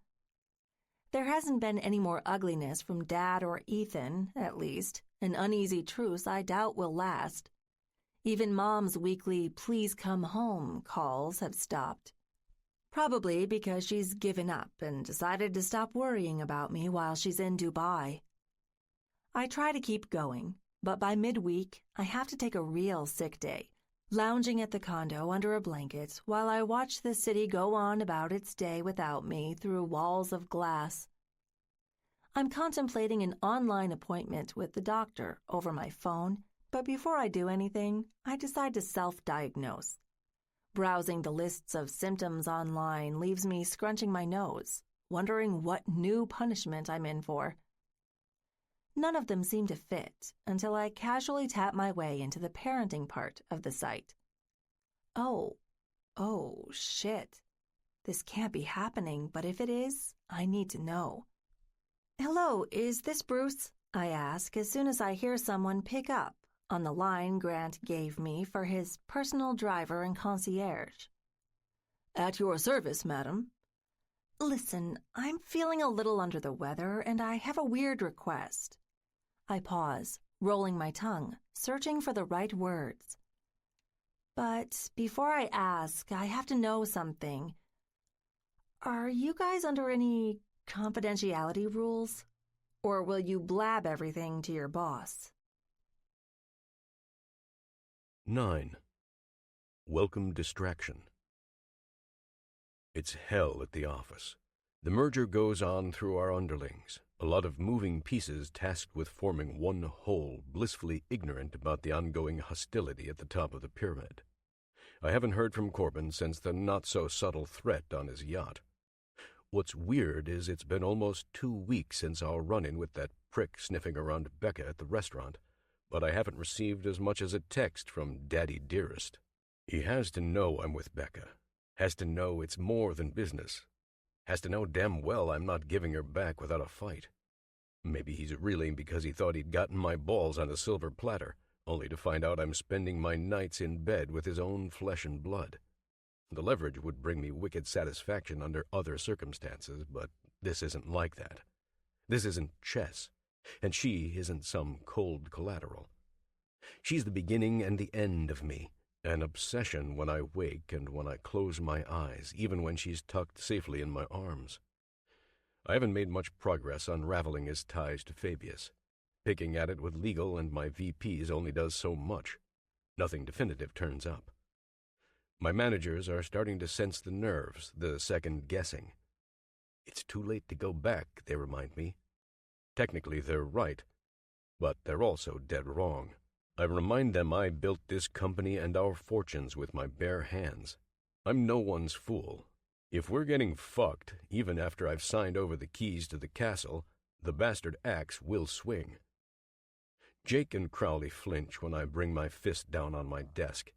It's more emotional than I want to let on, exposing how much this shit bothers me.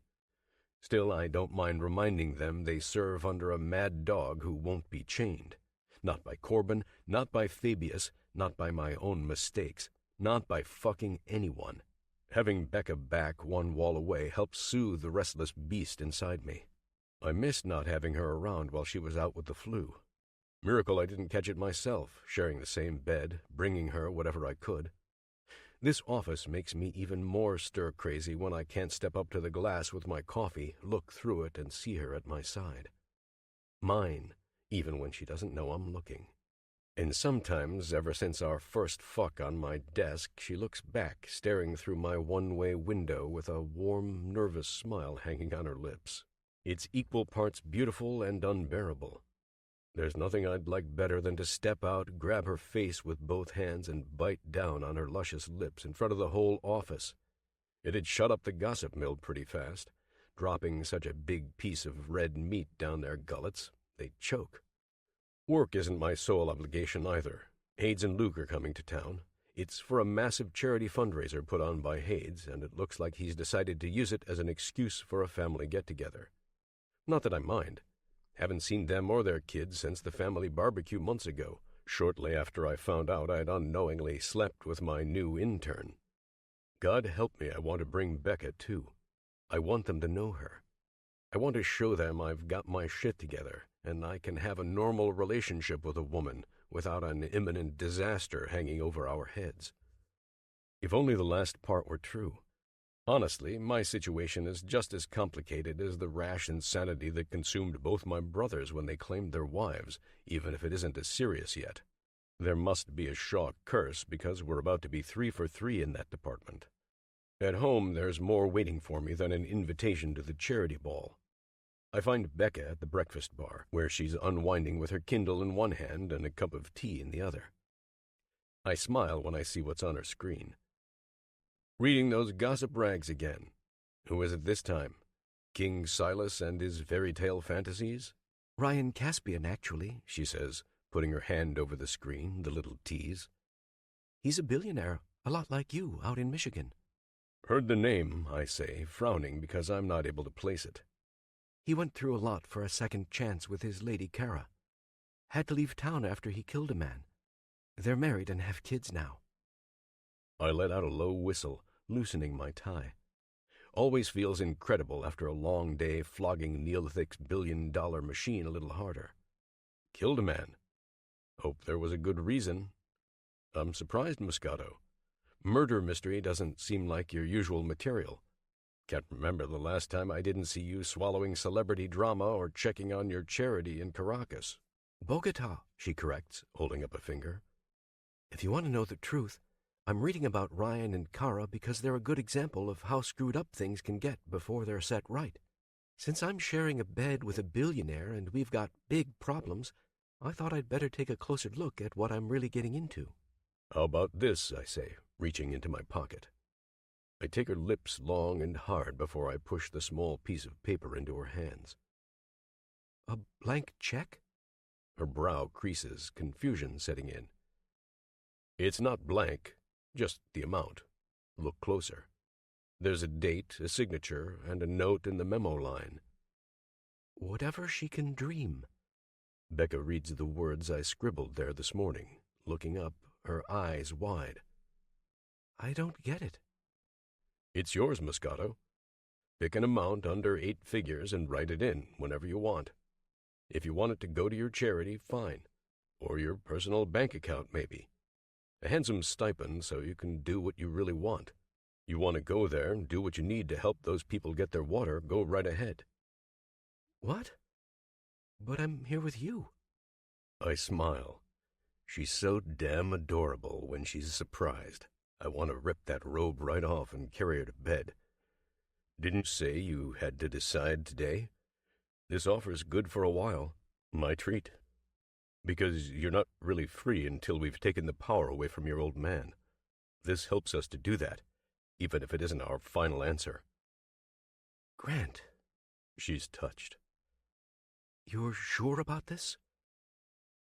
I take her in my arms, laying another kiss on her lips before I speak. This gives you control over your life. A clean slate, a nice chunk of change to start over however much you need in the limits I set. If you think a few million means anything to me, think again. Seeing you happy, loved, and free means more. So much more than those selfish jack-offs who held you back will ever understand. It's too much, she says, a lump visible in her throat. I can't. I lay my hand on her cheek, tilt her chin up with my thumb, and wait until those green eyes are on me, deep and beautiful as the Maine forest. It's late, is what it is. My only regret is not offering it sooner. It's proof you're a free woman, Moscato. You're not my prisoner or anyone else's. I'll fight my way to the ends of the universe to keep you safe, and you don't owe me a damn thing. I do it because I love you. Love you like I never thought I'd love any woman, and because I want to keep you on the only terms love should ever be, free. She jumps on me. I didn't think she had it in her to kiss as hard as she does just then, tears streaming down her cheeks. Good thing I'm ready. I take her passion in my mouth and give it right back, running my hands up and down her beautiful body, knowing she's mine forever because I'm man enough to set her free. You weren't supposed to say it first, she says, her voice shaking. That was my job. Looks like she's holding something in, but I don't press her. Not when it's one of those moments you'd be a complete fool to sour. Say what? I grin, pretending I don't already know. I love you, Mr. Shaw. Loved you first, and I think I love you more. I love you. That's a lot of lovin' for a man whose ears only used to prick up with pride when he heard bastard acts. Lucky I've evolved. Don't think I'll ever hear any sweeter words when they're coming from her lips. Proof positive we're on the right track, and nothing will ever derail us. Damn, brother. Thought you'd never show and I'd have to kick this thing off all on my lonesome. I slap Hayden on the back. Whatever. Wrangling up kids is a full-time job. We can't all run off to the woods whenever we'd like and chop firewood. He stares back at me with the same eyes telling the world we're kin. Brothers, for better or worse, bound in Shaw blue. Think again, the rugged frontier life would do wonders for your little girl, I say with a wink, dropping to my knees and holding out my arms as the toddler runs toward me. I sweep my niece up to my chest, bouncing her in the air as she laughs. Hello, Abby. Been too long since you've seen Uncle Grant. She runs her little hands in my beard. She's such a sweet girl. I'm sure the cuteness is about to make my Becca's ovaries explode as she stands next to me, an amused smile on her lips. I'm still bouncing the 2-year-old in my arms when I walk past Hades, approaching the striking redhead behind him. Penny, how's he treating you? Grinning, I give her a hand to squeeze. Like always, she shoves aside the handshake, throwing her arms around me instead. It's wonderful to see you. Hayden's an amazing father and even better husband. Must take after his big brother, she says, flashing me a wink. I mean, if the rich and famous bachelor Grant Shaw ever decides to live up to his full potential and settle down, of course. Yeah, about that. I hand Abby back to her, letting the tiny girl give my beard one more brisk tug. There's someone I'd like you both to meet. I move towards Becca, putting my palm on the small of her back, easing her into my family's first impression. Hades, Penny, this is my assistant, Rebecca. Holy hell, bro! Where'd you hire the fox? Another familiar voice stops me mid-sentence, crashing into Hayden from behind. Even at this charity ball, where the combined wealth in this room is quickly approaching $1 trillion, Luke wears his bombardier jacket over his suit. It's hard letting Hollywood fashion habits go, apparently. Hades shoots him an annoyed look, and our youngest brother raises a cocky eyebrow. I was just about to get to her, Flywright, I growl, slapping the back of his neck not so playfully.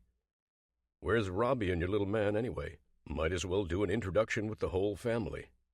Oh, my God, Becca whispers, leaning her lips to my ear. You weren't kidding. It's really him. I laugh, all I can do not to roll my eyes. If she knew my brother, she wouldn't be so starstruck by everybody's favorite new swoon from the big screen, the guy who's made the Shaw name synonymous with kinky billionaire. There are worse fates, right? I try to tell myself there are. In the flesh, I say, stepping past them as she shakes his hand, gushing over his last big erotic romance thriller, Bear. How's my sister-in-law and my little architect? Robbie smiles, wearing her gold blonde hair a little shorter. It looks nice. We're holding up. Just glad the studio let us get away for the weekend. But I told them I wouldn't miss this for the world. She passes me the kid, my baby nephew, one more little tiger who's inherited our ocean blue eyes. Last time I saw Zane, barely over 1 year old now, he was laughing his way to an early nap after we knocked down a huge Jenga tower we'd built together. It was Christmas, a little more than 6 months ago, a time when everything was so much simpler. There's no time to make small talk. The second Becca turns around, she's squealing again, running past me to shake Robbie's hand with a fury that makes me wonder if she'll take her arm off. Robin Shaw, you were amazing. How did you get so brave to do half the things you did in the movie? I couldn't, not in a million years. Robbie laughs, looking past her. I'm sure she's used to fans gushing all over her by now, especially the young and plucky ones like Becca. Penny comes up next to her, and they share a look before their eyes fall on me. Grant, is there something we should know? Yeah, if I can get a break from these interruptions.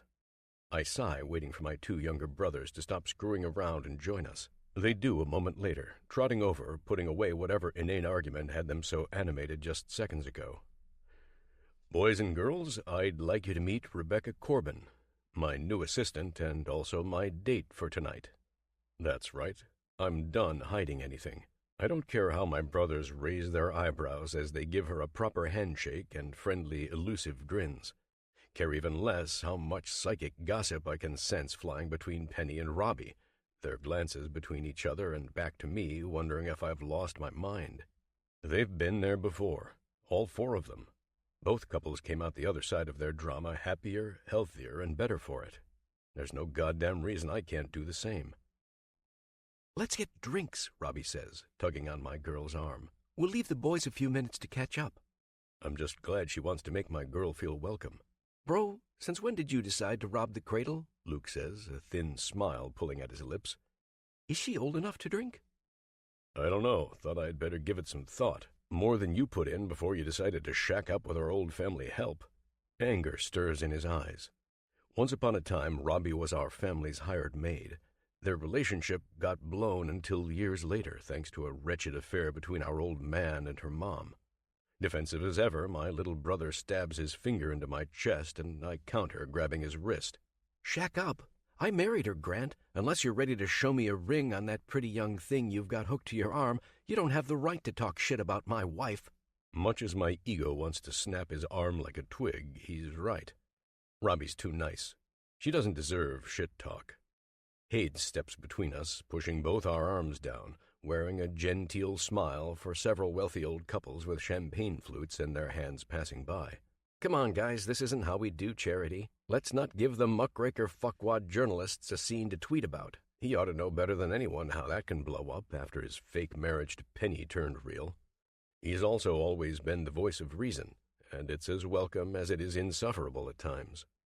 Sorry, brother, I was out of line, I tell Luke. Still, I don't like you implying I went after her for the banging good looks and nothing else. If she was worth nothing better than warming my bed, I wouldn't have brought her here tonight. Damn sure I wouldn't have brought her to meet my family. Luke's eyes go to the floor. Deep down, I know he regrets his words, but he's too proud to say it.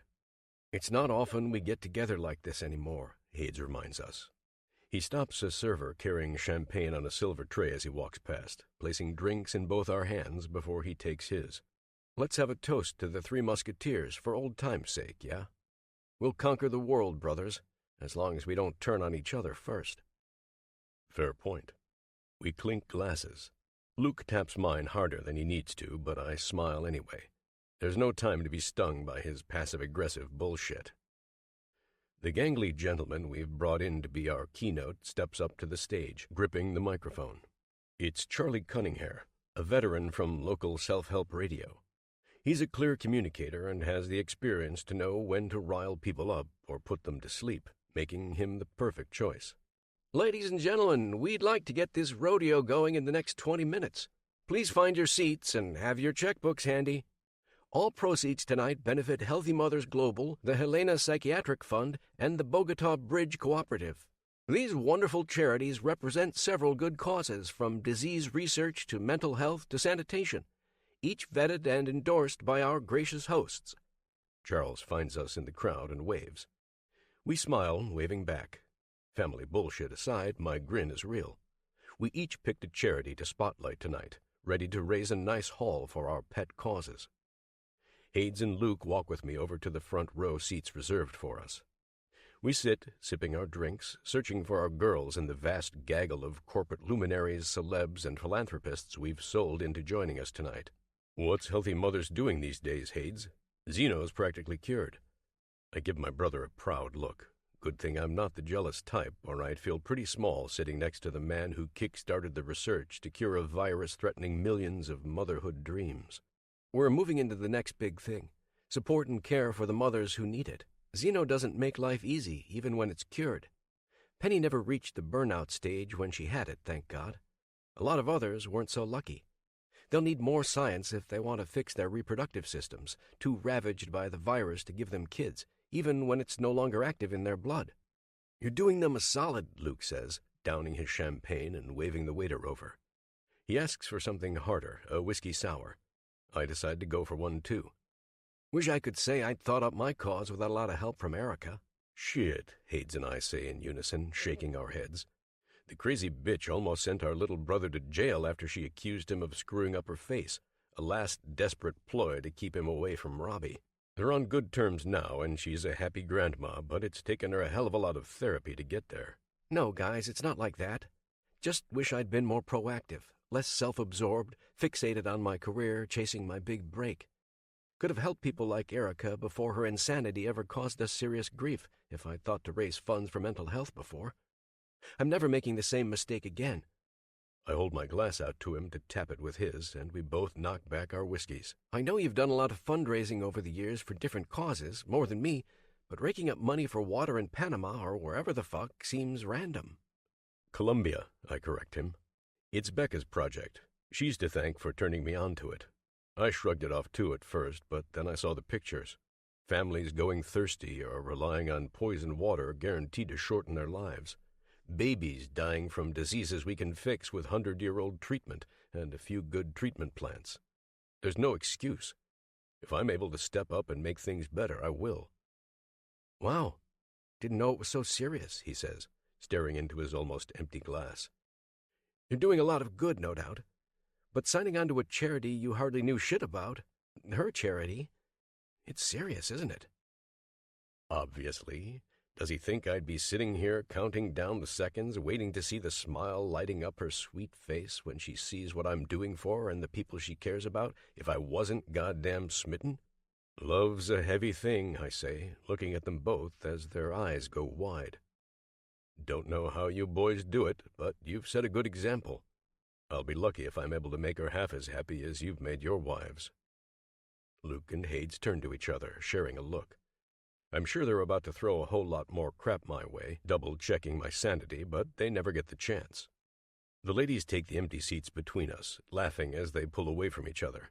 Everything good? I ask Becca as soon as her hand is in mine. Amazing. Why didn't you tell me your sisters-in-law are hilarious? I just smile, happy she's telling me the truth. There's no need to pretend it's okay for my benefit. It's a relief they didn't let the age gap or my surprise intro treat her any worse than she deserves. Not that I'd expect it from ladies as gracious as Penny and Robbie, but stranger things have happened when people get the wrong notions in their heads. We lock hands. I eyeball the drink she's sipping, a beverage on ice in a tall glass, something they don't usually serve to preserve the classy, stick-up-the-ass atmosphere that comes mandatory when you're asking favors of people as rich as we are. Long Island iced tea? No Moscato, I tease. Non-alcoholic, actually, she says, her voice weirdly soft. I wasn't feeling like a buzz today.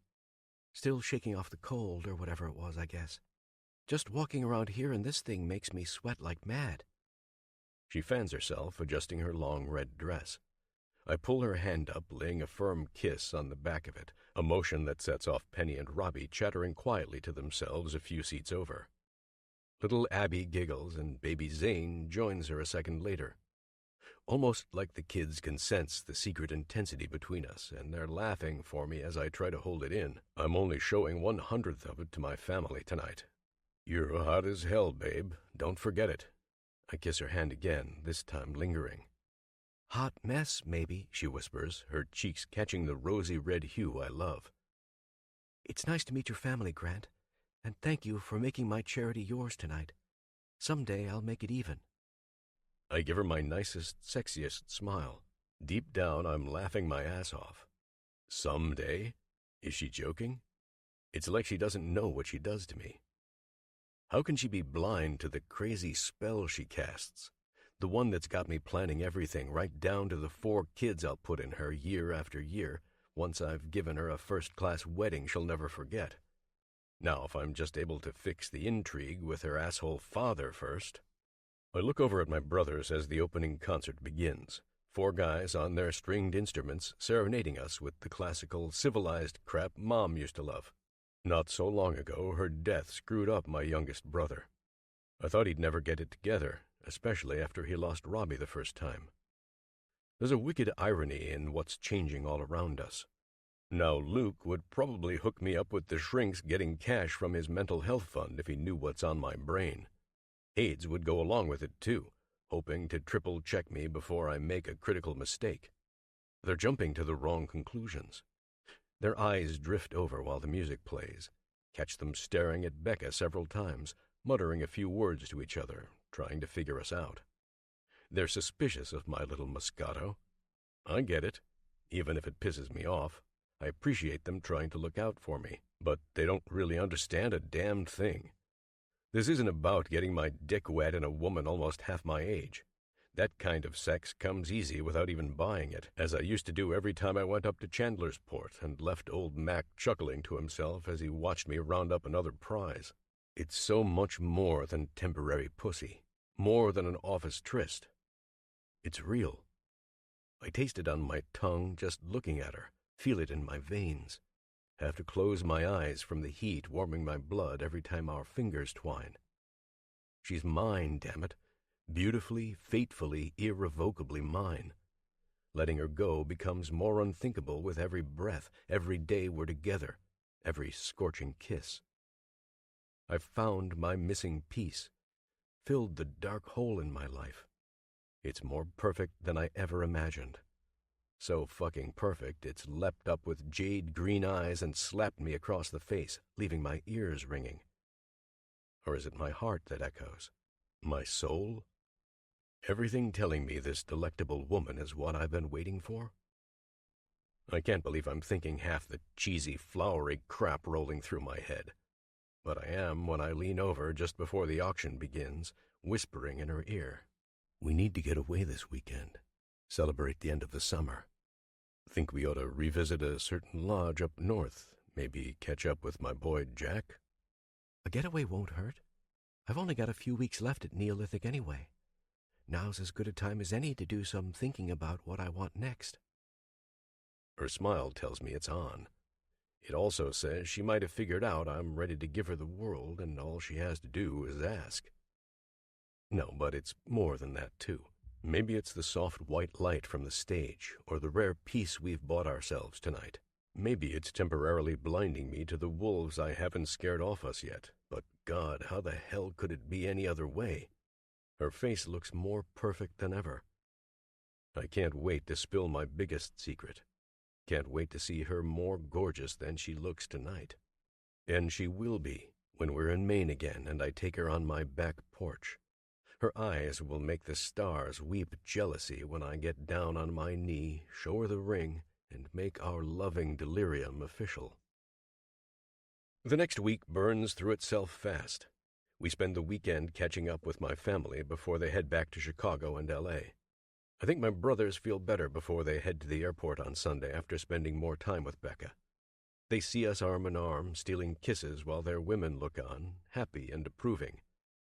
Penny pulls me aside at one point, her eyes drunk on joy. You found yourself a keeper. Tell me we'll be planning a wedding soon. I don't say anything, just crack a grin.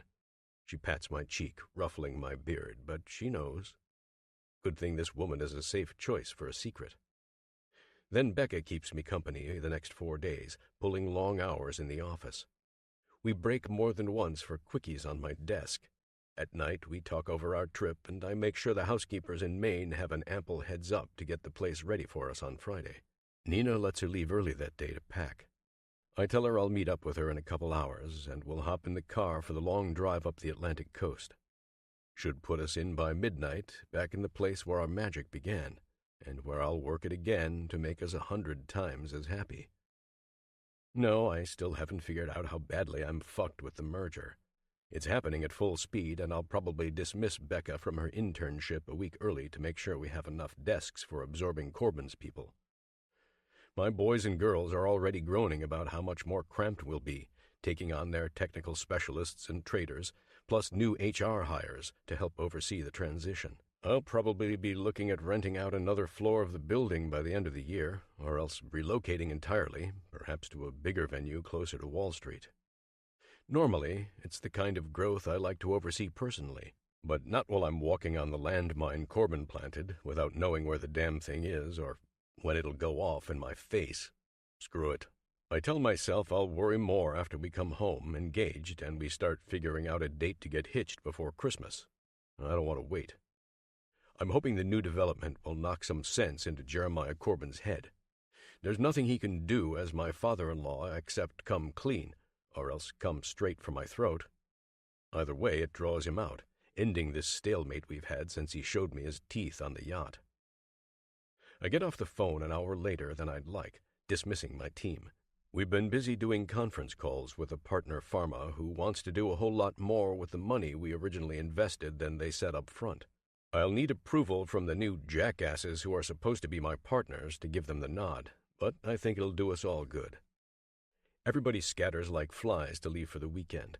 By the time I take a quick break to grab some water before I head out, there's nobody left in the office except Nina, who stops me as she's picking up her purse. You have a visitor, Mr. Shaw. Would you like me to stay a while longer in case it's urgent? Who? I ask, stopping in my tracks. Mr. Corbin. He says there's business he'd like to discuss personally, so I let him into your office. Told him you'd be by in a couple minutes. Shit. Nina does a double take as the expletive drops like a bomb in the lobby. I run my palm over my face, knowing if Chief Dick himself is here, it can't be good. Go home. No point in bogging you down. If anything comes up I can't handle myself, I'll call, but I'm confident it won't. Good luck. She gives me an awkward grin and runs for the elevator. Who the hell can blame her? I toss my cup in the silver waste bin and bring my fists to my sides, heading for my office, ready to get whatever the hell is waiting for me on the other side over and done. I rip the door open. Corbin stands, stiff as a board, his charcoal suit smooth against his silver tie, a perfect match for his salt and pepper hair, sleek as the devil himself. Behind us, there's a stern-looking, tight-lipped bull jammed into a suit standing against the wall, a personal bodyguard who's tagged along to put me in my place if I try anything stupid against his boss, no doubt. I wonder for the 1000th time just who the fuck he thinks he is. Nobody brings a strong arm into his business partner's office, even when they're on as rotten terms as we are. And yet, he just did. Why are you here? I walk toward him, hoping I'm able to hear the next lies out of his mouth over my heartbeat roaring in my ears. Forget polite. There's nothing worth holding back anymore. This isn't an ordinary partnership built on trust, and he damn well knows it. Certain reactions are too priceless not to see with my own eyes, Shaw. I'm very interested to know what you think of this. He slams a folder down on my desk, plopping into the seat across from me. Clenching my teeth, I take my chair and pull out 2 white pages.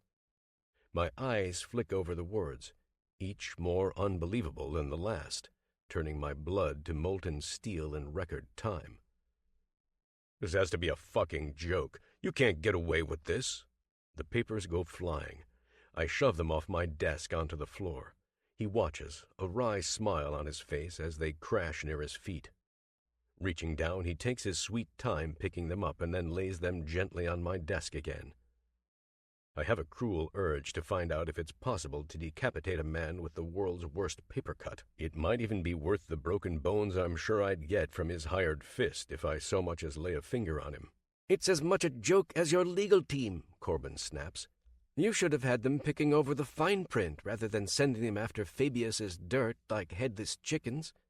Perhaps they'd have noticed the disparity in our share structure sooner and made sure you didn't lose your 50.1% majority on a technicality because you failed to sign off on the last bonds to Fabius in a timely manner as agreed. No share majority, no serious voting rights. I'm fucked. Leave, I growl, flexing my fists on the desk. You've made your move, and I'll counter it in court. There's nothing else to say face to face like civilized men when you're trying to steal what's mine out from under me. Unpleasant, no? I think you know a thing or two about it, you wretched thief. There's a benefit to keeping my daughter on the same phone plan. A well-placed bribe or two tells me exactly where she's been. Nice to know you found out like a sneaky bastard and not from the Parisian asshole whose nose I wrecked weeks ago. His wicked smile disappears. Count your lucky stars. You're fortunate Ethan didn't press charges. I assured him it would be a foolish move, and we'd find better ways to get even in the end. No, don't thank me now, he says, holding up a hand.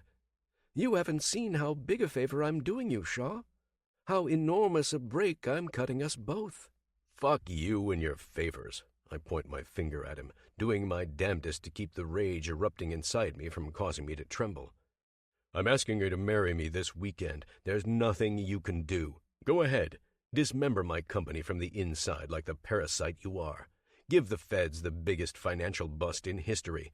Whenever they're able to find the Fabius dirt, I can't. I'll be there to testify against you. None of it matters. As long as I have Becca, I've won. Everything else is expendable. For the first time since we sat down, I see anger wrinkling his brow. I thought you'd react this way. So predictable, Shaw. Won't you at least make a run for me? Try to break my jaw or something? I'd love to watch Cade dole out some justice for poor Ethan's nose, demolishing your good looks so bad my little girl never looks at you with bedroom eyes again. I'm not your pawn. I'm done here, asshole. Show yourself out and wait for your wedding invitation in the mail, I tell him, each word slurring with more hate than the last. I'm serious about this being over. I have to get the hell out of here before I do something monumentally stupid like throw this fuck through the window and letting him find his justice on the busy New York pavement below. No, don't bother. After tonight, you'll never see her again. I'm halfway to the door when the wolf says the only combination of words forcing me to give him a minute more of my time. What? It flies out like a curse, and I stare his smug ass down, rethinking whether or not violence really will make this worse. She's learning the truth now. In, about 5 minutes, give or take, he says, glancing at his expensive gold watch. I planned this perfectly, you see. There's no one to blame except you, Shaw. When we first lined up to do this partnership, I decided to do my homework very thoroughly, as I do with anyone I decide to get in bed with. You'd be surprised how much a person winds up on cameras these days. How easy it is to catch them at their worst with the right bribe in the right place, or remind the wrong people how absolutely fucked they are if they cross me. Like your bartender friend up in Maine. He folded, turned over everything he had on security tape. Years worth. Jesus. Fuck. Not Mac, too. I contemplate covering my ears, shutting out his heinous voice before I get myself killed trying to silence him forever. But the demon moves his lips again, and I'm paralyzed, hearing every dagger word. Cade said he practically smelled the shit rolling down his leg when he told him how easy it'd be for me to buy out the town cemetery and throw his dead wife's remains anywhere I damn well pleased. Isn't that right, Cade? Yes, sir. The bodyguard nods. I see it out of the corner of my eye. It's the final straw. I'm lunging, screaming like a lion, bowling the soulless, manipulative prick over. He goes down like the empty suit he is, calling for his help. My fist goes up, ready to do as much damage as I can in one punch. Too bad the bastard he's hired knows what he's doing. He catches my hand, twisting it back with a sickening crunch. Pain hits my brain like an atomic bomb. My hand is torn and broken, completely fucked up, but it's not half as bad as the sinking, helpless feeling settling in. I grunt once, trying to move. Corbin scuttles out from under me, wiping his trousers. His smirk returns in record time as his bruiser pins me down, crushing the air out of my lungs until I can't even curse him. There, little axe. Hurts to be blunted, doesn't it? You're lucky I don't completely break you. Face it, you've been outsmarted. Time to take your losses like a man. Move on. Forget her. I'll still let you run the little things at Neolithic if you're smart, if you swallow your pride and manage to avoid a prison cell. Don't try to find my Rebecca or me. If you do, she'll be certain to spit in your face after she sees the awful truth tonight. Remember, you brought this on yourself. He steps on my shattered wrist, grinding his shoe over knuckles that feel like they've been turned into pebbles. I can't hold on. Becca, please. I fucking can't. I'm screaming internally for about 10 seconds longer. Then there's just blackness. 10. God, no. 1 hour earlier. I take a break from packing to read the latest text from Grant.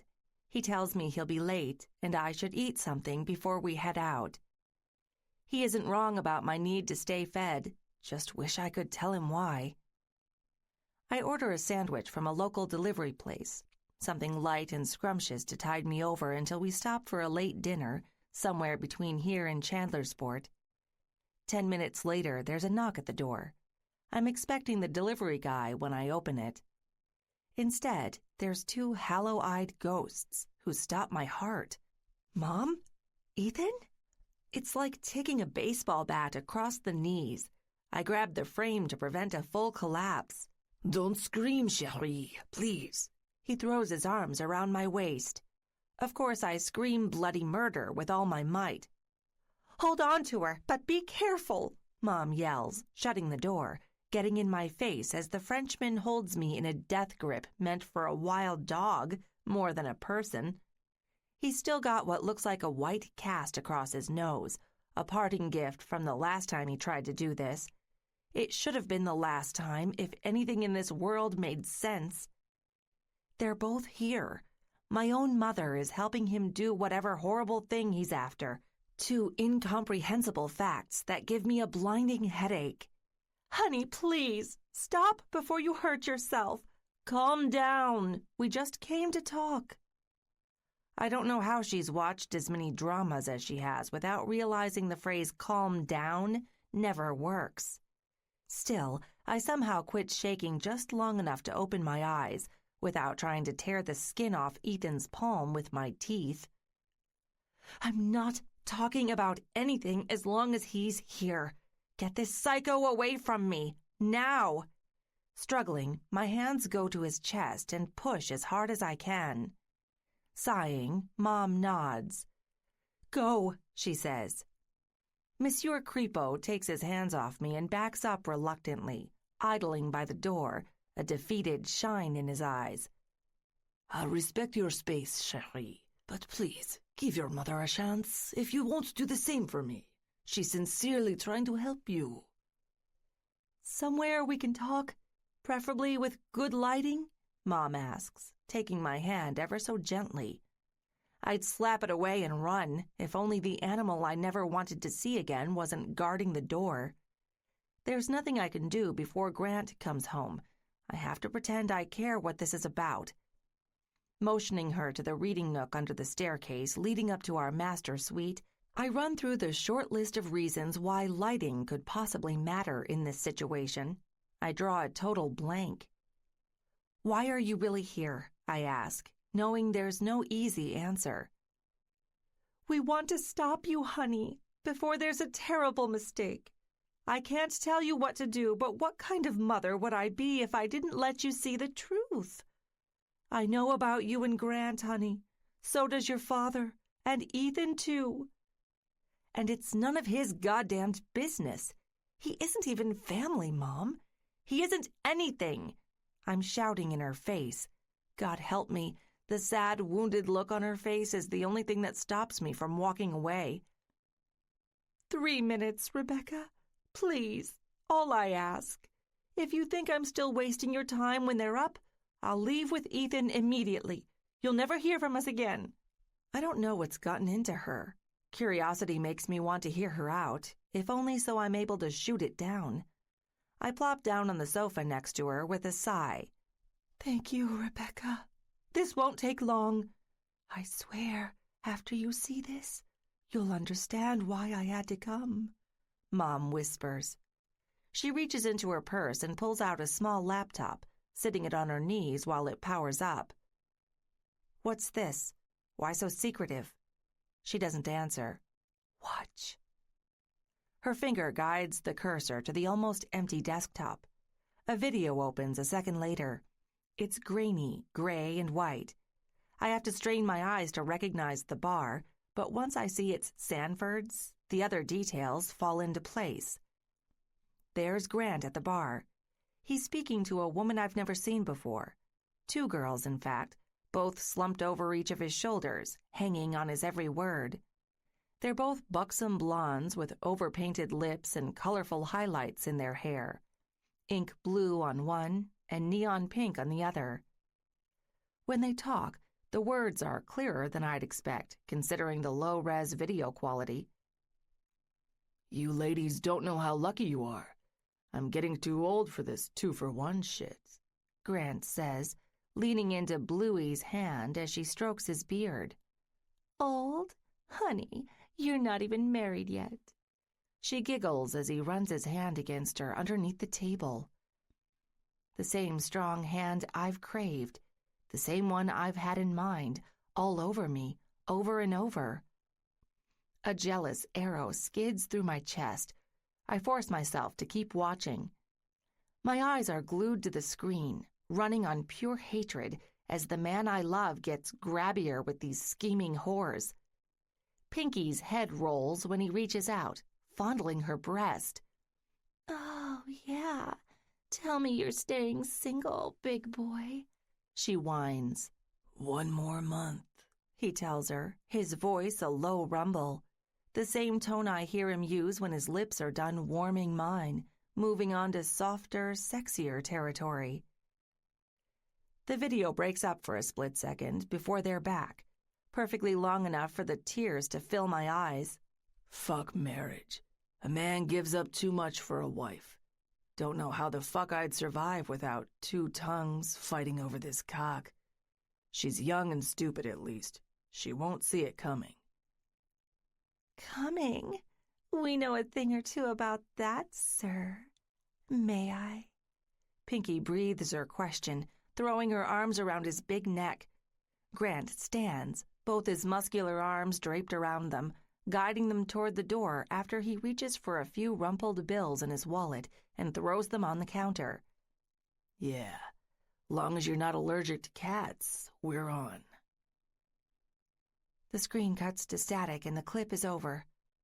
I could say I'm a lot of things: horrified, agonized, destroyed. Mostly, I'm just numb. I don't move until Mom moves her cursor across the screen to another folder, burying my burning face in my hands. "I'm sorry, honey. There are a few more like this.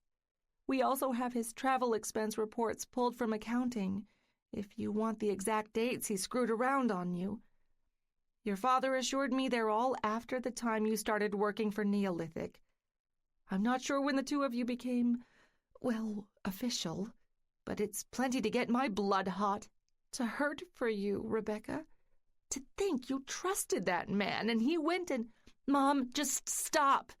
Throwing my hands up, I push her away when she tries to give me a weak hug. "I don't want to see more." That goes double when my phone starts buzzing in my purse. Snatching it out, I look at the screen, bile rising into my throat. It's the first of many calls Grant tries to make that night, followed by the first of the frantic voicemails and texts blowing up my inbox. "He's shameless. This isn't your fault, chérie." Ethan appears over my shoulder, one more stomach-turning sight in the carnival this evening has become. "He's very good at what he does, turning you against family and friends." He reaches up, touching the edge of his nose over the bandage. As hard as it is to ignore him, I try, standing as I give my mother a furious look. "Where's Dad? I need to talk to him. Now." Her lips tremble a little. I swear if she's hiding anything else, I'll empty out my bank account and buy a ticket to Iceland, New Zealand, Argentina, anywhere on Earth that lets me escape this mess of lies pulling my soul apart. "Let me try him, honey. He knew you wouldn't hear it if he showed up with us. I had to deliver the message because I hope you don't hate me." She's right. I don't hate her just yet, unless she's fucking lying like everybody else. Holding up her phone, I watch her dial him, tapping her tongue lightly against her teeth as she waits for him to pick up. "He's dealing with your betrayer, chérie," Ethan tells me, pretending I want anything from his psycho mouth. "Ensuring the axe doesn't swing your way when he knows what you do." "I don't care. I have to talk to Dad," I snap, turning my back to him, pacing the condo. He sounds so earnest, but I refuse to take any word for granted from this strange, offensive man who's screamed in my face and flung me around like a rag doll. Even if Grant did every sin in the book, it won't send me running to him. I carry myself to the window, hiding my tears, listening as Mom mumbles a few words behind me that sound an awful lot like she's leaving a message. My hand goes against the sleek glass overlooking Manhattan. Closing my eyes, I let the chill sweep through me, confused, cold, and lonely. It's amazing how close this place came to feeling like home just a couple weeks ago. It was home when he was here. Home when we stood on the balcony, tasting the city's winds, a sweet contrast to his awesome embrace. I relished his honest heat, secure in his arms. Home when I shared his bed. Passion was our credo. Now I can't believe I missed the lies every time I stared into his deep blue eyes. So loving, seemingly mine in the seconds before they rolled back in his head, before he cried out, emptying himself in me. Home when I thought I'd become a wife and mother here. He infected me with hope, with dreams, and nourished them with cancer lies. Home? It never was, and it won't ever be. How? Tell me fucking how was I ever this naive? Our run-in with Mina at Grant's club should have been ample warning. Instead, I let him talk me down, decided to run to him, opening my heart at the worst possible moment. I thought there was nothing worse than the secrets between Dad and Ethan, an arrangement I still know next to nothing about.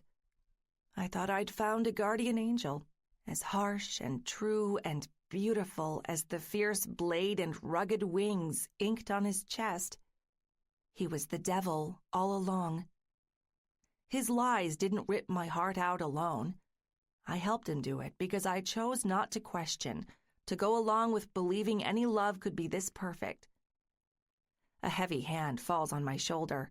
I whip around, ready to kick his balls off when I see Ethan standing there, but he pushes Mom's phone into my palm.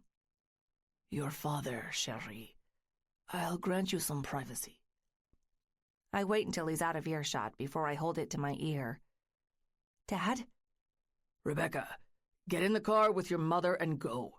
It's not safe in this city as long as you're sharing it with him.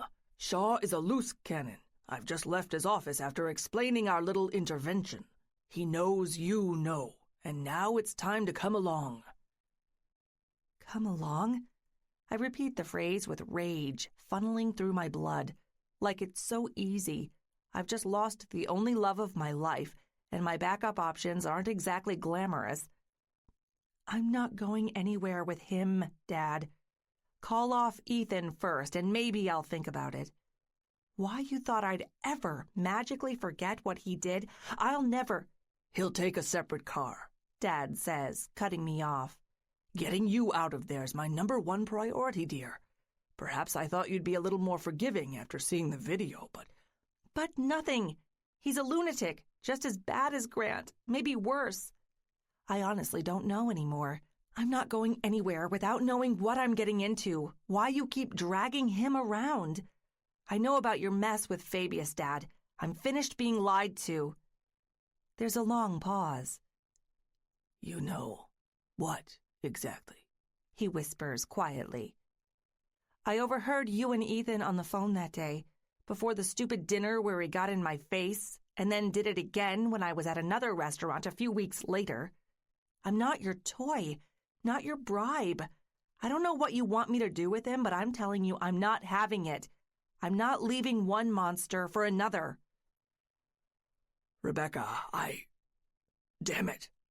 Another long pause, tempting me to fling open the door and throw the phone down into Friday night's New York traffic.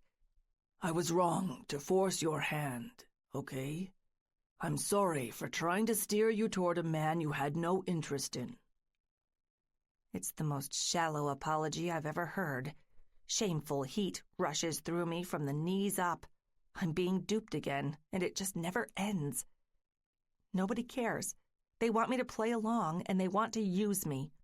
My face cracks, contorting as the hot tears come, harsher than before. I don't bother wiping them away. He's only apologizing because he wants me back under his thumb. No other reason.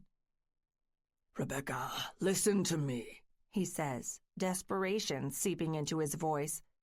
Whatever my sins, which are all business, I assure you, I never betrayed your fragile trust and kept on doing it. You caught me. You aired your grievances. I've heard them and I'm coming clean. Ethan, your mother, me, you're welcome to hate us. Go ahead, stamp your feet, curse our very names. We'll keep loving you. Doesn't change the fact that we'll never hurt you like that worthless skirt-chasing bore on video. I can't stand anymore. I'm shaking too badly. I go down hard on my knees. hearing the phone clatter against the floor, Dad still calling my name. Rebecca, hello? Hello? The phone spins to a stop in front of me. I hear him, but I'm not answering. My throat is too locked with sadness to speak. He can probably hear my sobs because he keeps going. Clearly, this isn't pleasant. Not for anyone. Can you imagine if we hadn't shown you the tapes? If you'd married him? Then where would you be, darling girl? He'd have stabbed you harder, deeper, over and over again, whenever I made the moves I had to make with our company. Don't you see yet? Don't you understand? No, I croak, slapping the ground with both palms, wishing I had the energy to smash the phone and silence his radioactive truth. He never loved you, dear. He shared my sin to the 1,000th degree. Used you for business. But he did worse than I'd ever plan on my worst day. You were leverage to him. Not even good enough to satisfy him in bed, or he wouldn't have wasted his time chasing down those miserable painted-up whores in Maine and their... Jeremiah, stop! Mom's voice. I look up, and she's holding the phone, sympathy stretching her face like a drum as she looks down at me. What the hell's wrong with you? Can't you tell she's had enough? Of course not. He's the most callous, oblivious man in the world when people don't jump to his whim, even when he's pulling back the curtain, showing me the world as it really is. I hate him more than any other man on the planet, save one. Before it was Ethan, but there's got to be some mental illness to explain his insanity. He never callously plotted to destroy my heart like Grant. I have a new number one hate, and it blazes as strong as our love did just hours ago. My parents keep talking, arguing back and forth over the line. I can't take this. Mom, just give me a minute, I murmur, wiping my face with my hand. Anything, honey. She pulls the phone away, kneeling next to me with a tender hand on my shoulder, helping me up. As detached and selfish as she can be, at least she gets basic human empathy sometimes. Jeremiah, call him off. This is a family matter. If you can't send Ethan away as long as she needs, our little girl isn't coming home. I'll take her myself, and we'll both leave if you don't first. I did my part bringing her back to her senses. If you can't do this one teensy-tiny, stupidly simple thing, then... Fine. You worry too much, Cora. He snarls under his breath. It's business. I'm not his slave. Quite the contrary. Just get her home. It takes a couple minutes after she hangs up to help me to my feet. I take one more long break, collecting my breath, making sure my legs won't give out again before I shuffle with her to the door. I take my sweet time because I want to be sure Ethan is really going to leave us alone. But I also want to take one last good long look at this place where I once had love and lost it on the altar of lies. It's the closest the baby inside me will ever be to his or her father. With God as my witness, Grant Shaw won't be in my life another second after I step out this door, turn my back, and walk out forever. I won't even take another look at the rich yellow lights glowing from his top-floor penthouse in the rear-view mirror. I'm gutted, head spinning, and about to pluck my eyes out with my bare fingers from rubbing them raw. Whatever else I am, I'm no one's fool. 2 months later. I hate driving by Chandlersport. I loathe seeing the long, unpaved road snaking into the forest, leading straight to his cabin even more. But I manage to keep it together as our sedan rolls past, a couple more hours away from its destination. It helps to have a chauffeur in the driver's seat who's also playing chaperone. Dad doesn't trust me to make the journey to the quiet retreat in Presque Isle, Maine, by myself. I'm too fragile to do anything, in his mind, even though my therapist convinced him it'll do me some good to be away from New York, free from the unhappy mansion with only Mom for company. They won't let me see Tay. They tell my best friend to stop calling because I've had some kind of psychotic breakdown. She still texts me anyway on a cheap emergency phone I picked up at the drugstore. It's the only way I can do anything without being tracked. It's insane, infuriating, soul-crushing. Everything I would have rebelled against with my whole heart in a previous lifetime before I watched the other videos on the laptop. They broke me. Mom left it laying out one day. Tay's conversations urged me to take a second look, to find out how big of a cheap-ass lying man-whore he really was. Her words, not mine. I took the bait. Sneaking the laptop into the library, my fingers were shaking when I found the folder.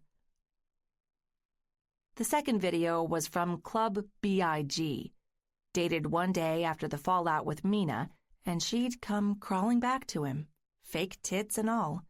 I found her sitting on his lap in the very same booth we shared the night before, when she barged in on us getting hot and heavy. "She's young and stupid at least. She won't see it coming." Again, Grant said the same words. The very same monstrous, conniving, heartless lies aimed at blowing a hole through everything I thought we had. By the third video, I'm in tears. This time it's a bar near Broadway. I see his hand moving on an unfamiliar woman who gives him the same blind, hopeful innocence I must have held in my puppy eyes several times over. They laugh, they kiss. His hands go places in the corner, hiking up her skirt, exposing her lace pink panties to anyone paying attention behind them. She loves it because it's so naughty, public passions.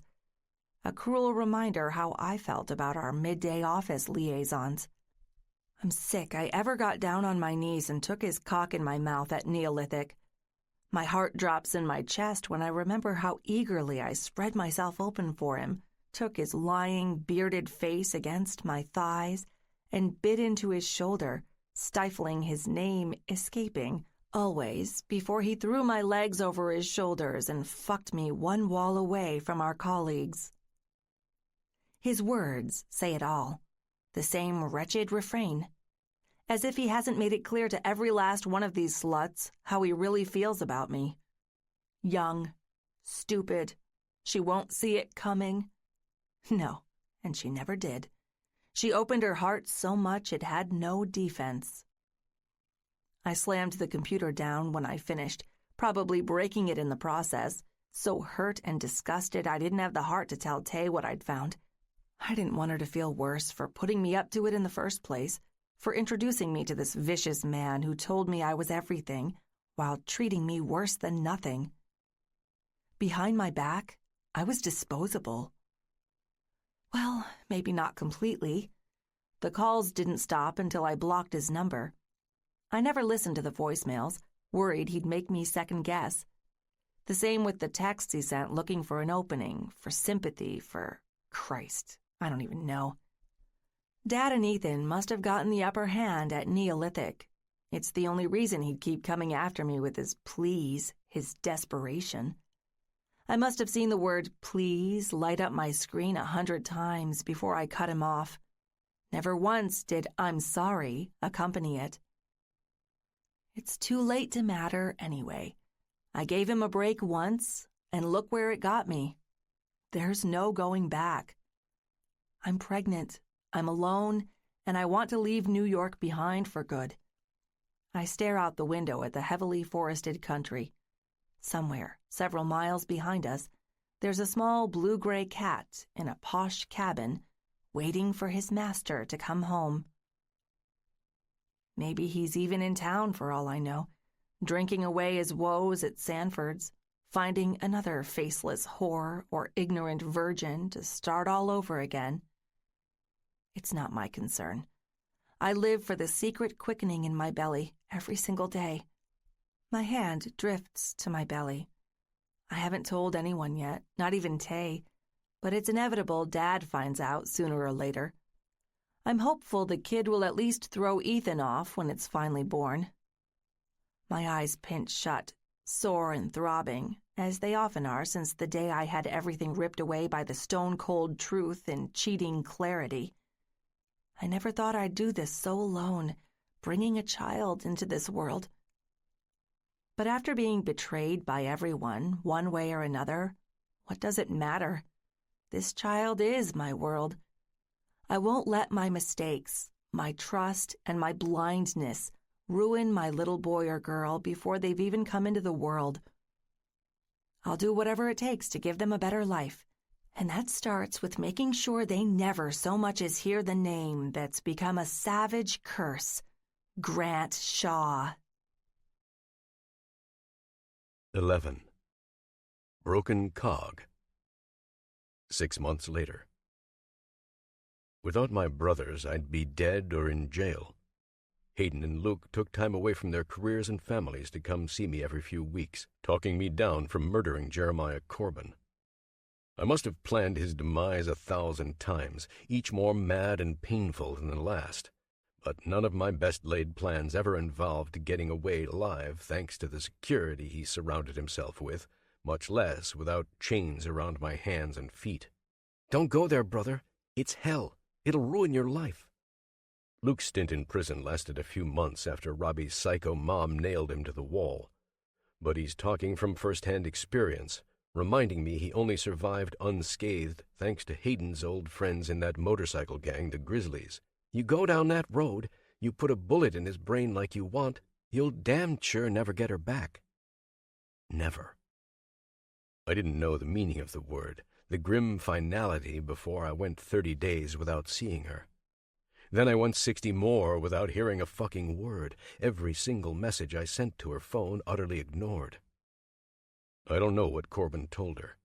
Mac told me about the threats when we made peace at Sanford's.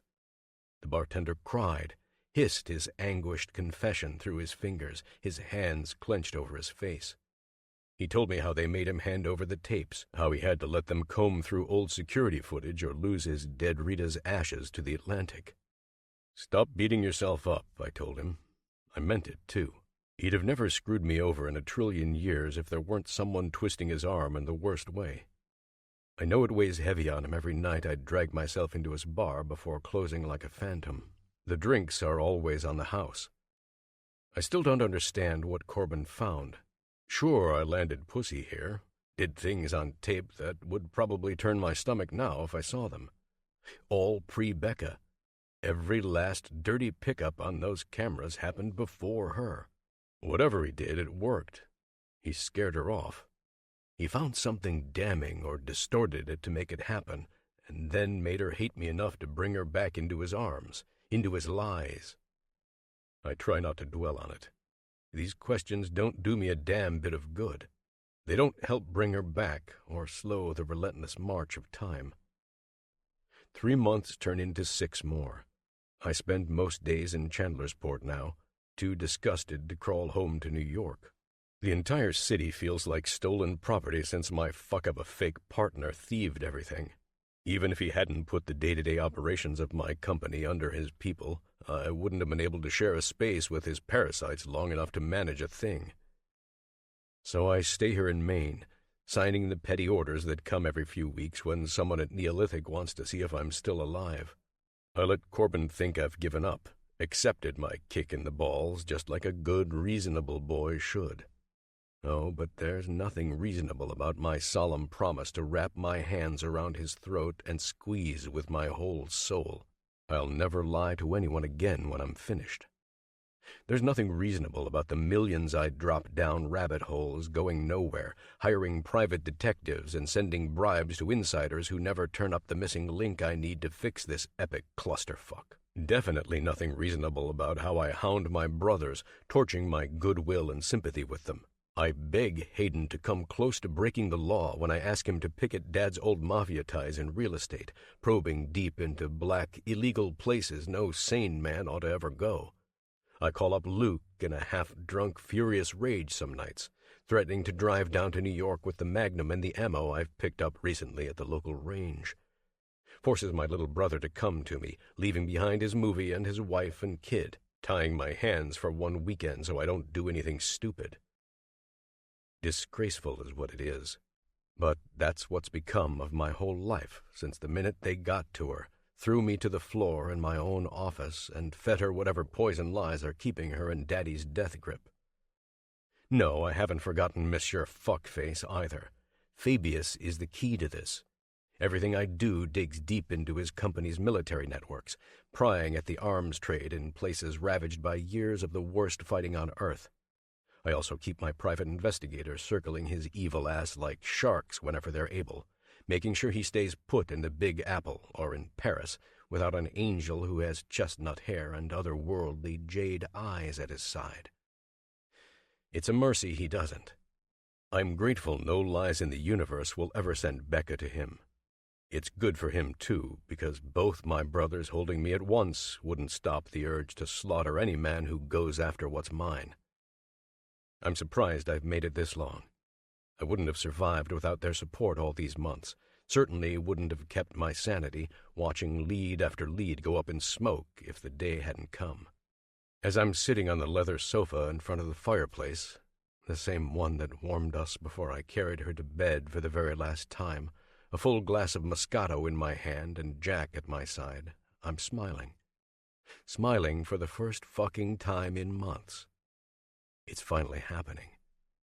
Hades called me this morning and let me know he's found a guy who knows a certain arms dealer on the other side of the world. That dealer made a princely sum off under-the-table deals for Fabius, and he's just fallen into the hands of an elite team we hired to track him down. We've found our smoking gun. Both my brothers are on their way here tonight to see it with their own eyes, to scheme, and to set this right. It's not a happy smile staring back at me in the wine-glass reflection.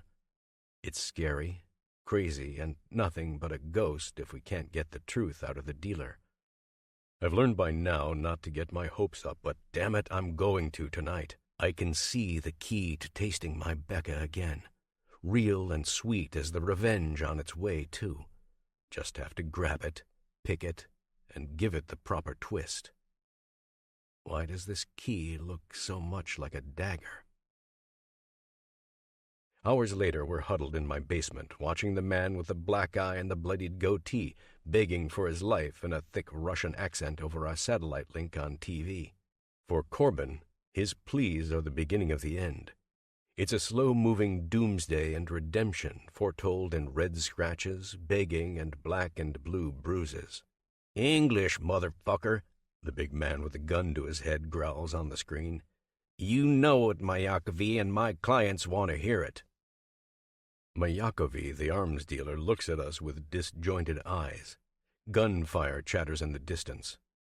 I swallow, trying to steel my nerves, knowing anything can happen out there while they're next to the battlefield where they found him. Let's see the goodies in his bag. Then I want to hear the magic words from the man himself, I say, sitting stiff as a board next to Hayden. It takes a second or two for our hired gun on the other end to hear my words and move accordingly. Satellite delay. He pans his camera around to a beat-up table where Mayakovy's sidearm lays next to his backpack, empty and disassembled. There's also a stack of documents with the Fabius logo, purple and gold, a neat French script circling it. I want it faxed over ASAP so I can send it to my lawyers. Everything. "You recording?" Hades whispers to Luke, standing in the corner. Flywright nods. He's fiddling with another small video camera on his shoulder, documenting every move on the screen as one last backup in case the video on the device fails. Yeah, Luke rumbles. "This cloak and dagger shit isn't really my style, bro, but I know how to work a camera." Hayden gives a satisfied nod. "I think it's question time. You up for doing the honors, brother?" He slaps me on the shoulder. I give his hand a squeeze that says, "Fuck yes." I've been ready for months. It's been such a hard, endless fight. I can't believe the end of this nightmare might be staring me in the eyes. "Let's talk face to face again, Lewis," I say, waiting for our guy to face the beaten man again. "How long have you been on Fabius's payroll, Mayakovy? Years?" There's a long delay. At first I think the prick is going to play hardball, but his head rolls in a messy nod once and then a few more times. Two years. The French love me." My fingers tense in a fist. There must be a contract. Is that what the papers are? The documents they pulled off you? The Russian laughs, his busted lip showing new scars. Inventory, fool. You think your business contracts and lawyers mean anything here? Lewis presses the gun into the back of his head until his smile is gone. I fold my hands neatly in front of me, staring into the screen, remembering why I've had to resort to this gritty, hateful violence. It doesn't faze me in the slightest that we're torturing this man. He was dirty, I remember, long before he became our business. How did they pay you then? Cash? Da. Big pellets. Just like the scraps your friends will make off with after they roll me in a ditch. Mayakovy says, a wry smile on his lips when he mentions his own death. Cash proves nothing out here. I hate how he still has his senses to taunt me. He's absolutely right, of course. I need to think. The documents are damning enough, but I need a hard confession if this evidence becomes ironclad instead of circumstantial. Wait, Lewis, go back to the table, I say, hoping he'll focus on something small and metallic I saw from the corner of my eye. What's that at the edge? The rings. It takes him a minute to hold them up. Looks like jewelry, sir. Stolen from civilians, if I had to guess. A lot of that goes on out here, especially after the airstrikes roll through. Grave robbing's like going to the supermarket. Ask him, Hayden butts in. Let's hear it from the bastard himself. Lewis pans back to Mayakovy, says a few words in Russian, and I see something I never expect on the arm dealer's face. Remorse. His eyes go big and glassy as his smirk falls. Tell them where you found the jewelry, you fuck. Tell them now. Oh, God. Boshimo. Not the gutter crew, as you call them. I cannot. Buddy, I'm not fucking around here. His finger goes to the trigger. The barrel of his gun must be leaving an impression on Mayakovy's head, digging in hard. Tell them what you did. Tell them where this shit came from. Did you steal it from corpses or what? There's hesitation before he cracks, swearing in his native language. Yes, damn you. I took everything. Sometimes cheap, sometimes priceless heirlooms. I had orders to send them back to the U.S., but of course I kept a few for myself. I hid them. Spirits in my pockets where no one would know. Held on as they haunted me. Wait. Damn it, did he just say the States, not France? I look at Hades, who shares my suspicion, and then repeat the question to the screen. I told you. America. Fabius's request. Christ, do I wish I'd said no. Mayakovy barks, tips his head to the side, and coughs. I ask him a few more follow-ups, but I don't get anywhere. It doesn't matter. I've just picked up my key and polished it. I remember seeing the jeweler listed in the merger documents when I went over Corbin's domestic investments. Except this one was unusually large for a jewelry chain. If he's been selling war loot, relics, hard physical proof of his ties to this bloody illegal arrangement. Bro, you have to get your guys over to that shop in Queens. Luke looks so intense he lowers the camera, catches himself, and swears. Hayden. I'm about to tell my brother to make the call, but he's already standing, digging in his pocket for his phone. On it. You just worry about finishing this. He steps away, heading somewhere quiet he can talk, calling my guys in the city. With any luck, I'll have my mercenaries beating down the doors of those jewelers in Queens within hours, picking through every glass case and crate in the back before the NYPD pounces with a warrant. Any more questions before I feed this rat his cheese? Lewis asks, stooping down so he looks at us through the screen, his dark eyes showing through the holes in his camo mask. I take a few seconds to tick off the boxes in my mind. I've got everything I need, more than enough dirt to nail Corbin's dick to the wall with the Fabius papers, plus the high odds of the police finding a speck of dirt that's been in Syria. None, I say, pronouncing it like a judge reading out the sentence to a man who's up for death row. We're finished. Mayakovy's justice doesn't interest me. He's a monster like any other arms trader in a war zone, and our beef isn't personal. I have Luke shut off his camera a second before Lewis grins. The screen turns black and the sound cuts off, but not before we hear a lone gunshot ring out. 4 hours and a manic flight through the darkness later in Luke's plane, we're on the tarmac in LaGuardia. We hit New York running, racing to the conference room I've rented out in a hotel downtown, where we're supposed to meet my legal team, Crowley, and Nina for moral support. Mr. Shaw. My old secretary looks at me like she's seen a ghost when we bust through the door, interrupting the nervous coffee chat my people were having. She hasn't seen me in months. Ditto for my chief lawyer, who gives me the same haggard stare. It must be the lightning in my eyes. It's well past midnight, and I don't think I'd sleep with an elephant tranquilizer jammed up my spine. Hold the pleasantries. Everybody take a seat, I say, claiming my spot at the head of the table. I brought my brothers, Hayden and Luke, who are both helping me with this matter. Any news from our boys with the police, Crowley? Nothing yet, boss. Don't know if this kind of holdup is normal, but it's the middle of the night. Might not hear anything until morning. My fist comes down hard on the table, rattling the paper coffee cups in front of everyone. Too slow. I want you to get your ass on the line and shake it at whoever you need to in the NYPD. Right, he says, a muscle twitching in his high cheeks. He heads off my next question with what he says next.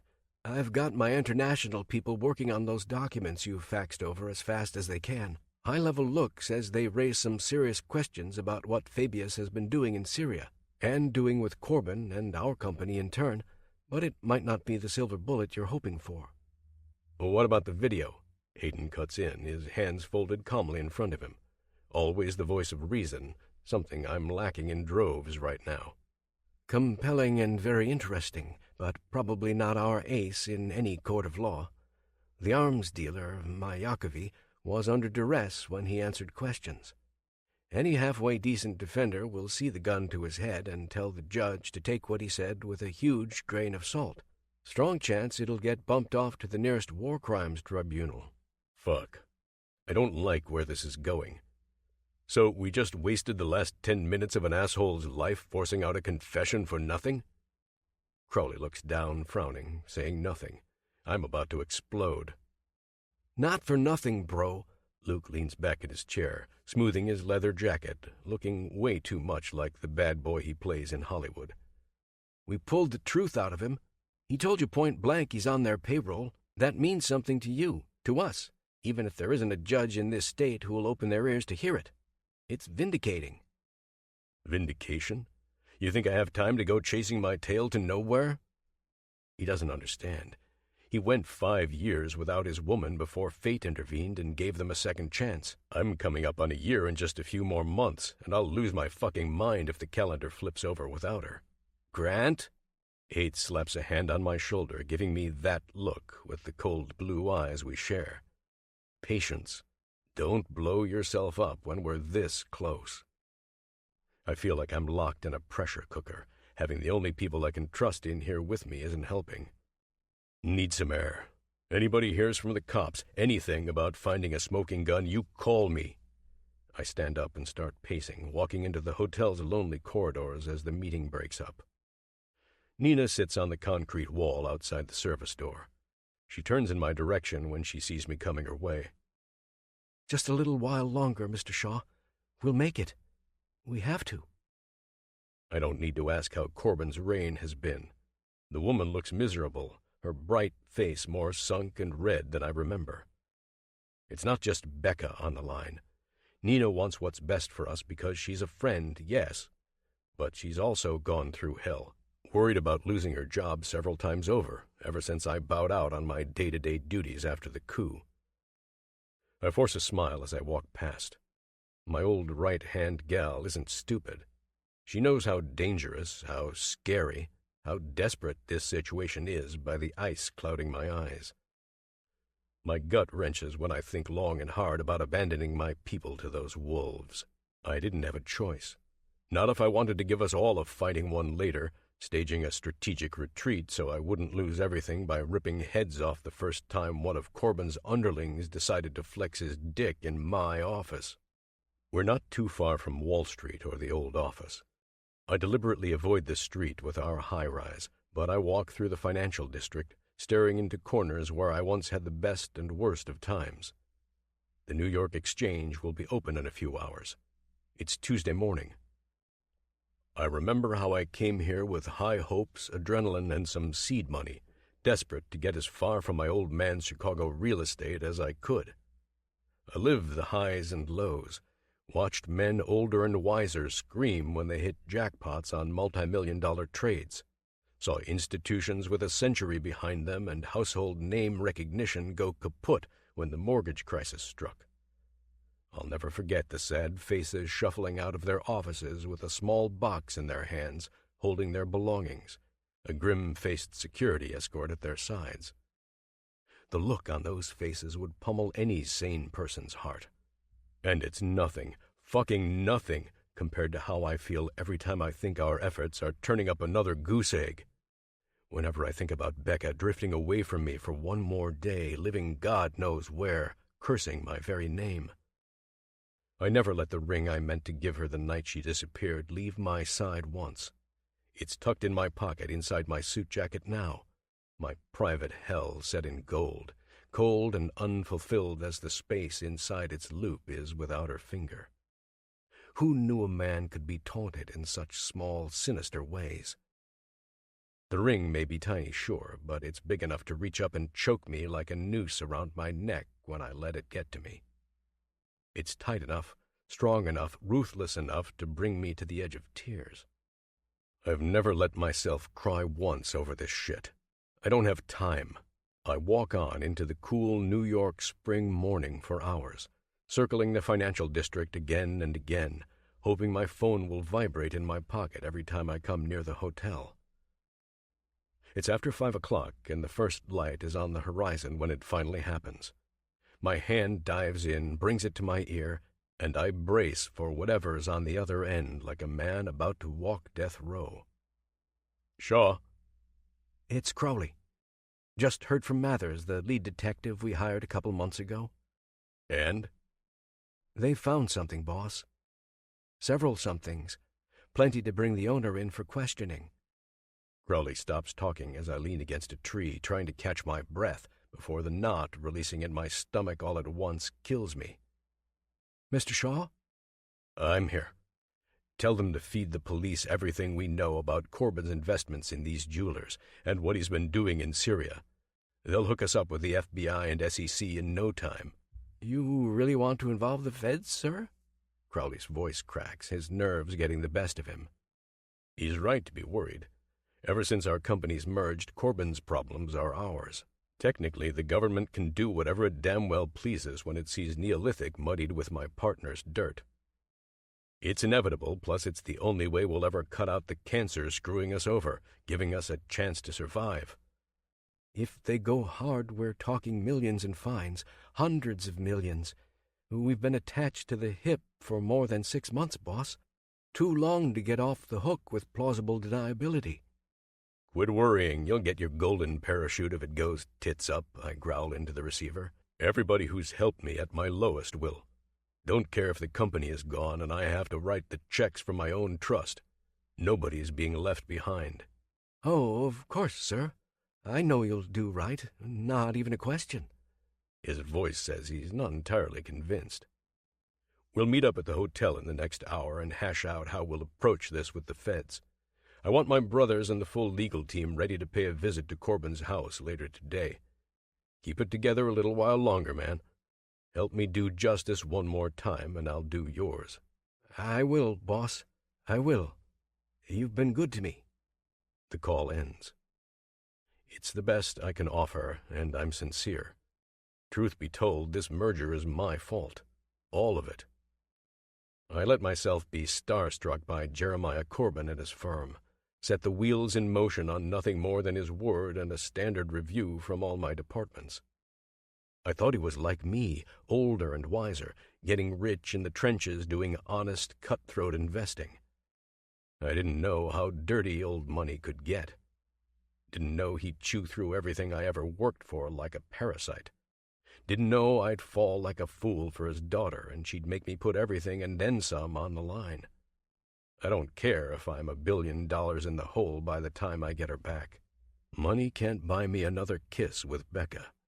It sure as hell can't patch the gaping chasm in my soul, threatening to rip me apart ever since she stormed out on his lies. Hold on just a little while longer, Moscato. I'll taste you again. I'll have you every day like ambrosia, or I'll have nothing. 12. Closing in. Push, Rebecca. That's it. Wonderful. The midwife's voice is just a dull whine in my ears. I'm flat on my back, legs up, using muscles I didn't know I had. The baby is coming. I'm surprised I haven't torn my mother's hand off yet. She holds on like an angel, even as I claw at her wrist, trying to vocalize the seconds ticking by through my clenched teeth, remembering the key word I learned in the exercises. Breathe, count, push. Just breathe, baby, Mom whispers, reading my mind, wiggling her fingers through mine. There's a vicious pain between my legs. Just when I don't think I have it in me to force myself through one more round, the midwife stoops low, catching something sliding out of me, and there's a sharp but noticeable relief. I'm a mother now. It's strange how something happening this fast can change my life forever. I think I pass out for several minutes. The midwife and the nurse accompanying her help wrap up the afterbirth, sliding a fresh pillow underneath my head at the end. I've drenched the last few in sweat. Mom stands and walks to the sink with a rag in her hand, returning a second later to wipe my brow with cool water. It's actually relaxing. I'm glad I opted for a home birth. I'm not sure I'd have survived in a hospital with my nerves in the state they're in. They've been uprooted, torn, and deep-fried several times over throughout my pregnancy. Presque Isle is a quiet spot to be alone and isolated, but it can't work total miracles. As long as I'm in the States, I think about the past. There's no cure except more distance. Just before I went into labor, I looked at my charity for the first time in months, wondering how soon I'd be able to take my little boy overseas. Amazing job, honey. The worst is over now. Rest. Mom talks to me in a soothing, caring tone I haven't heard since I was a little girl. It's a stark contrast to the few sharp words I've heard from my father since he found out about the baby. I'm practically disowned. He told me I could stay here in Maine, hiding from the world, until he figures out what the hell to do. Like he has any say. I'm not giving it up. Mom knows and she supports me. There's no way my beautiful baby boy is ever going up for adoption. I've made that vow since day one, but now every molecule of my being screams it when the midwife places the tiny, sleepy bundle into my arms. Pulling back the edge of the blanket, I look my baby in the face for the first time. He's beautiful, strong, less than an hour old, and he's already inherited his father's eyes. It must be the drugs or the exhaustion getting to me when I look up. Mom stands next to me. She's smiling, proud and alive in a way I haven't seen her for years. For a split second, I hallucinate it isn't her, but Grant standing there. I smile at his ghost, against my better reason, before he vanishes. Why does my brain have to do this? It's easy to forget I'm supposed to hate this man for ruining me when his evil seed gave me something so fragile, so precious, so beautiful. Now for the exciting part, Mom says, sitting next to me as she strokes my brow. We get to pick names. I've given it some thought, and I'm torn between Tyler and Jackson.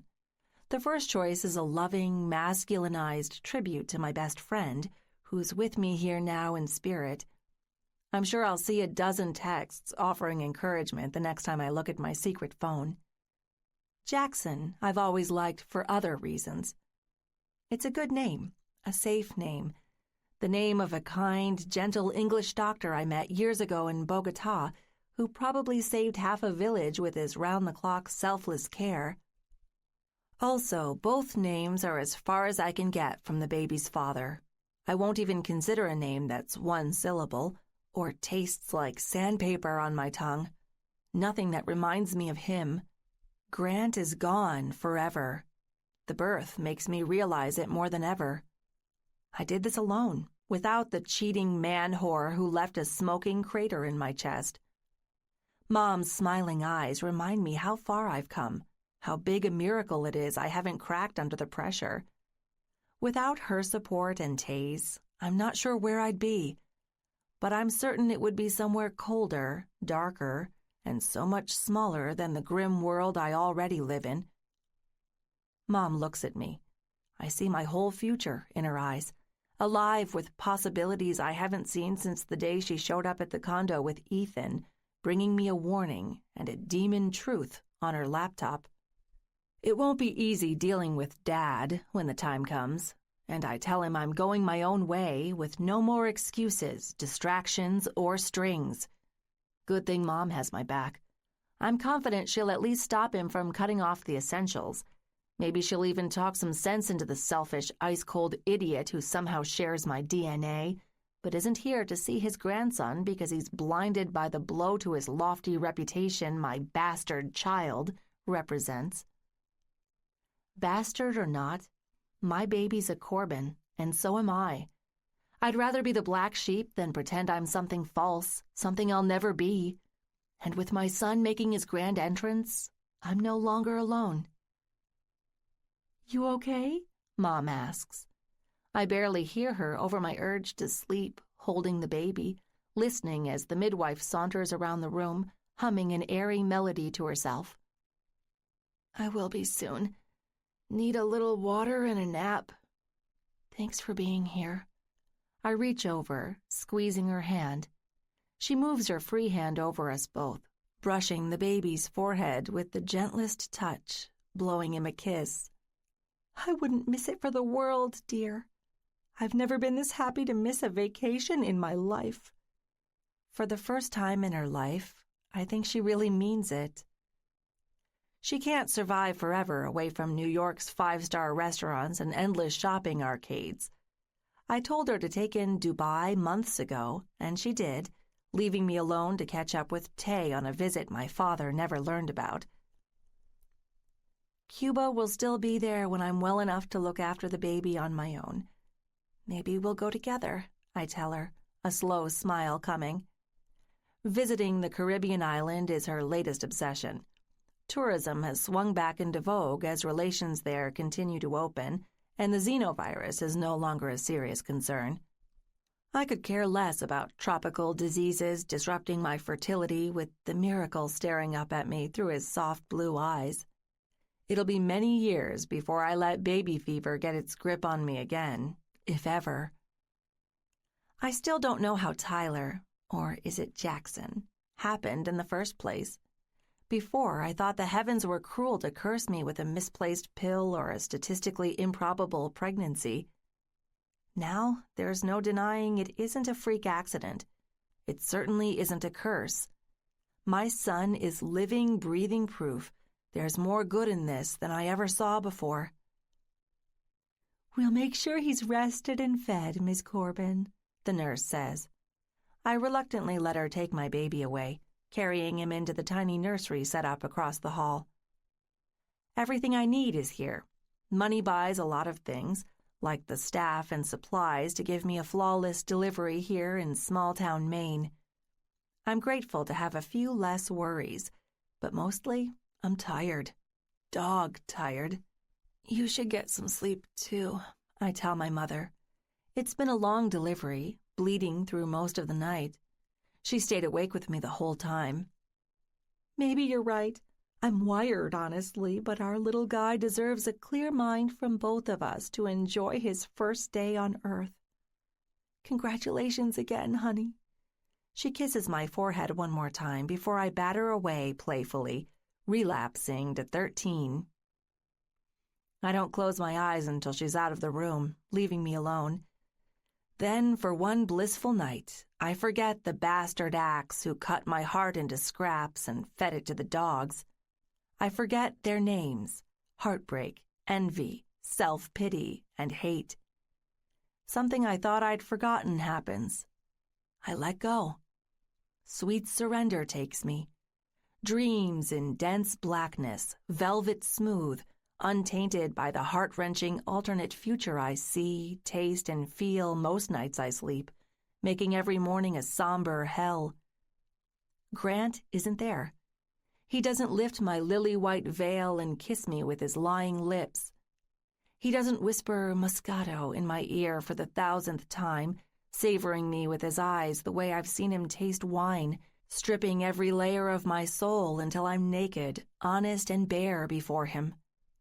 No, he doesn't even sit with me by the water at the Jacqueline Kennedy Reservoir, my all-time favorite relaxation spot in the city. He definitely doesn't hold our sleepy child. He isn't a father. He isn't my lover. He isn't a tumor I'll never remove, making me throb sadness and longing, missing him when I shouldn't. He isn't in my head for one torturous night alone, and I'm happy. It's a trial run for the inner peace I need to find for the rest of my life, which will remain solitary and Shaw-free. I can't seem to get enough sleep. The nurse comes in with Mom sometime in the early afternoon. They feed me a quick lunch, a sandwich with a Caesar salad, and tell me how well our baby boy is doing across the hall. I go through the motions, never fully awake, practically begging for more rest by the time I've finished my food. Mom says she understands, gives me another get-well kiss, and exits the room with my caretaker. I hear their amused laughter across from me as they watch baby Blue Eyes in his crib. They're happy, and I'm sure my son is, too. All is right with the world. I'm sleeping off my delivery hangover when I wake with a start. It's dark in my room. The only light comes from the dim lamps, and someone came by while I slept to close the blinds, which now show night behind them. I know there's something wrong before I even see the figure at the end of my bed. This is the part in a horror movie where there's a vampire, but this is no movie, and the man in the room with me is worse than any make-believe bloodsucker. Welcome back to the world, chérie. Ethan's voice comes syrupy sweet and temperamentally insane. Are we feeling better? Mom! I sit up, wincing from soreness, trying my best to scream. Ethan moves fast. His hand goes over my mouth. If I had the energy to bite him, I would, but I still haven't recovered enough from labor to do much of anything. My teeth graze across his skin before he easily pushes my chin away into a non-threatening position. Don't waste your energy, Rebecca. They can't hear you. I made sure your nurse's car had a little problem when she went out for smokes. It never ceases to amaze me how many healers do. So predictable in their nasty habit. Your mother's on her way to pick her up. He holds his hand over my mouth, searching my eyes, which are trying to crawl out of my head. Really, chérie, you're not the least bit happy to see me. Distance makes the heart grow fonder, they say. Surely they aren't wrong? There's a dangerous anger swelling in his eyes. I close mine, the only thing I can do not to see him and stir more panic in my blood. You're better than this. If I take my hand off your mouth, you don't have to scream. You don't have to embrace the miserable, boring fate waiting if you raise him alone. It's not too late to do the sensible thing. Give your baby boy a fresh start. He speaks like the devil, offering me a deal I wouldn't consider in several lifetimes. Come away with me, chérie. My jet's a short drive away at the Presque Isle Airport. Fueled and ready to take you away from your misery, away with me to Europe. He comes in close, trying to lay a kiss on my cheek.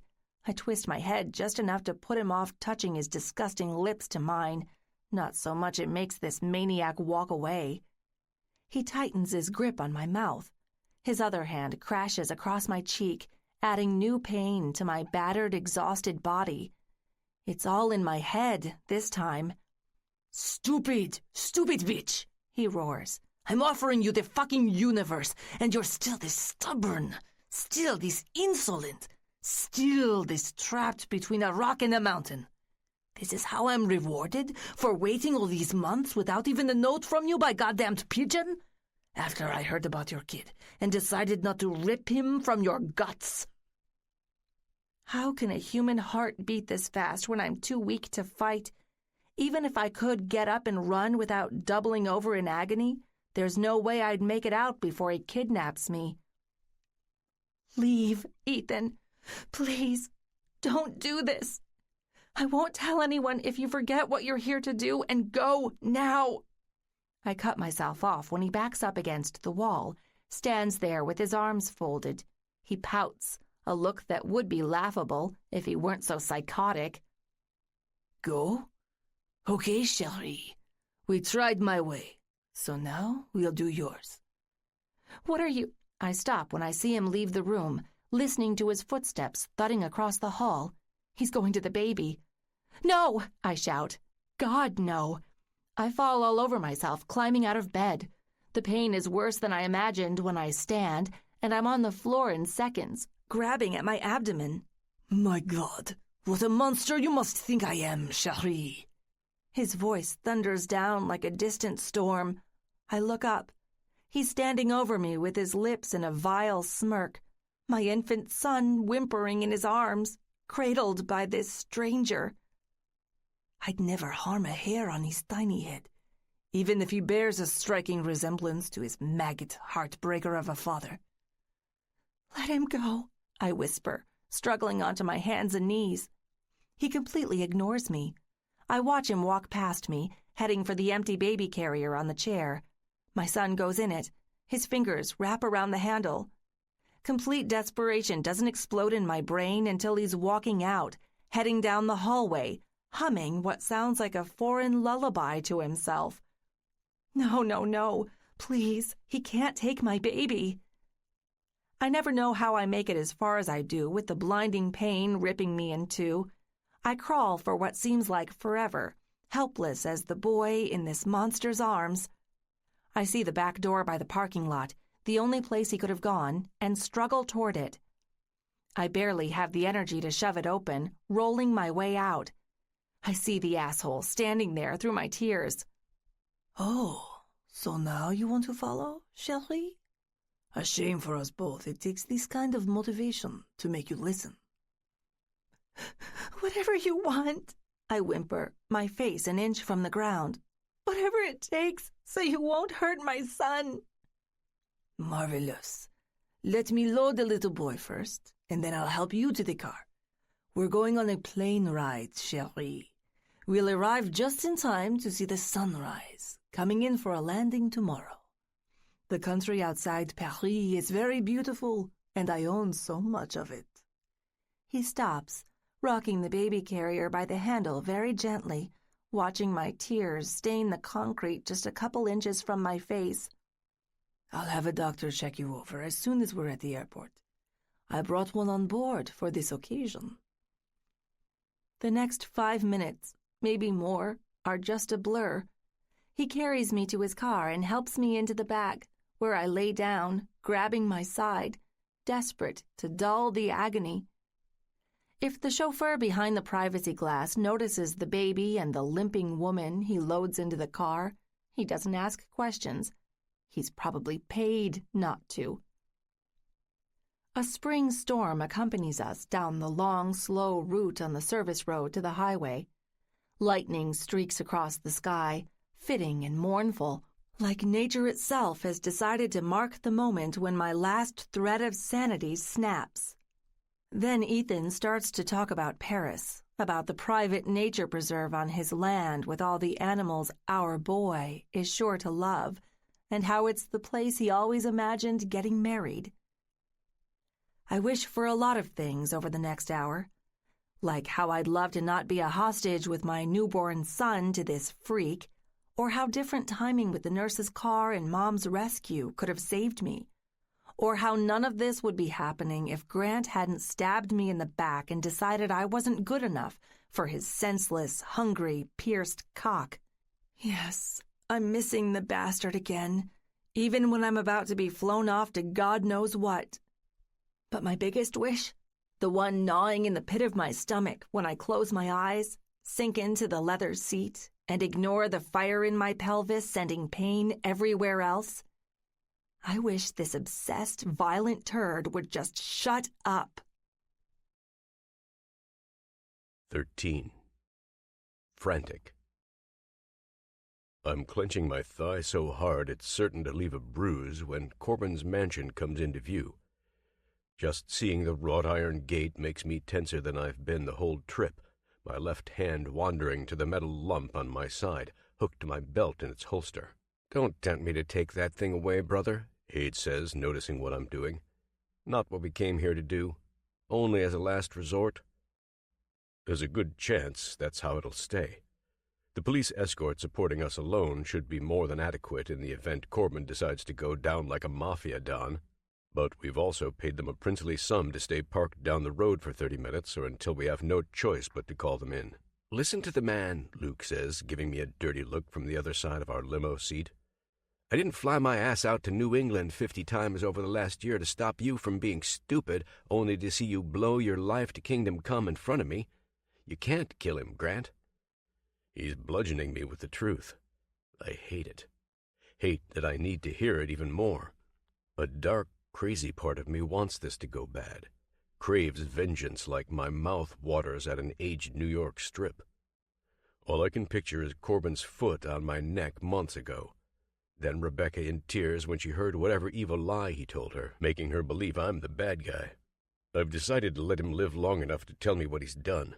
I need to know what I'm dealing with to undo it, and damn it, I will. There's no answer at the gate when my driver calls, and the security booth is empty. But someone inside the house throws the switch to let us through. Our car snakes up his long drive straight up the hill, heading for Ragnarok. It's the kind of old, dark luxury chateau our father loved. I remember growing up in its cold spaces, every wall and ceiling decked with glamour, bleeding gold and redwood instead of life. When our caravan rolls up next to the door and stops, I'm out in a split second, pounding my fist on his huge double door. "Let us the fuck in! Game is up, Corbin. It's over." I'm surprised my brothers don't throw me on the ground. I'm breaking every preconceived security protocol we agreed to, and I can't say I care. It's impossible holding in the raw, vengeful emotion. It erupts like bile. I'm so caught in my frenzy I'd forgotten to check the door. It opens when my hand tries it. Unlocked. I straighten my tie, giving Luke and Hades a dirty look before the three of us step inside. The lawyers and private security guys we've brought along more spooked than us. We've told them to be ready for anything. I head for Corbin's office first, a long, winding walk through the mansion. It's empty. I'm clenching my fist when we head downstairs again, wondering if the whole damn thing is a ruse. What if he's escaped, left his home wide open to waste our time? If he has, then I've probably lost. Strike 3. Or is it strike 10? The very thought of being outsmarted yet again by this old wolf wearing a human skin makes my temples throb lethal rage. No, goddammit, someone's here. Somebody threw the switch for the gate, letting us in. Shit, hold up! Luke does a quick turn, several paces ahead of us, both his arms stretched. I run up to him to see a huge library with its doors open. There's someone in a high brown leather chair at a desk behind the biggest stained glass windows I've ever seen outside a cathedral. "You took long enough, gentlemen. I thought you'd never get here. Tiptoeing through my place like traumatized pussies. Sure, come forward." I recognize the top of the bastard's head, and I'd know his wicked voice anywhere. Corbin never turns around. I plow past everyone, walking to the edge of his desk, clutching the sidearm I've brought in its holster. "Look at me, bastard. We came to talk surrender. We're not wasting time on anything else." "Oh, yes, that. I suppose I overreached, didn't I? Just never thought it would be that two-bit jeweler who'd bring the whole damned operation down." He lets out a long, deep sigh before he turns, holding out his hands, pressed together by their wrists. His eyes are bloodshot, and there's salt and pepper stubble going around his chin, accompanying his mustache, like he's spent the last 24 hours as wide awake as us. "Go ahead. Arrest me." Too easy. What fucking gives? I turn my nose up, studying the old devil, wondering what's gotten into him to give up this easy. "What, no lawyer? You really expect me to believe you're not challenging the documents from Syria or gearing up to plead the Fifth?" I leered down at him. Wish like hell he'd make one wrong move, give me one excuse to pull my magnum and splatter his brains all over that beautiful glass behind him. Who the fuck are you, old man? This isn't the Jeremiah Corbin I know. Then you never paid attention, Shaw, he snaps, pulling his hands back, sitting up straighter in his chair. I deal in realism, never fantasy. What defense do I have left? You've found your smoking gun. You'll notice I've dismissed my staff, given them ample opportunity to flee the country. If you'd like, you and your brothers can do me a slice of vigilante justice right now without involving a judge or an orange jumpsuit. Don't tempt me, you fuck. It's the hardest thing in the world taking my finger off the trigger at my side. But I need answers before I do anything else to this prick. Hayden and Luke also give me a warning look. Stop. This isn't our way. Remember what we agreed there, I say. I do, as much as it pains me. They're right. I'm better than this worm. Even an animal like him deserves a clean trial and sober justice. Stand up and come over. Hands over your head, I say, cautious as ever. I'm more weirded out than before when the jackal stands, hands glued to his head just like I ordered. He idles, gritting his teeth while our security guys pat him down. I still don't trust a damned thing. What's the trick, Corbin? Come clean. You're not taking me for a fucking fool. Rather, I won't let him make me one. Not again. I walk over, getting in his face as soon as the pat-down is done. He smiles, showing defeat and sadness I didn't think was possible in his stress-lined face. I'm sorry I had to get so dirty to bring you down, Shaw. Nothing personal. You left yourself so damned open for it. If only I'd known I was going after the wrong man. Wrong man? I growl, grabbing him by the lapels and lifting him off his polished shoes. Grant! Hayden tries to grab me from behind, but I carry the old bastard in my arms across the room, slamming him against a bookshelf. Several heavy volumes shake loose, crashing down around us. Back off, I roar behind me, warning my brothers not to come any closer. I'm done with neat and clean. I agreed not to kill him. Never said jack about not roughing him up, especially when he hasn't told me anything that makes sense. What the hell are you talking about? What man? I'm practically spitting in his face. My thumbs dig hard into his neck, an easy push away from cutting off the blood flow to his brain. The bastard laughs in my face. Such a temper? At least it's honest. Should have known the quiet, stuffy ones would screw me in the end. Can you stop being so fucking cryptic? I snarl, giving him a fierce shake, ramming his spine into the wooden shelf a little harder, listening for his groan. Okay. You want the truth? Duh. I want it so bad I ease up, giving this jackass enough space to speak without fracturing his vertebra. I know I'm done. Knew it as soon as I got the panicked call from Fabius about the developments in Syria. I'll be doing hard time for the arms that French prick got me into. It's amazing how much I let him get away with. Thought he'd sent us to heaven with the money he made, knowing he could turn it into my hell any time. I got greedy. The billions we made on black market guns weren't enough. I decided to do priceless jewels and artifacts, too. You'd be amazed how much rich men like us will pay for Phoenician busts from old Damascus or a ceremonial dagger from Antioch. Too much to launder off my company's accounts. That's why I merged with Neolithic. That's why we worked well for a time, like taking candy from a very big, stupid, bearded baby. Guess he wants me to break his jaw, I tell myself. My intestines twist like sausages because I can't give in. Can't let him bait me into busting him up. You knew. You profited. I say the obvious. It still guts me, hearing the truth from his mouth. I squeeze him again, remembering why I'm really here. Where's Rebecca? You're not leaving this room alive if I don't have an answer. It's not an idle threat. I'll break my promises, do my own time, sell my soul up the river Styx if he doesn't tell me the most important thing of all. She's the reason I'm doing this. He stares through me, his voice going numb. Fabius screwed me. Took off with her. I never should have let him get as close as he did when I saw she wasn't interested. He twisted my balls too hard, and now I'm afraid I've damned her." Every single word he says enrages me a little more.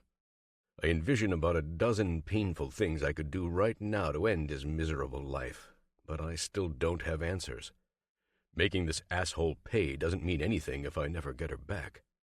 And if what he's telling me is true, if she's fallen into Ethan's hands, then I've got bigger worries. She's in danger. Where? I bare my teeth, shaking him, waiting for this jackass to lift his head and look at me. He doesn't say anything. Oh, Christ, he's sobbing. It's such a strange shock, I'm losing my grip. Allowing his feet to touch the ground again, I step back, giving him breathing space. Not because there's any sympathy, but because I need a goddamned answer, and I won't get it while he's blubbering away. "Hurry, bro. Cops are pinging us again. They're getting impatient," Luke says behind me. "We've got 5 minutes. They really want their sting." Where is she? I repeat the question, boxing him into the corner again, my shadow swallowing him up. Tell me, Corbin. "Sent her to upstate Maine. Presque Isle. Couldn't trust you not to come after her if I let her stay here, or anywhere else in the city. She was at a retreat when he grabbed her, from what I understand. Cora tells me they never saw him coming. He'll head for Europe first chance he gets." Europe? Shit. I stumble backwards, knowing full well there's a high probability I'm fucked. If for no other reason than Presque Isle is a couple hours away by plane, and we're still stuck in New York wrangling the lying, soulless idiot who caused this mess. "We'll take it from here," Hade says, pulling me away with a hand on my shoulder. He walks me to a leather bench near the entrance. That's where I sit with my brothers while everybody else scatters, just in time for the 24 cops and federal agents who start pouring through the door, their weapons drawn, surrounding Corbin. Their sergeant throws him to the ground, digging his knee into the bastard's back while they lock him in handcuffs. It's complete overkill, and more than a little satisfying. So delicious it's made me forget the last burning question in my brain until he's on his feet again, being led out, 2 gruff men with badges holding both his arms. Wait. I'm on my feet, blocking their path. I forgot to ask. Grant, what the hell do you think you're doing? Hades thunders in my ear. Luke on the other side, both my brothers grabbing me like they've lost their mind. "This isn't the time to interfere with a police investigation." They're right, but they're also flat out wrong. They don't understand. I'd get between God himself and this thief who's chewed away everything I had if it means bringing her home. What'd you tell her, Corbin? What was on those tapes you forced Mac to hand over? Why does she hate me? I have to scream the last question after them. The police don't have time for my antics.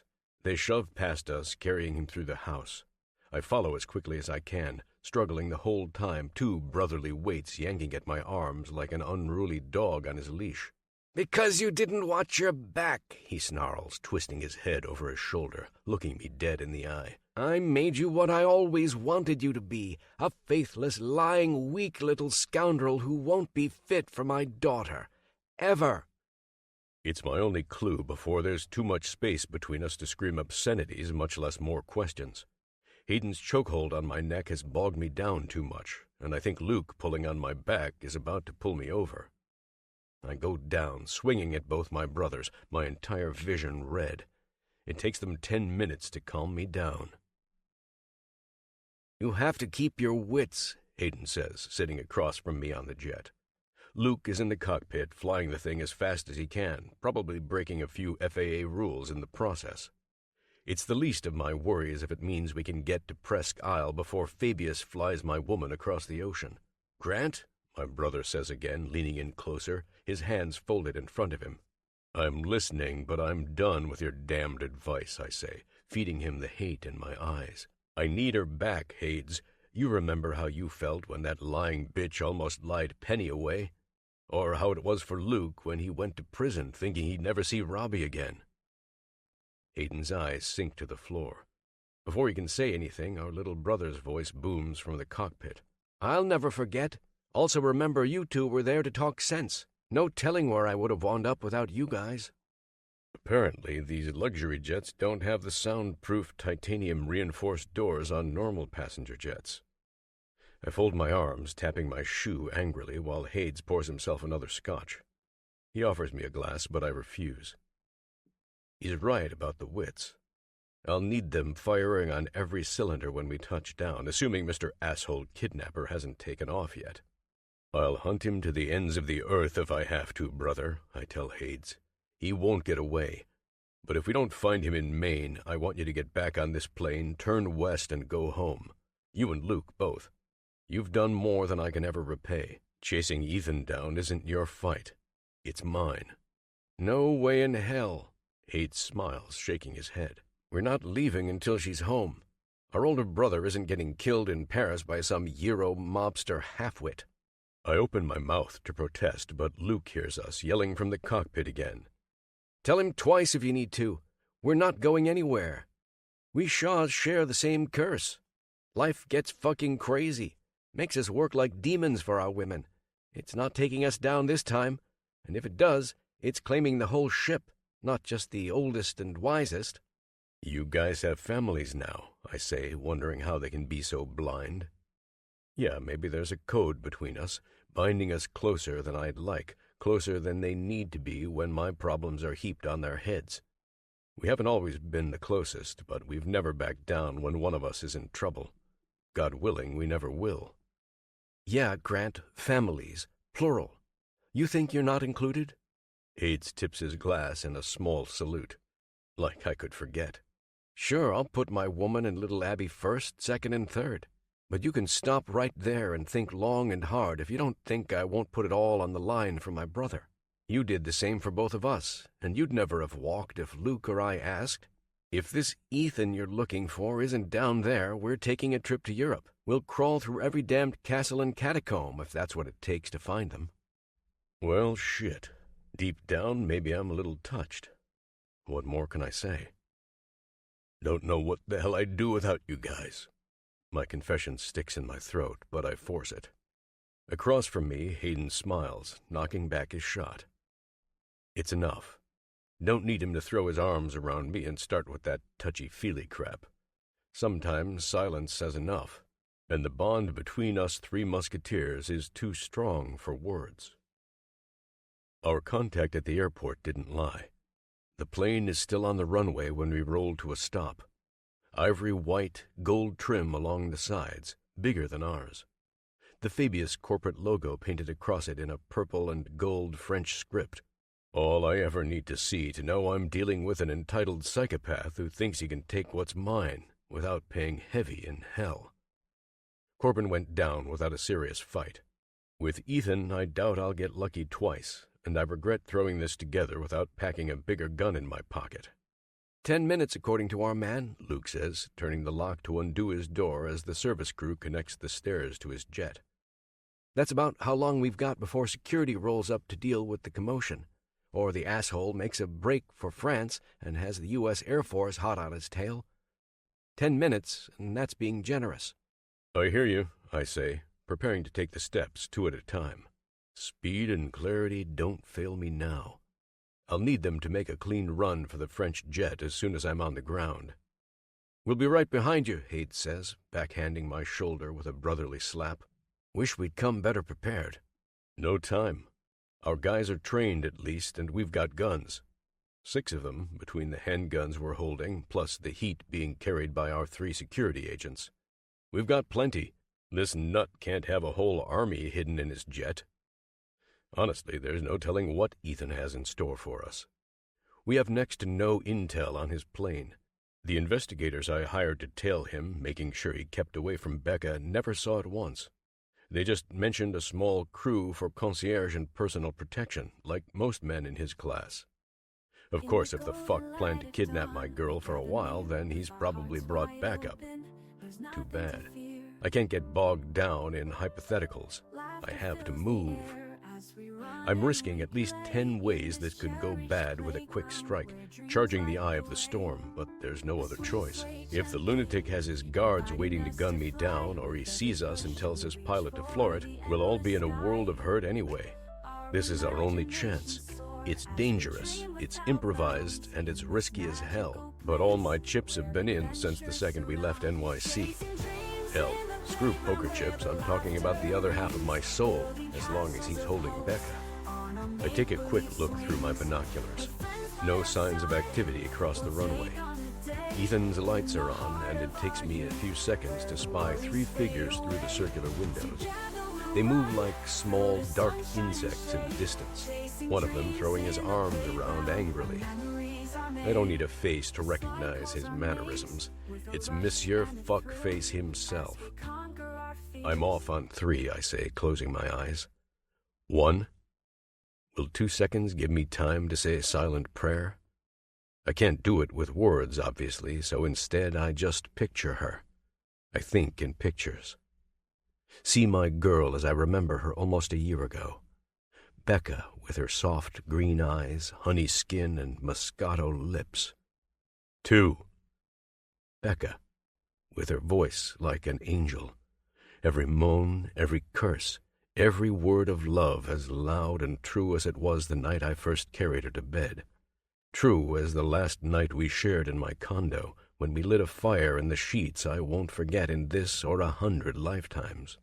Becca alone, in pain, not even calling out to me for help because her rat bastard father fed her too many lies. I can't fucking stand it. 3. My shoes hit the steel steps, clamoring like bullets. I fly down it, thankful for the storm brewing overhead. The rain beating down my face and shoulders in thick rivulets helps obscure our approach.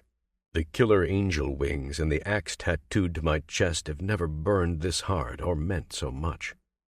I've said my prayers, but I need to move to get her back.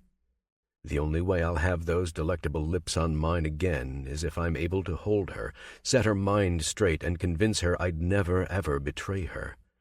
Not for $1 trillion, not to heal the deep, ugly bruises on my ego. Not even to see her wearing the ring burning a hole in my pocket even now. Not unless she's serious, wearing a smile on her face, showing me the love in her eyes that used to say forever. Just a little while longer, Moscato, I whisper to myself, crossing the long expanse between the 2 runways, moving at a speed sending equal fire to my lungs and knees. I don't slow down to check who's behind me or how close. I'm too frantic. Hold on, love. Forever's coming. 14. Knife to a gunfight. There's at least 100 feet between us and the maniac at the front of the plane, but I hear him losing it just the same. The cabin explodes in loud, rapid-fire French for the 1,000th time since he shuttled me into the jet, cuffed me to the bed behind the curtain, and left me alone with my baby boy and the panicked doctor. I raise my head and instantly regret it. Morphine shouldn't wear off this fast. The doctor, sitting on the stool across the small space from me, looks up from his phone. He's a thin, young, disgruntled man, probably Algerian by the thick French accent and the olive skin. Don't fret, madam. Please, we'll be calmer as soon as we're in the air, and... Give me something for the pain, I snap. It hurts again. I'll scream if we have to take off like this. He looks more nervous than I do. For a second, I think he's going to fight me on it, but instead he just sighs, reaches for a pill bottle in the tiny box next to him, and shoves a couple small white ovals into my hand. Last you can take for a few hours. These won't help you sleep, I'm afraid. You'll have to suffer along with the rest of us while they sort out our schedule. Can't be too much longer before we're cleared for takeoff. I roll my eyes. Even he doesn't sound like he believes it when he talks about leaving. There's clearly something more going on. We've been sitting here for hours. I overheard the security crew mention a wheel with retraction issues and then get doubly heated. Hey friend, you've been listening for a bit now. Let's take a tiny break. Here's some music to unwind. This is a free audiobook experience, and we're glad you're here.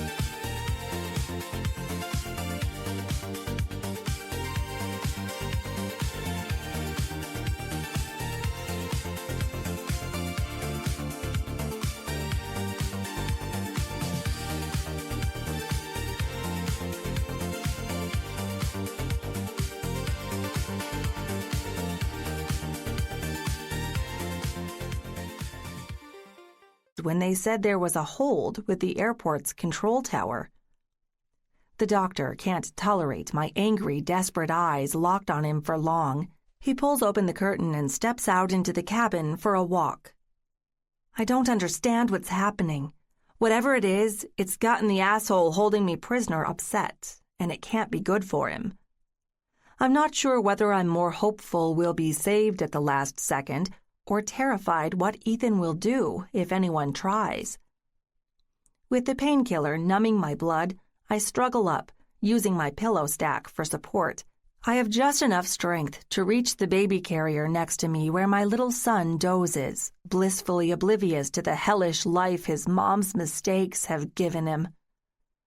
"I'm so sorry, little guy," I whisper. Gripping his tiny hand makes me forget my own discomfort. This is it. Everything. His life is all that matters now. I'll suffer through anything to protect it. Trade mine in a heartbeat if it keeps him safe and happy. There's more shouting up front, something like a door creaking open. The commotion wakes my baby. He rolls, fidgeting his tiny hands against my finger, crying for a mother who's too screwed up and exhausted to even pick him up. I'm new at this comforting a baby business. I do my best, whispering reassurance, squeezing his tiny palm, but it isn't enough. His screams drown out the furious chatter at the front of the plane. I know we're in trouble when I hear heavy footsteps approaching us at breakneck speed. "What the hell is going on back here?" Ethan snarls, ripping the loose curtain aside. "Shut your little urchin up, Cherie. We have enough fucking problems. Need to hear ourselves think. Make him stop before I do it for you." I wince through the soreness in my body as I struggle, stooping low to pick him up. I'm thankful he can't understand this sadist's words. Cradling my little man, I tuck his head under my chin. I'll become a human shield to protect the boy before I let him come one step closer. "Sir, somebody's trying to get in." There's more happening up front. One of the hired goons yelling to his master, and then a sound like metal shearing apart, maybe melting under a torch. Ethan whirls around, bangs into the doctor, and grabs him by the shoulders. "Out of my way, fool." It's the last thing I hear before the enormous blast goes off near the cockpit.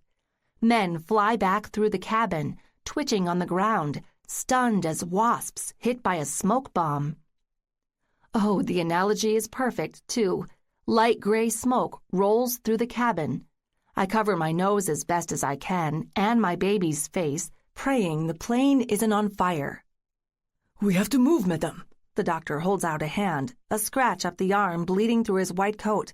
I'm reaching to grab it, grateful for a split second because the smoke is suddenly less thick, when more loud blasts ring out in quick succession. Gunfire. The doctor stops holding out his hand and pulls me to the floor, careful to keep me on my side, protecting the baby. "Stay down," he thunders in my ear. I listen, struggling to breathe. I don't think it's possible for my heart to beat faster than this. It must be a SWAT raid or something. A glimmer of hope if I can keep my head down long enough and survive with my little one. Men fall several feet away, screaming as they hit the floor. I don't think the guys who went down with the first blast ever got up. I'm grateful for the doctor's presence, one more shield around my baby, thicker than my own body if the worst reaches us. He breathes heavy in my ear, a cold mercenary who still has a shred of his soul somewhere deep in his body, praying quietly in hurried French. I start counting the seconds. When I hit 40, it's eerily quiet, except for my baby son howling into my hand, gently pressed to his mouth. I'm about to turn and try to peer over the doctor when a force like wind rips him away. "Rebecca, come on, we'll go out the back." Ethan's pale blue eyes roll wild in his head as he snatches at me desperately. He's completely lost his mind. I'm picturing a long, sharp descent down a yellow emergency slide, and I know I'm too weak to hold my baby safely. There has to be another way. I can't jump with the baby. Even the doctor rears up, grabbing at his leg as he seizes my hair, dragging me several paces across the narrow corridor. No, sir, you can't. Can't do this with her. We're not equipped and she's in no condition. We should consider surrender if the only way out is to... Quiet! Ethan's polished toe hits the doctor's temple like a rock. His eyes wobble funny and flutter shut, his grip weakening. The lunatic kicks him away, grabbing at my hair with both hands, pitching me violently down the narrow space to the very back. I'm screaming, or at least my mouth is open. My baby boy makes the noise for me, filling the plane with the terror I can't. Ethan throws us against the wall and pulls a metal handle shaped like a fire alarm in a building, except bigger. It's so cold. Wind rushes in, fast and ferocious, as the plane's loading door opens, exposing the 20 or 30-foot drop into black night. I don't see a slide or any stairs to deploy. Oh my God! No! You can't do this, Ethan!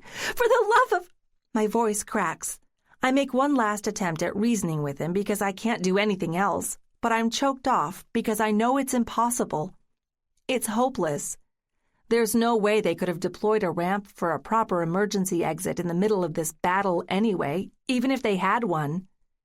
He'll kill my baby, and quite possibly all three of us, if he thinks he's going to throw us out. His crazy eyes say he's way past caring, if he even understands me.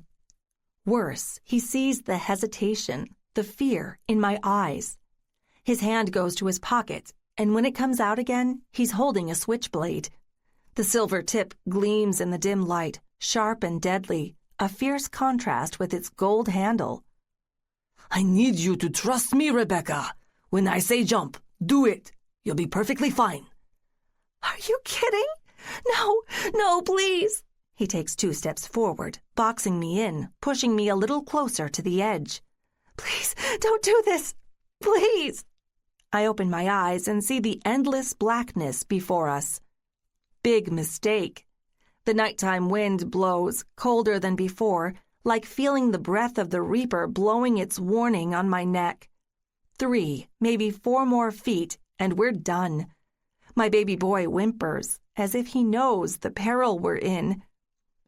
You can't make me do this! I won't, you crazy asshole! You will. I'm so sorry it's come to this, chérie, he says, eerily calm as he tucks his hands under my shoulders, shoving me to the very edge. My heart, my lungs, my whole soul, slow to a flicker. It wasn't supposed to be this way. You understand. If we survive the fall, anything's possible. We'll run. I'll make it up to you when we're in Paris. I'll give you a new baby to replace him. I'll hand over the whole world for you, love. First, I just need you to close your eyes, lean forward, and... You'll let her fucking go. A human freight train slams into the maniac, pitching me against the wall as I'm thrown from his grip. Scuttling backwards, I grab for the safety bar in the corner, hoping the crazy mass of snarling, punching, and kicking doesn't push us to our doom. I'm in disbelief a second later, realizing what's happened. It's dark, but I'd recognize his voice, his body, anywhere. Grant. My heart skips a beat. I can't decide whether to be horrified or thankful. For now, it's a relief just knowing I'm not hitting the runway, clutching my helpless son as we plummet to our end. If we live, we'll have all the time in the world to work this out. Right now, he's here, fighting for me. Lover, cheater, and now my unlikely hero. And it isn't over. Grant flings the wiry demon around in his grip, slamming Ethan's face against the metal floor as they roll, his beard smeared with grease or blood or maybe both. The men trade the upper hand every few seconds, barreling a little closer to the black chasm at the end of the plane that will almost certainly kill anyone who falls into it. They're wild animals locked in a death match. It's blood, guts, and total war, with all the bone-rattling punches and blood-curdling screams a fatal contest entails. It's a miracle my savior hasn't been cut to pieces yet. I see the knife come down near his face several times when Ethan is on his chest, stabbing erratically. Grant seizes his wrist, knocks the blade from his hand with a vicious grunt, but not before its edge nicks his cheek. It's a small but deep cut. Blood pours out like a thick red tear smeared across his cheek. My baby can't see this. I hold my boy in his thin blanket a little tighter, pressing his forehead to my lips, his face to my neck. Can't it just be over? I beg for it to just be over again and again and again. Please don't let him kill us. Please don't let Ethan walk away. Please make it fucking stop. I close my eyes for a second, but it's too much to shut out. They're too violent for words. I watch Grant find the leverage he needs to pick the madman up, fling him against the wall, and scream while he does it. There's a deafening crack that's probably Ethan's shoulder dislocating. The new disability just makes him more desperate.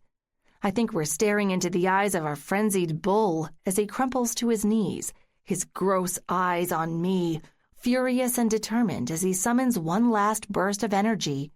Men behind him close in, approaching us, calling Grant's name as they come closer. I'll never let him have you, chérie. If I can't have you in life, we'll go to our graves together, He growls. Together, as we're meant to be. No! Grant roars, grabbing him by the collar as he charges for me.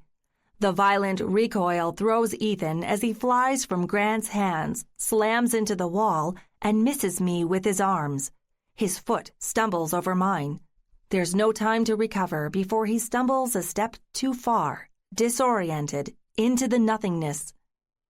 It seems like his lonely shriek never ends as he falls. When it finally does, I hold my breath, summoning the energy to crawl to the edge where I can see and look down. It's so dark. Flashlights move across the pavement, swirling like tiny spotlights, illuminating his demon face. Ethan is still, blank, and twisted so awkwardly he can't possibly be alive. I have exactly 1 second to release the air from my lungs. Relief floods my body like anesthesia pulling me under. Soon, Grant's arms are on me, bringing me to him, his fierce eyes melting into mine. I can't believe you're here. Maybe you do care, I whisper. Goosebumps pepper my skin now that my body knows it's safe, and it finally has the time to deal with the conflicted emotions storming through my nerves. I'm so sorry, Grant. We have a lot to talk about. I didn't come for an apology, he says, more anger in his voice than I expect. His eyes glow flame blue, demanding answers. Who's the little boy, Moscato? Oh, he hasn't figured it out? Apparently tonight's surprises never end. God help me, I'm laughing. Hysteria hits, sinks its teeth into me and refuses to let go. I'm a blubbering, crying, chattering mess a minute later. I can't breathe. My stomach aches, tightens, and scrunches in on itself, threatening to knock out my knees. I hold on to my baby boy with all my might as the blackness closes in. Becca? He calls my name once. Becca, hey, stay with me. The last thing I remember before I pass out is how he slaps my cheek. Well, technically not the last. I also recall he's a cheating, untrustworthy fuckboy, and even though he saved my life, we aren't magically fixed. If anything, it's more complicated than ever. How the hell do I hate someone who ripped out my heart only to keep it beating another day? Give her space, Mr. Shaw. We're bringing her out of it. I wake up feeling like I've just come up from an ocean cavern without a breathing mask. I'm groggy, hungry, and everything hurts, especially from the waist down. There must be 6 tubes poking into my arms. I sit up in the bed, clenching my teeth, and realize there's a hand closed like a firm blanket around mine. Welcome back, Moscato. Take it easy. Easy. You'll be fine in about a week." He watches me, patient and reassuring, just a handsome guardian angel in a dark beard and soft blue eyes. Not very different from the winged heroes Mom used to watch on her silly paranormal soap operas. Fine? Slowly, I remember what this angel did, and I rip my hand away, nearly pulling out the IV in my arm. "No, get away from me. Where is he? Where's my baby?" "Sleeping down the hall. I'll bring him in later if you'd like. We'll have to fill out the birth certificate together. I'd like to be listed as the father, considering what the paternity test showed." Oh, God, he finally knows. It shouldn't feel like a dagger working into me when I imagine the look on his face as some random doctor read off the cold, clinical results. All while I slept, dead to the world. I'm not even sure how long it's been since the fateful showdown on Ethan's plane. The clock says 4 p.m., I'm guessing, but I don't really know. "How long was I out?" I whisper, ignoring the long list of far more unpleasant questions. "A good 14 hours. Had time to nap myself for the first time in days."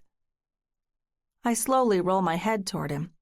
There's a thin, skin-colored bandage on his cheek, just above his bearded jaw. Ethan must have done it. I mentally estimate how many scrapes and bruises he has, how many cracked ribs. In a just world, maybe they'd make me rethink one of his sloppy affairs. Yes, 1. But not the 3 or 4 or who even knows. I saw at least 3 on camera. 4 if you count the slutty duo slobbering all over him at Sanford's. My body must have replenished its fluids well enough to cry, because there are tears welling up. "What's wrong?" he growls, laying a hand on my shoulder as I try to roll away from him. "Go away. I want to rest alone. I don't want to see you." "Really, Moscato?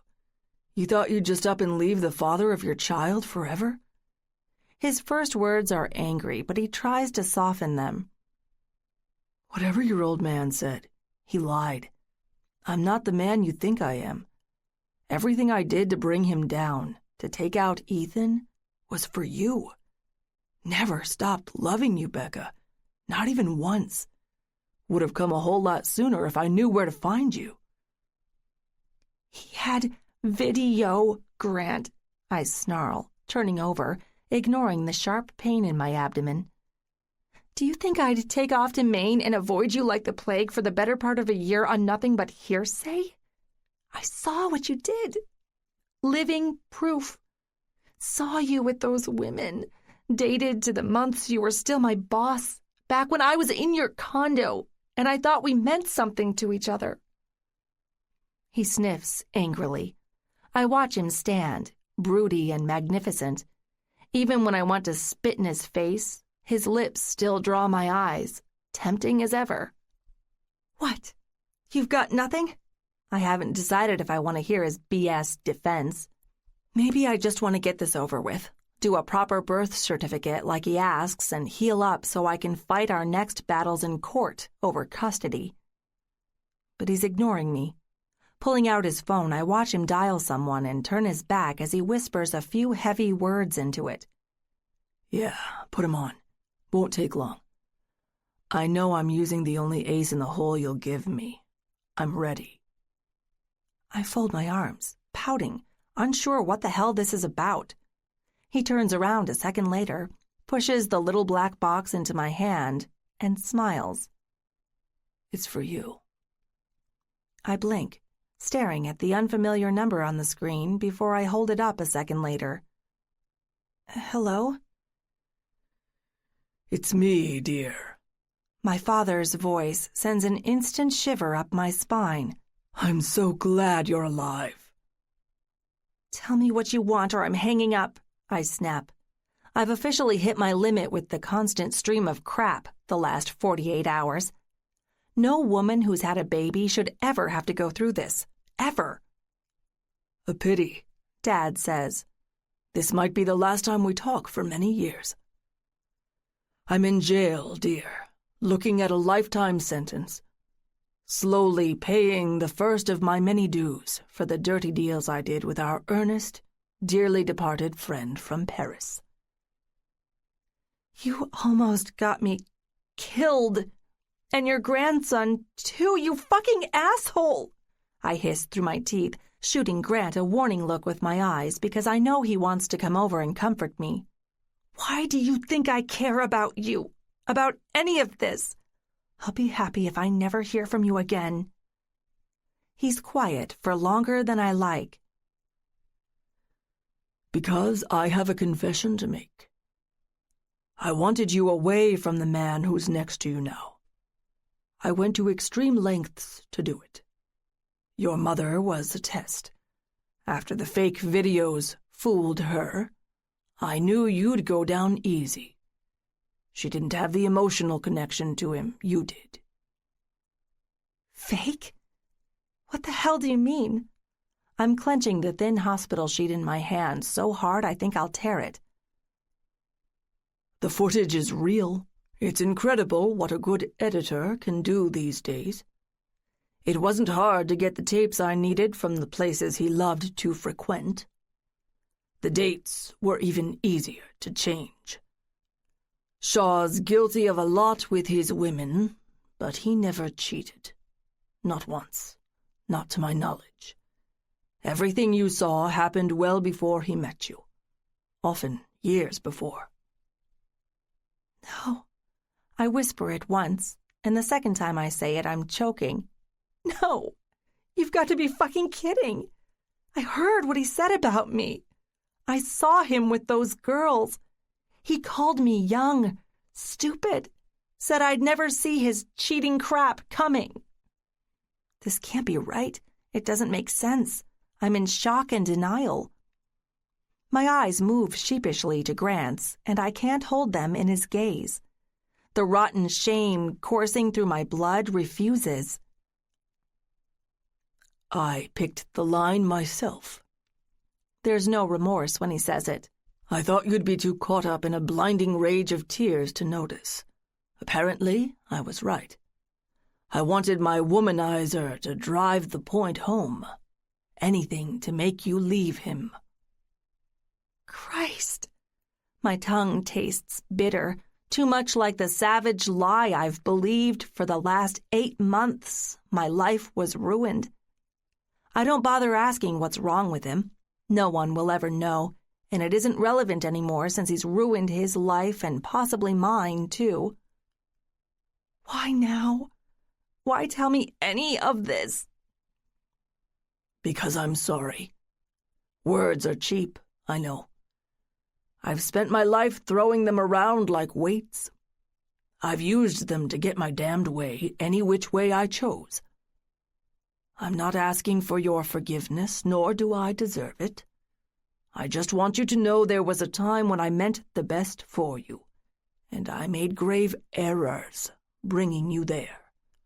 I told myself that's what I wanted anyway, but truthfully, I wanted you to do what I said. I wanted to use you, one more piece of collateral for what I wanted. I forgot you were a human being, and you deserve your own life. I'm trapped. It's incredible I can still breathe between this monster in my ear and this gorgeous man who, for some reason, remains next to me with love in his eyes after I've treated him like a monster. You deserve the truth, dear, and here it is.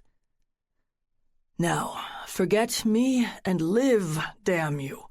Whether that's with Shaw or in a tent overseas, go live your own life. You're free. No, I'll spend the rest of my life behind bars being sorry, without excuses, for everything. He ends the call. It takes me a minute to realize it through the hot, brutal tears flowing down my cheeks. Grant finally lays his hand on my shoulder. He pulls up a chair, holding me like a human rock while I let it out, ugly, too ashamed over everything to let myself lean into him, much less look him in the eye. I'm sorry. I didn't know. Wish I'd asked more questions, Grant. I shouldn't have abandoned you. Becca, stop, he says, his voice soft and heavy. I'm sure I look like a total mess as he runs his hand slowly up my throat, lifts my chin with his fingers, and I meet the blue eyes I want to drown myself in forever. I've almost missed a year with you on his stinking lies. Missed your lips on mine. Missed you being pregnant, telling me the news, and bringing our son into the world with his father at your side. You think I've got time for more regrets or more apologies over shit we can't take back? His eyes say it's a resounding no. Fuck no. I'm afraid we've lost too much. Done too much damage. We can't just pick up where we left off and continue? He's smiling when he shifts his free hand into his pocket. You worry too much, Moscato. Always did. I forget all about his fingers as he lowers his face to mine. Our first kiss in seasons pours into me like summer sun breaking through a storm, rekindling fires I thought were out for good. His lips smother me, suck every molecule of oxygen from my lungs, and I let him, whimpering into his mouth while his tongue attacks mine. What was impossible just a few days ago is real. Raw, emotional, and inescapably real. There's something I need before we wheel the kid in and get to work on the birth certificate, he says, excitement blinking like siren lights in his eyes. He pulls away, just enough to hold the little black box up to my face, and pops it open with his thumb. Marry me, Moscato. Here, today. Wish we'd done this wife and family thing in the right order, but you'd better believe I wish more. You'll do me the honor of never wasting another day without wearing my ring. Even with my jaw hanging on the floor, I'm smiling. I put my hand over his, touching my thumb to the ring, letting its golden warmth heat the heart that still hated him just minutes ago. Yes! One simple, powerful word. As soon as I'm out of here, Grant, I'll make everything up to you. I'll be the woman you always wanted. Fuck waiting, Moscato. You already are. No more distractions. Forget the last 9 months and let's build the life we were always meant for. There's a rowdy noise behind us. 2 men laughing through the small window outside my room. I look over his shoulder and see the 2 Shaw brothers I met at the charity event before everything went nuts. Hayden and Luke look on, elbowing each other, whispering a few choice words we can hear through the glass. Never seen him like this. Didn't think he had it in him. Hades, the man's in love. Give him a damn break. We've said our share of flowery crap, too, ever since we got hitched. You're right. They fall silent and look on. We fall so deep into each other it's easy to ignore their prying eyes.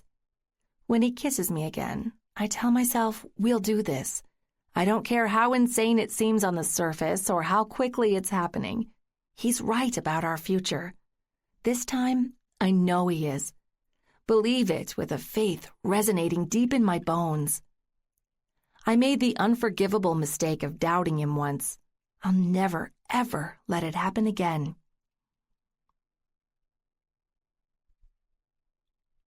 I'm not well enough to stay up through all this excitement. Another long nap leads me into sweet nothing. We don't get together until the next morning when Grant carries in our baby, snug in his father's arms, for the first time.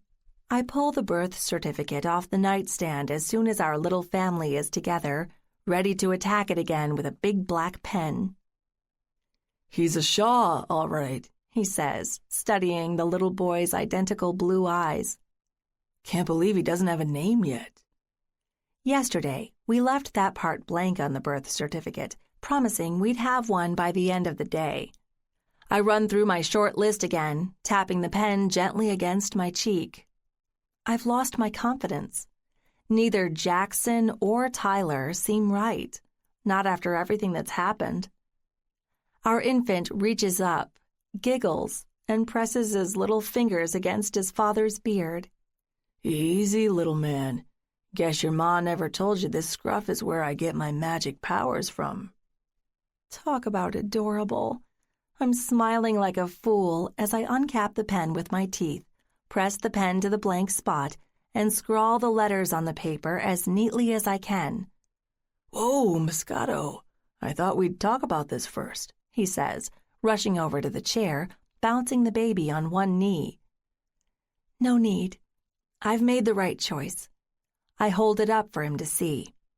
He snatches it out of my hand with his brow furrowed, his eyes scanning it. No way. You really want him to be named after me? Names are powerful. He should have a good man's name. Plus, Grant Jr. just kind of rolls off the tongue, doesn't it? He's laughing, happier than I've ever seen him, baritone music busting out. He cradles our baby boy as he comes in to collect his kiss. I can't last more than 10 seconds with his beard tickling me before I'm laughing just as hard. If this is what it's like to be awake, at peace, and happy again, don't ever put me back to sleep. 15. Another sunrise. 3 months later. Everyone, and I mean everyone, is here. A full audience is impressive as it is majestic, considering there's nothing traditional about this wedding. Not even the time. It's the ass-crack of dawn, 6 in the morning, and we're standing on the banks of the rocky Maine shore as the sun comes up, 5 miles outside Chandlersport on a stretch of land I added to my property a few months ago for this occasion. The little white gazebo and wooden walkway I've had thrown up last week does its job, shielding my Moscato's heels from the uneven dirt as she walks toward me. I take a minute to breathe and let myself smile, taking in her sweetness while the music kicks up. It's a rock rendition of Here Comes the Bride. There's so many eyes glued to us. I'm not the only fool gawking today. My brothers and their wives, my niece and nephew, my own little man, lovingly tucked into his grandmother's arms. Seeing Cora Corbin with her grandson, you'd never know she's shaking off a divorce and a swift descent into upper-middle-class limitations after the feds took almost everything from her asshole husband.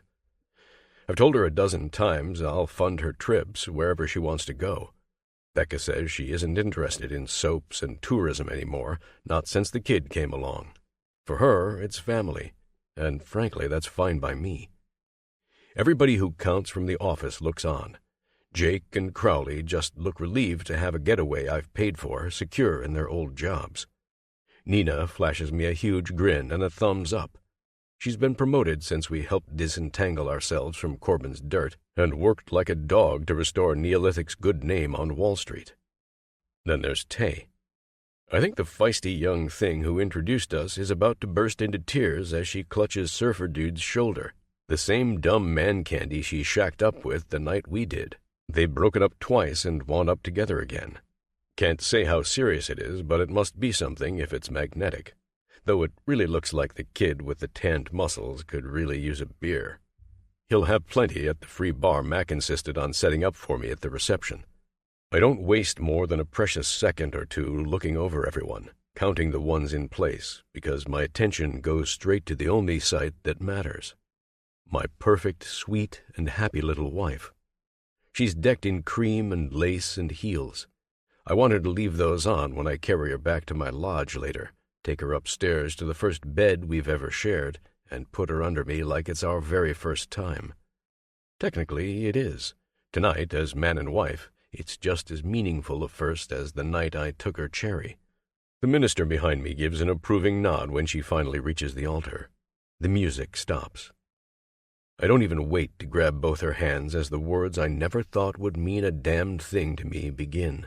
Dearly beloved, we are gathered here today to join Grant Shaw and Rebecca Corbin in holy matrimony. I hear the words we've rehearsed, but they're more like background music than proper speech. I'm too lost in her eyes to focus, too taken with every soft, supple curve on her I'll own for the first time as a married man, in sickness and in health.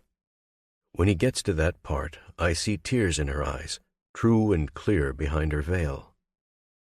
For better and for worse, we've seen both. I do, she whispers, turning her head toward the minister before she faces me again. I always did, she whispers under her breath, leaning in. Wish like hell we could skip the rest of this rodeo and get to that kiss the bride part. Lucky me, she's a beautiful distraction. Helps me make it through the rest of his flowery speech while I squeeze her hands, giving him a shred of my attention when he gets to the important part. Do you, Grant Shaw, take this woman to be your lawfully wedded? I do. I always will. Today, tomorrow, and every day I'm lucky enough to keep drawing breath with the woman who's given me new life at my side. Let's do this. My brisk words get laughter from the peanut gallery. Can't say I care while the minister, a very formal man, catches himself and tries to plod on with his lines. Then, by the power vested in me by the great state of Maine, it is my esteemed pleasure to pronounce you man and wife. You may now— Kiss the bride? Oh, fuck yeah, I do. I've got her veil tucked behind her head before he's finished, arm around her waist, pulling her into me, and this time forever. I push my lips into hers like a kid with a cloud of cotton candy. And she's just as sweet, just as colorful, just as sure to put a few more stars in my eyes after I've had my fill. She loses a soft, soulful moan to my lips.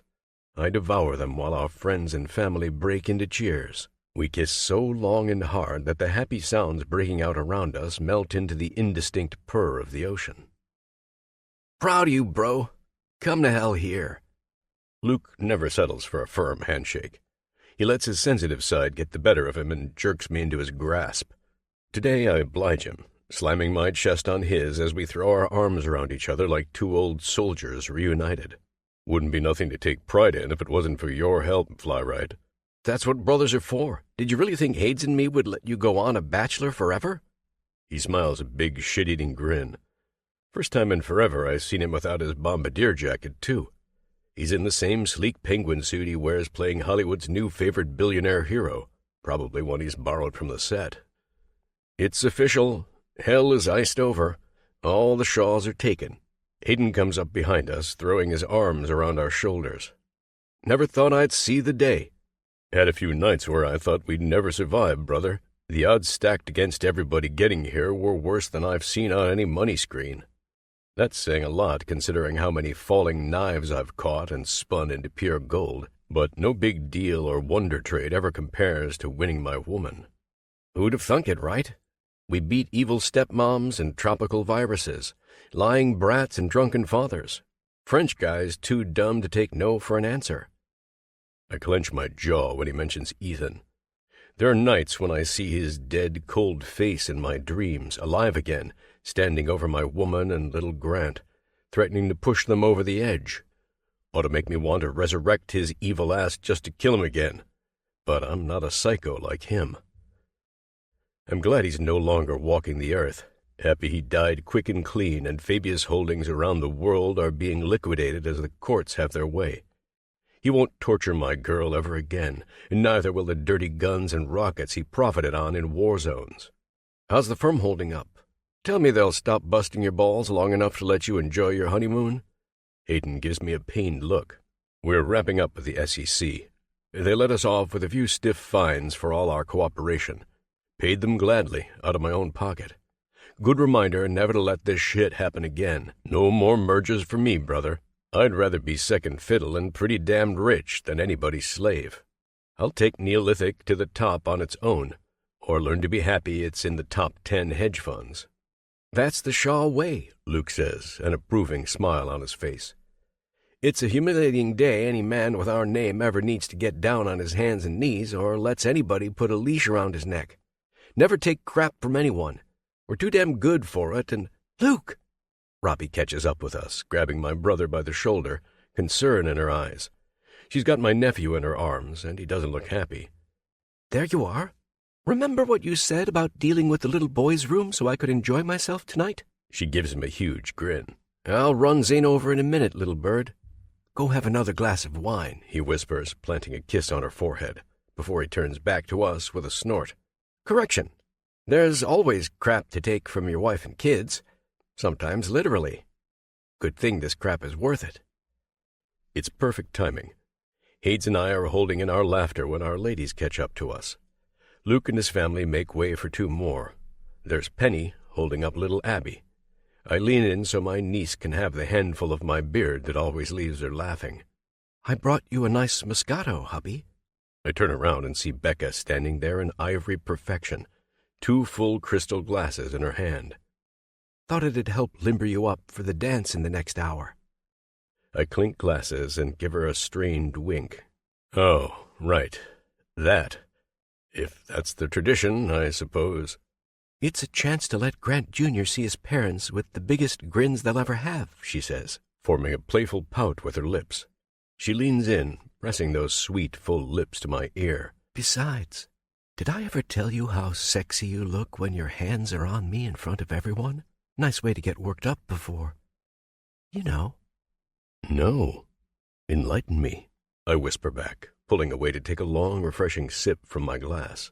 She blushes to this day when I tease her about sex, the little minx.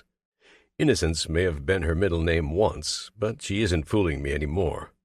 One word about my face between her thighs, and she's rose-red and wanting. Always my virgin rose, and now my married one, supple and ready to be plucked. Oh, you kids. Enjoy yourselves tonight. Leave the baby to me. Cora comes up behind her, flashing me a knowing grin, bouncing our baby son on her shoulder. Good distraction for me, too. Jeremiah never really did keep me company, but I do miss my mimosas. Mom, you're doing great, Becca says, spinning around. My hands go down her waist. I back my bride up with a nod. Stick with the program. You won't think twice about drinking in a few more months. As if I have time to fall off the wagon, honey. I'm not winding up like your father, so helplessly addicted I do bad. Power always was his drug, I suppose. I'll never know why he couldn't be satisfied with the simpler things, like seeing my only daughter getting married and spending a lovely evening with this little man. Smiling, she rubs her nose on Grant Jr.'s, getting a messy laugh out of our baby boy. Becca and I share a smile. We want her mother's Jeremiah mentions short and sweet. Someday we hope they'll disappear completely before little Grant is old enough to understand. We'll sit him down and explain why his grandfather spent his last days behind bars. We may even tell him why Daddy has that faint scar on his cheek and how his company almost went belly up thanks to a few big mistakes and a whacked-out French stalker after his mom. Cora grins at us one more time and then heads back to her seat as the music playing overhead swells louder. "Mothers-in-law," Haight says, rolling his eyes. "Welcome to the club, brother." I laugh because he isn't exaggerating. Penny's mother, Melody, is a character on neurotic steroids. "When do I get my club card? I'll put it in my wallet," I joke. But actually, Melody is the loud but benign version of crazy mother-in-law. And how could I forget Erica, Robbie's mom, whose sociopathic tendencies nearly put our brother away? It's taken her a lot of therapy to get better after she wreaked enough havoc for several lifetimes. I take my wife's hand as we watch Cora slip through the crowd with Grant Jr., heading for a table. Draining the last of my wine, I'm hyper-aware it could be a hell of a lot worse. If helping Jeremiah's wounds heal and keeping her off the bottle is all I need to worry about with Cora, I've gotten off lightly. I'm a very lucky man indeed. One last hungry glance from Becca reminds me just how lucky. Bringing one of New York's finest orchestras up to Nowhere, Maine wasn't cheap. Damn if I regret blowing a penny when the lights are down, the violins sing, and I escort my lady to the middle of the spacious ballroom. My brothers are out there with their gals too, and so are my business partners. But they're off to the side holding hands while we have our first dance as man and wife. She's beauty-drenched in charm as she moves in her long cream and lace dress, my arm around her waist, holding her at arm's length every few steps so I'm able to resist doing all the wicked things running through my brain. I'm sure I look like Prince Charming, groomed to the nines in my suit. Also wonder if old Charming ever had to worry about the bulge in his trousers when his cock stirred full, aching to dispense with classy tradition and take this dance where it really counts between the sheets. Behave just a little while longer, I remind myself. Hardly easy when my blood spits fire every time she grinds against me. Her little ass is just as lush as the first night I had her. Adrenaline hits my brain and overpowers the wine, making me drunk on lust and want and magic. You never cashed the check I gave you last year, I tell her. Need to make conversation out here before I turn our waltz into a strip show, blood thrumming in my fingers as I fight to pull them off her ass before they linger too long. She turns, craning her neck to face me, brushing her chestnut hair on my beard. Sorry? If you'll remember, we were kind of preoccupied. Yeah, well, the money's still yours.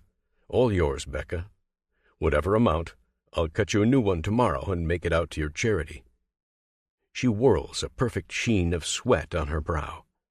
The music soars, flutes piping their excitement through the melodies, approaching crescendo. I can't do that. We're married now, Grant. I get how we share everything, but it's technically your money. So much of your money. There's always more, Moscato. Consider it my wedding gift to you. I've got one more present tonight, but I thought I'd give you the second best now. I wink. Stretching out my arms, I hold her as we do a loop around the floor, past our smiling guests in the background. The whole scene blurs as my focus tightens on her and only her. Those kids in Colombia or wherever need clean water. We're also parents. Don't want our boy growing up without realizing how lucky he is and how he's got an obligation to make lives better. Better get him started early so he sets an example for his siblings. And what if I want a way to go there and set an example too? I can't do the comfortable housewife thing yet. Maybe not ever. The music screeches to its high and begins to soften, like a heavy storm drifting out to sea. Smiling, I pull her close, aiming her lips perfectly at mine. Never said you should. If you're happy, I'm happy. I'll run my company from the damned jungle if that's what it takes to keep a smile on your face while you're making this world better. Told you before, Moscato, there's one thing I won't compromise on, though. I know, She grins, flattening both hands against my chest, pushing playfully against me. 4, maybe 5. You want a big family. Got too much heart for anything less, I growl, laying a kiss on her neck, making her feel my teeth as I move up to her ear.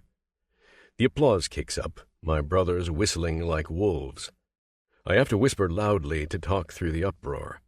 Plus, you're so fucking hot when you're knocked up. Saw the pictures, Moscato. Next time I'll be there to help you every day through it, and you'll be smiling instead of looking like your world just ended. She moans, turning to honey in my arms when my lips come down on hers. It's a kiss so hard it makes me question whether worlds aren't being ended tonight after all. If they are, there are better ones coming, and I'm going to build them all. Later, we climb in my car. We're leaving the reception with the stars. We head straight for my cabin, the place where it all started. It's a balmy summer night, perfect for a walk down the wooden platform behind my place, down to the outer section of private shore I own beneath the trees. We'll do it about 100 times in the bed where I took her cherry before the weekend is through, but not before I have her where the whole universe can see, underneath the sun, the moon, and galaxies near and far. We walk slowly, North Shore pebbles rolling under our feet. My hand covers her eyes until we reach the small nest I've had prepared between the rocks. Can I look, Grant? I smile, stopping when we're next to the big surprise, leaving her eyes hidden just a few seconds longer. So impatient, Moscato. You're fortunate, I love it. Here, without any further ado, is my second wedding gift to you. When I pull my hand away and her eyes open, she gasps. I hold her tight, laying my head in the nook of her shoulder as wonder fills her. Oh my God! How'd you even get this here? It's beautiful. I let her gaze wander over the cedar canopy bed surrounded by thick white curtains. I've had a matching wedding gazebo built over it, our own private sanctuary next to the sea, next to a fully stocked wine cabinet doubling as a nightstand. Forget how, Moscato. This is where we'll start our honeymoon, And you better believe I'm rarin' to go. She turns, twisting in my arms. We face each other like it's the very first time, intense, on fire, and a little unsure. My mouth does the talking without words. It tells her what I want, what I need, when my lips crash down on hers, blessed by the heat welling up inside me. Even though it's summer, I worried we'd be cold this close to the sea. Turns out the kerosene lanterns I've had installed next to our beach bed aren't necessary. I'm on fire, and so is she, as soon as we fall into each other's wrangling kiss. Pretty as this thing looks, it's earned a retirement tonight, I whisper, working my fingers through the straps holding together the back of her dress. Each clasp pops easy in my hands. Had it custom designed for exactly that purpose when she picked it out, because I knew I'd be half mad to get inside her after our ceremony. Standing flushed, she spreads her legs, moving them to help me bring her out of the virgin white dress clinging to her skin. Underneath, she's naked and beautiful. Told her I wouldn't have any lingerie tonight, but when I'm on my knees throwing my jacket over her dress in the weighted hamper I've had placed next to the bed, I stop. These are staying on, I growl, remembering the heels. My cock throbs, imagining her digging them in my sides like spurs when I fuck her again and again. It's hot, it's wild. Maybe it'll hurt a little, but good sex always should. Oh? I thought they'd done enough walking for one day. Don't they deserve a rest like my dress? She teases, riffling her fingers through my short hair. My fingers don't stop working until they've got my shirt off, and then I stand, instantly picking up where I left off on my belt. No marathons where we're going, baby girl. Keep the shoes and make Sir happy. They'll help you keep up with me when we start flying. I'm serious. My pants fall and I hoist her up. She squeals as I fling her around, crashing down through the canopy with her onto the mattress. Every extremity attached to my body burns. My fingers, my tongue, my cock all want their piece of her. I don't leave her time to even regain her balance before I'm pulling her legs apart, moving to the end of the bed. Grant, wait, don't you think we should... Oh, yeah. She realizes I'm not waiting another fucking second when my tongue spreads her sweet cunt. It's steaming, soaked, and ready for every pierced inch of me. But it'd be a crime to waste pussy this wet without feeling it squirt all over my beard when it's finally mine, legal and lawful for the very first time. Hands above your head, Moscato, I growl, the only warning she gets before I push my face into her. 5 licks in, she's paralyzed. Whatever her worries, whatever her fears, I lift them away with every sultry sweep of my tongue. Fuck, she tastes good. Better than she did as a virgin. Better than when she was just the mother of my firstborn. Tonight, she's sweeter, more intense, unnaturally divine because she's my wife, and she belongs to this mouth as sure as that rock I've put on her belongs to her finger. Burning napalm pulses in my balls. I love the music I make as I eat her, grabbing her ass, hooking her a little harder to my mouth when her hips can't resist riding back. First her little whimpers turn to moans. Then they become screams. It's messy, it's hot, and it's the greatest fucking sound I've ever heard. She pulls at the sheets underneath us, her thighs pinching harder around my head. I throw her legs over my shoulder, savoring the fire when her heels dig into my skin, spurring me to bring her over the edge like a man possessed. Grant! God, yes! Holy fucking... Shit. I finish for her, growling my curse into her pussy when her lips lift up, smother my face, and I send her to heaven with my beard tickling her inner thighs. My little Moscato curses like a sailor when she loses it. Her words come between her screams, filth I won't even repeat. Have to keep my tongue lashing her hot little clit like a demon so I don't shoot off on the spot. I'm well on my way to training a dirty talker, and I love it. Her mouth should sin as much as her flesh when I've got her fused to me, coming like a rocket, losing wet bliss against my lips. I don't let up when her tremors stop and she's trying to pull away. I want her pussy soaked for the last surprise of the night I've embedded in my dick. It's a new gold stud, smooth as her own fine bottom. Like riding sculpted ice, the man who sold it to me claimed. You learn to appreciate the freaks in New York fast, especially when there are craftsmen out there who make good money figuring out how to make dick piercings feel better than ever. Please, Grant, she whimpers. She wants me to be done strumming her clit between my teeth, wants to be full of me, panting like she'll lose it if she isn't leaking my seed in the next 5 minutes. Too bad for her, I'm far more patient than the greedy nub between her legs. I have no intention of wrapping her pink around me before I've heard the magic word. I lick faster. She moans louder. The moon shines brighter, freed from the drifting clouds, entrancing me with the sight of her tits bobbing in the shadows as she rides my tongue.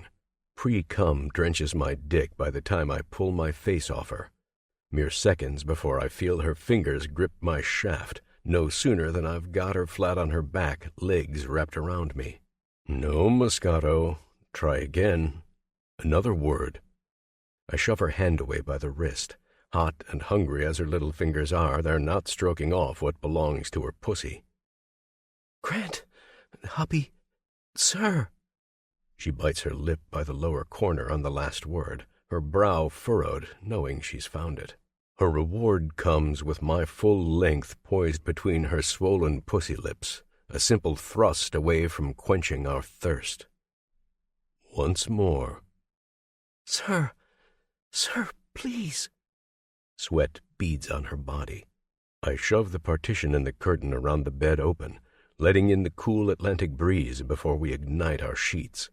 My hand also finds the bottle of wine I've strategically had stored on the rocks under us. God, you're so bad. I can't stand being teased. Lies. You're hot when you beg, Becca. Cool yourself on this sweetness before I make you feel it. I pop the cork with my thumb and hold the wine bottle to her lips. She wraps her mouth around it like a good girl, diving lower than she should, thinking I'll be in her faster if she teases me back, making me think about those lips on my cock. Well, fuck. She could be right. I hold the bottle up and take a swig, but only after I've spilled a neat trail down her cleavage.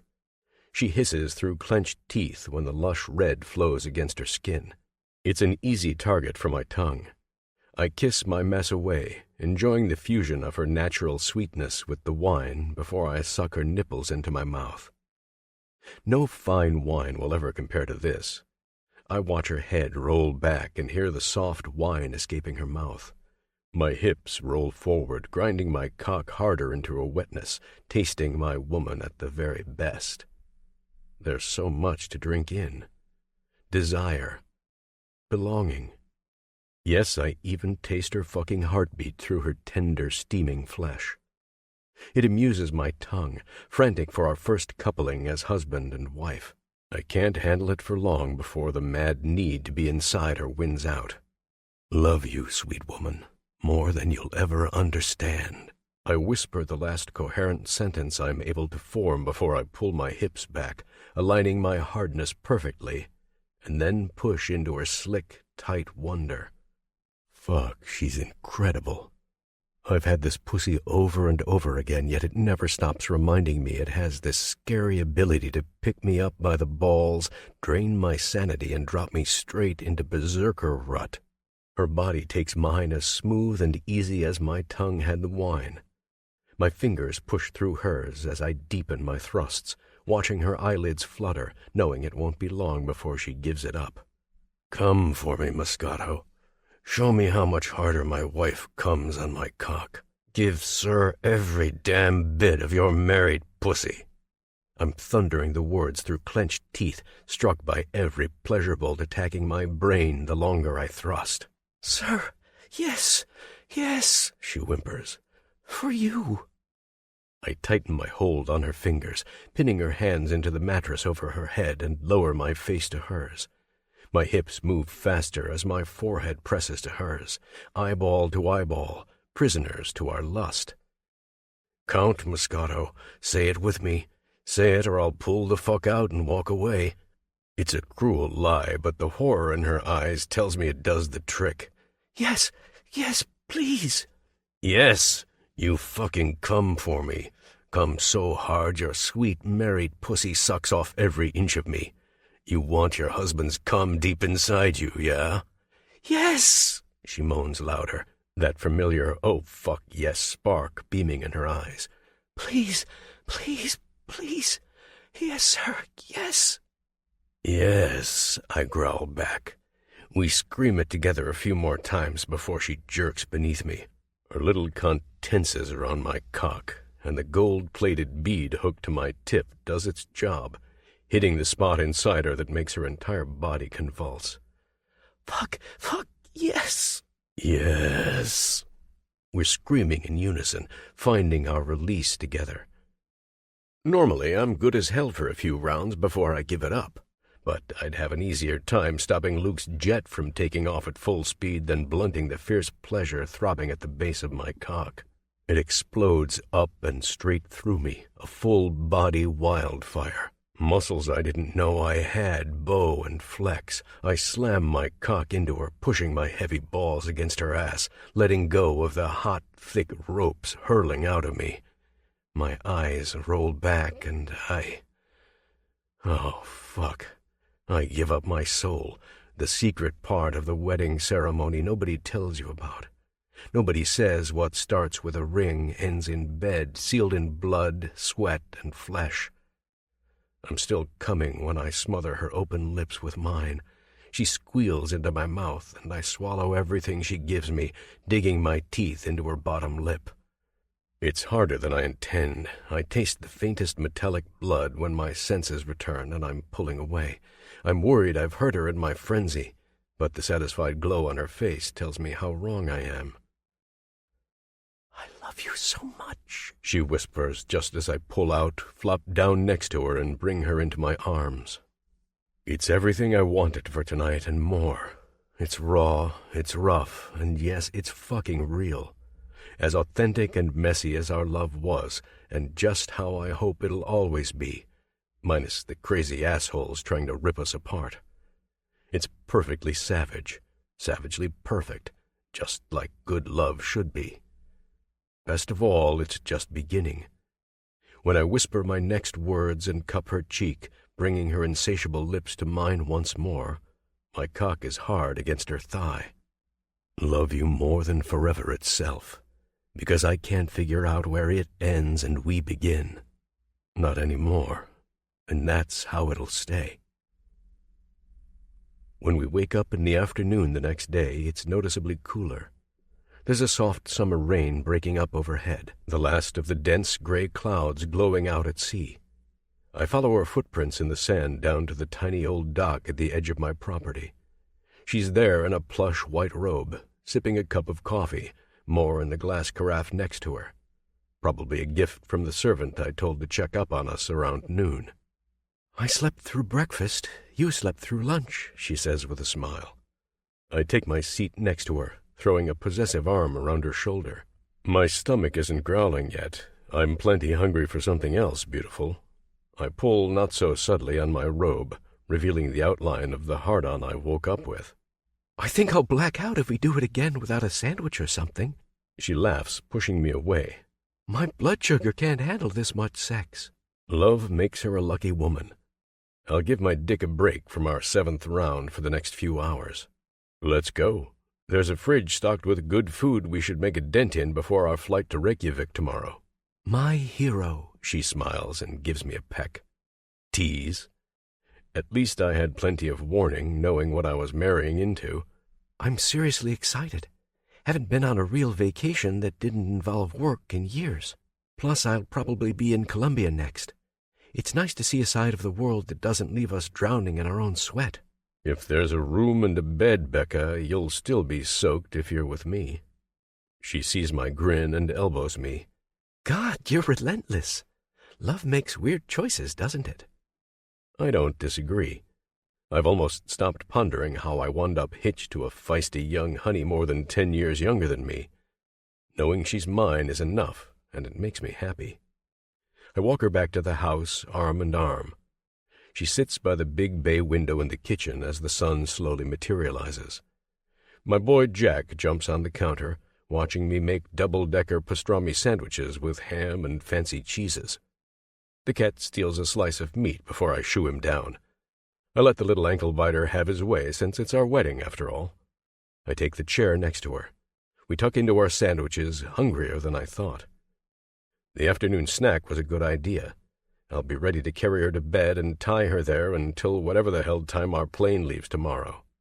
We missed our first sunrise as newlyweds, she says, finishing her food, a pout tugging at her lips. Kinda disappointing. There'll be another, Moscato. No despair allowed. I grab her hand and we both look out the window again. As if on cue, the lovely start of a long Maine sunset bleeds through the broken clouds. It's a bright orange preview of Iceland, the mornings and evenings sure to light up the windswept mountains, an earth song to love itself. For the first time in forever, this crazy thing doesn't feel rushed. We've got time to love. New heat reddens her cheeks when I lift her hand to my lips, laying down a kiss on her skin. The look she gives me says she's about ready to see to that other hunger with her belly fed. But before I haul her sweet ass upstairs, I take the fresh wine I haven't touched, gently lifting my glass. I wait for her to join me. To another sunrise, Moscato. We'll have a new one tomorrow, when we're sore, sated, and ready for takeoff. Then we'll have 20,000 more. We do our job, we keep this love alive, and we'll have them forever. Forever, she echoes. I swear the passion brimming in her eyes is hotter and more heartfelt than ever. We drain our wine, and then I pick her up with a smile, throw her over my shoulder, and carry her upstairs. I'm new to this husband gig, but I'm catching on. Easy when I love it as much as I do. I dwell on how lucky I am until our robes are off and we sink down into the huge antique bed where I claimed my beautiful wife for the very first time. Then I show her how long and amazing forever can be. This concludes Baby Fever Secrets by Nicole Snow, narrated by Christopher Sly and Cheryl Ray. Copyright 2017 by Nicole Snow. This unabridged audiobook is published by arrangement with Nicole Snow and was produced in the year 2019 by Tantor Media, Incorporated, a division of Recorded Books, which holds the copyright thereto. Please visit tantor.com for more information on our growing library of unabridged audiobooks.